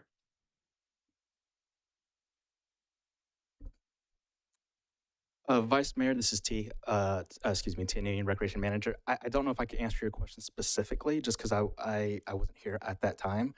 What I can tell you is one of our challenges since I've been here, last year and a half or so, we've been actively looking for a Tai Chi instructor, and we haven't been able to find one. We would love to be able to find one, get them through a contract to provide those services. Unfortunately, we haven't been able to find one who's interested in offering in this area. On the other side of that, we recently had a change in our yoga instructor. They moved on, but we were able to quickly find a yoga instructor to fill that. And actually, I think we actually have another instructor later this winter who will be able to offer wheelchair yoga as a newer program for us. So I apologize. I can't speak to kind of what the process looked like a couple of years ago and how smooth or how that went. But I can reassure you, we've been actively looking for an instructor to offer that program here. Tian, does it make it a little bit more difficult on you guys? Do you have to put these out for bid, or can you all just go out and look? I know that's always some constraints for you all. Does that make it difficult, or is that an issue? Councilmember Pearson, not necessarily in this case. We actively always look for instructors. So if anyone who's interested, and I apologize for the quick plug, if you're interested in contracting or find contract services, Parks and Recreation, you can look online and apply, and we have an application process that we can look through. I think part of it when it comes down is to the details of it, Councilmember Pearson, of when a contractor wants to work with us, we have to identify what is their cost for their services, what they're charging, and make sure that aligns with our policies and procedures. Again, a little bit different of a process that the club would go through. And again, I want to recognize the value of having the club provide some of these programs because they can be, they are much more affordable than some of the offerings that we do have. I think this goes back to Darren, the item I'm going to bring forward. I think there might be opportunities to streamline stuff. So I'll bring that as part of the future agenda item that I've been talking to Darren about. I think that might help. I apologize. Can I provide one more clarification, Mayor, if I may? Director Mulder was correct. Our full intention was to let the senior club know about the meeting tonight. However, their board meeting was canceled, so I was unable to deliver that message. I just wanted to correct that on record. No fault to Director Mulder, but just because this morning's board meeting was canceled, I was unable to provide them that update. Thank you. Okay, do I have a motion on this item? Yes, I'd like to make a motion to accept the Parks and Recreational Operation Assessment final report and provide the following direction: that the council adopt the recommendations in the staff report as provided by the Matrix Consulting Group, staff, and the Age and Disabilities Committee. I'd like to second, but I wanted to make a friendly amendment. Go for it. And that is to ask staff to work with the club member board to engage more with the guests. That wasn't one of the original recommendations, so I just want to make sure that's included. Can, Vice Mayor Meyer, this is Katie. Can you help clarify that a little bit so we can capture it accurately in the motion? Yes, I want to have staff work with the board of directors to understand more about how to engage with the guests there. I want there to be more interactions, potentially like the, town halls, whatever it is that they can do to let the guests know that they're the body that represents them. I just want there to be more engagement, and I think staff can help guide that process. I see Tien coming back to the podium.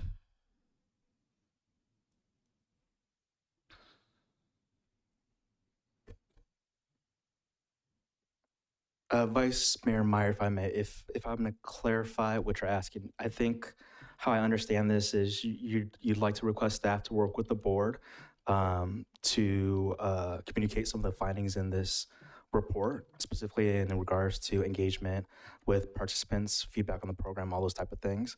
And I'm double checking with city staff that I'm not out of line here. That was something that we were intending to do anyways, just as the consultants talked about. The club, as well as High Cap Legal Service, all of our partners that we work at the Senior Center, they all have a role to play in this, right? So as mentioned, this is really good feedback that city staff was intending to use. We intend to have these conversations moving forward in the future. Not sure if it's needed in the motion, but that was the full intention of us to use this If the information. intent is there, that's good enough for me, and I will, my second stands. Thank you, team. And may I ask for one further clarification? Councilmember Pearson, you directed staff to implement the recommendations in the report. Would you consider including in that direction to the city attorney's office to evaluate the legality of some of the recommendations to make sure they are things that we can legally implement? No, yes, I will. Thank Making you. sure you're awake. And my second stands. Okay, we have a first and a second. Roll call vote, please. Councilmember Mendoza? Yes. Vice Mayor Meyer? Yes, and I'm a Councilmember Orlemans? Yes. Councilmember Pearson? Yes. Mayor Bryant? Yes. I want to thank Matrix for your work and your partnership with our city. Thank you, city staff. Thank you all, city staff. I think you all do an outstanding job. We will move into item H3. This next item is related to selection of the voting delegate and alternate for the League of California Cities Annual Conference. And Amanda McVeigh, our Assistant City Clerk, will present. Amanda. Thank you so much. So the League of California Cities Annual Conference will be taking place this year in October 16th to the 18th in Long Beach. And the City Council annually appoints a representative to serve as the voting delegate to represent the city and to vote on the resolutions during the General Assembly that's held that Friday, October 18th. Historically, when available, the mayor represents the city as the voting delegate and the vice mayor as the alternate delegate. And that's how the staff report and resolution have been prepared as of now, but the final word is up to you. And that's all I've got. Thank you. Any clarifying questions? Okay, seeing none, we'll open public comment. At this time, the members of the public are allowed to address the city council on this agenda item. If you're participating via Zoom, please raise your hand. If you're participating in person, please fill out a speaker card.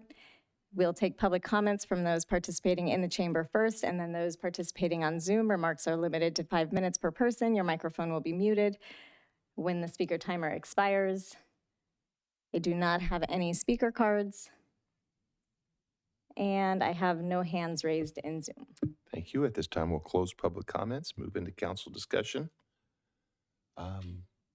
I wasn't aware that it was the mayor then the vice mayor.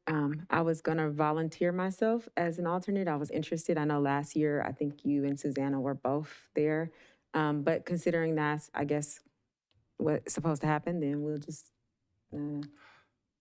I am more than happy to acquiesce that time. No, go for it. No, yeah, the only thing is you have to put your flight later because sometimes it goes late. That's the only thing. It's okay. It didn't matter because I'm down there. Okay, but no, if it's mayor and vice mayor, we just keep it like that. I'd like to say, I think for sure we should keep the mayor in that spot since this is his last opportunity to do this. I wouldn't mind being the secondary, considering it might be mine.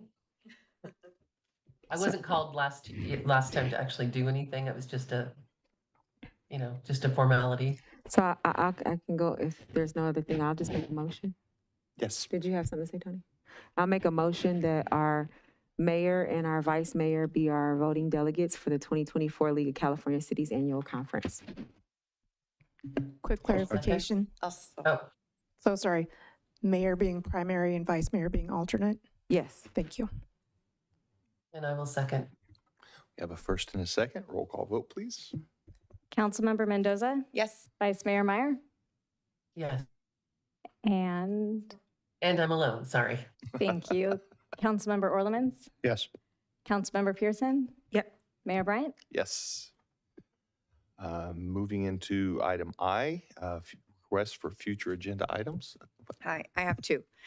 So the first one has actually been, I think, a couple months in the making with Darren. We've been getting a lot of feedback that we do things different than other cities, which is fine. But our permitting process, our business license process, different things that we do in the city are causing some issues. And my suggestion, and Darren and I were working on this in the background, and Tim said I had to bring it as an agenda item, so here I am. We want to have a town hall with businesses, and it's where they come with their concern and suggestions for improvement. So if there's a permitting process that for some reason is a little wild and yet this other city does it in a different way and it's working out really well, that would be fantastic. I think it's important because we're losing businesses to other cities and that's not what we want to happen. So that's my first agenda item, is finding a way to streamline permitting and like business license processes is the first one. And then my second one is if we could get a memo on where you are with the Somerset Wall.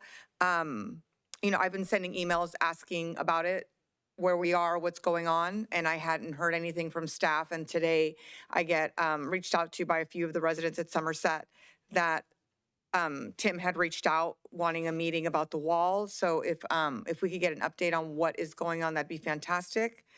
And I am going to send you some information on Antioch. They're redoing a whole long wall, just like the one we're doing. And I think theirs is $673,000. And it is a cinder block wall, and it's miles long. So I'm not sure why ours is $2 million and theirs is 673. But that's just an FYI. I'll get that information and send it off to you guys. But those are my two agenda items. Thank you. I just have one agenda item.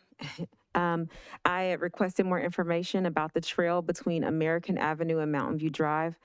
I would like to bring this back before City Council. I'm aware that some years ago we received a grant to install the trail and involved the easement. I'd like to discuss if we actually spent all the grant money, if the trail was actually developed, because it just looks like dirt. Our kids are getting extremely dirty. It has really rodent holes. I'm concerned about the safety for our children going across this easement. So I'd like to bring this back for the council to consider more staff time and attention on further developing the trail, what's going on with the grant, what happened with the grant funds, more information. So. And could I just mention, Mayor, I don't believe this is an actual agenda item request because I think the work is already being done, but I do want to know when we're talking about any changes to municipal code about agricultural fire retention, or protection, if we can remove at least cattle from that scenario, and also get an update once we have a timeline or something. We have a lot of people that are reaching out both through today's council meeting and individually. So I just would like to be a little bit more clear about that in public with what we're hearing, because there's a lot of questions about it now. I don't think there was quite as much concern with the goats. At least I don't remember hearing about that last time. Thank you. Yep. So just to be clear, you want to make that a future agenda item to give a status on how quickly staff can amend the municipal code to prohibit cows from doing weed abatement? My understanding is that there's going to be something done this winter that will impact next year's weed abatement process so that we don't have to worry about it. But when this was brought up a couple of hours ago, it wasn't super clear what that was going to look like. So I just want to make sure that if this is going to happen, we get a timeline for when the municipal code will be changed. We get timeline for when the cows will be leaving the property, as much as we can do that, considering it's an open case. I just want some kind of an update, and I would like for it to be public. I want, like one of Darren's announcement, there are so many people now that are reaching out about it. Not all of them came tonight, and I just want somehow there to be communication so that the residents have an idea about what's going on. And honestly, I would like to include the ground squirrels, because I'm hearing about that too.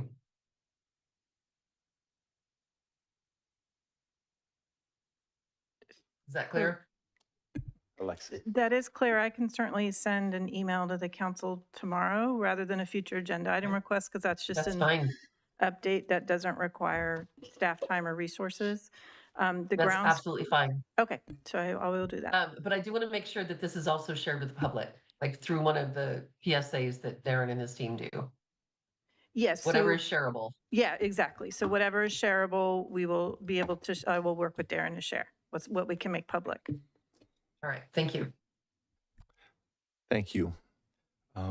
Before I ask for a motion to adjourn tonight, I would like to adjourn in honor of Commander Bill Weber. I do want to make the community aware that his service with the Veterans Hall will be the 21st of August, 2024 at 11 o'clock until 3 o'clock at the VFW Hall. The address is 757 First Street, Brentwood. All are welcome. This was sent out by his family. And I just want to thank his family. For those of you that had the privilege of knowing Bill Weber, you don't need any explanation as to why he is adored and appreciated and honored so highly in our community. For those of you that didn't know, there are very few humans that you will ever meet that live to serve and help others to the level that he and his family have. And we were honored to call him our friend. So I'd like to adjourn tonight in honor of Commander Bill Weber. And before you take the motion on the break, I received a text from his wife. After our vote, I think she wanted the entire council and city staff to know that she was crying in joy with what we decided, and she wanted to say, God bless you all. So I'd like to adjourn in memory of Commander Weber. I'll second that. We have a first and a second. Roll call vote. Councilmember Mendoza. Yes. Vice Mayor Meyer. Yes, and I'm alone. Councilmember Orlemans. Yes. Councilmember Pearson. Yes. Mayor Bryant. Yes, we are adjourned. Thank you.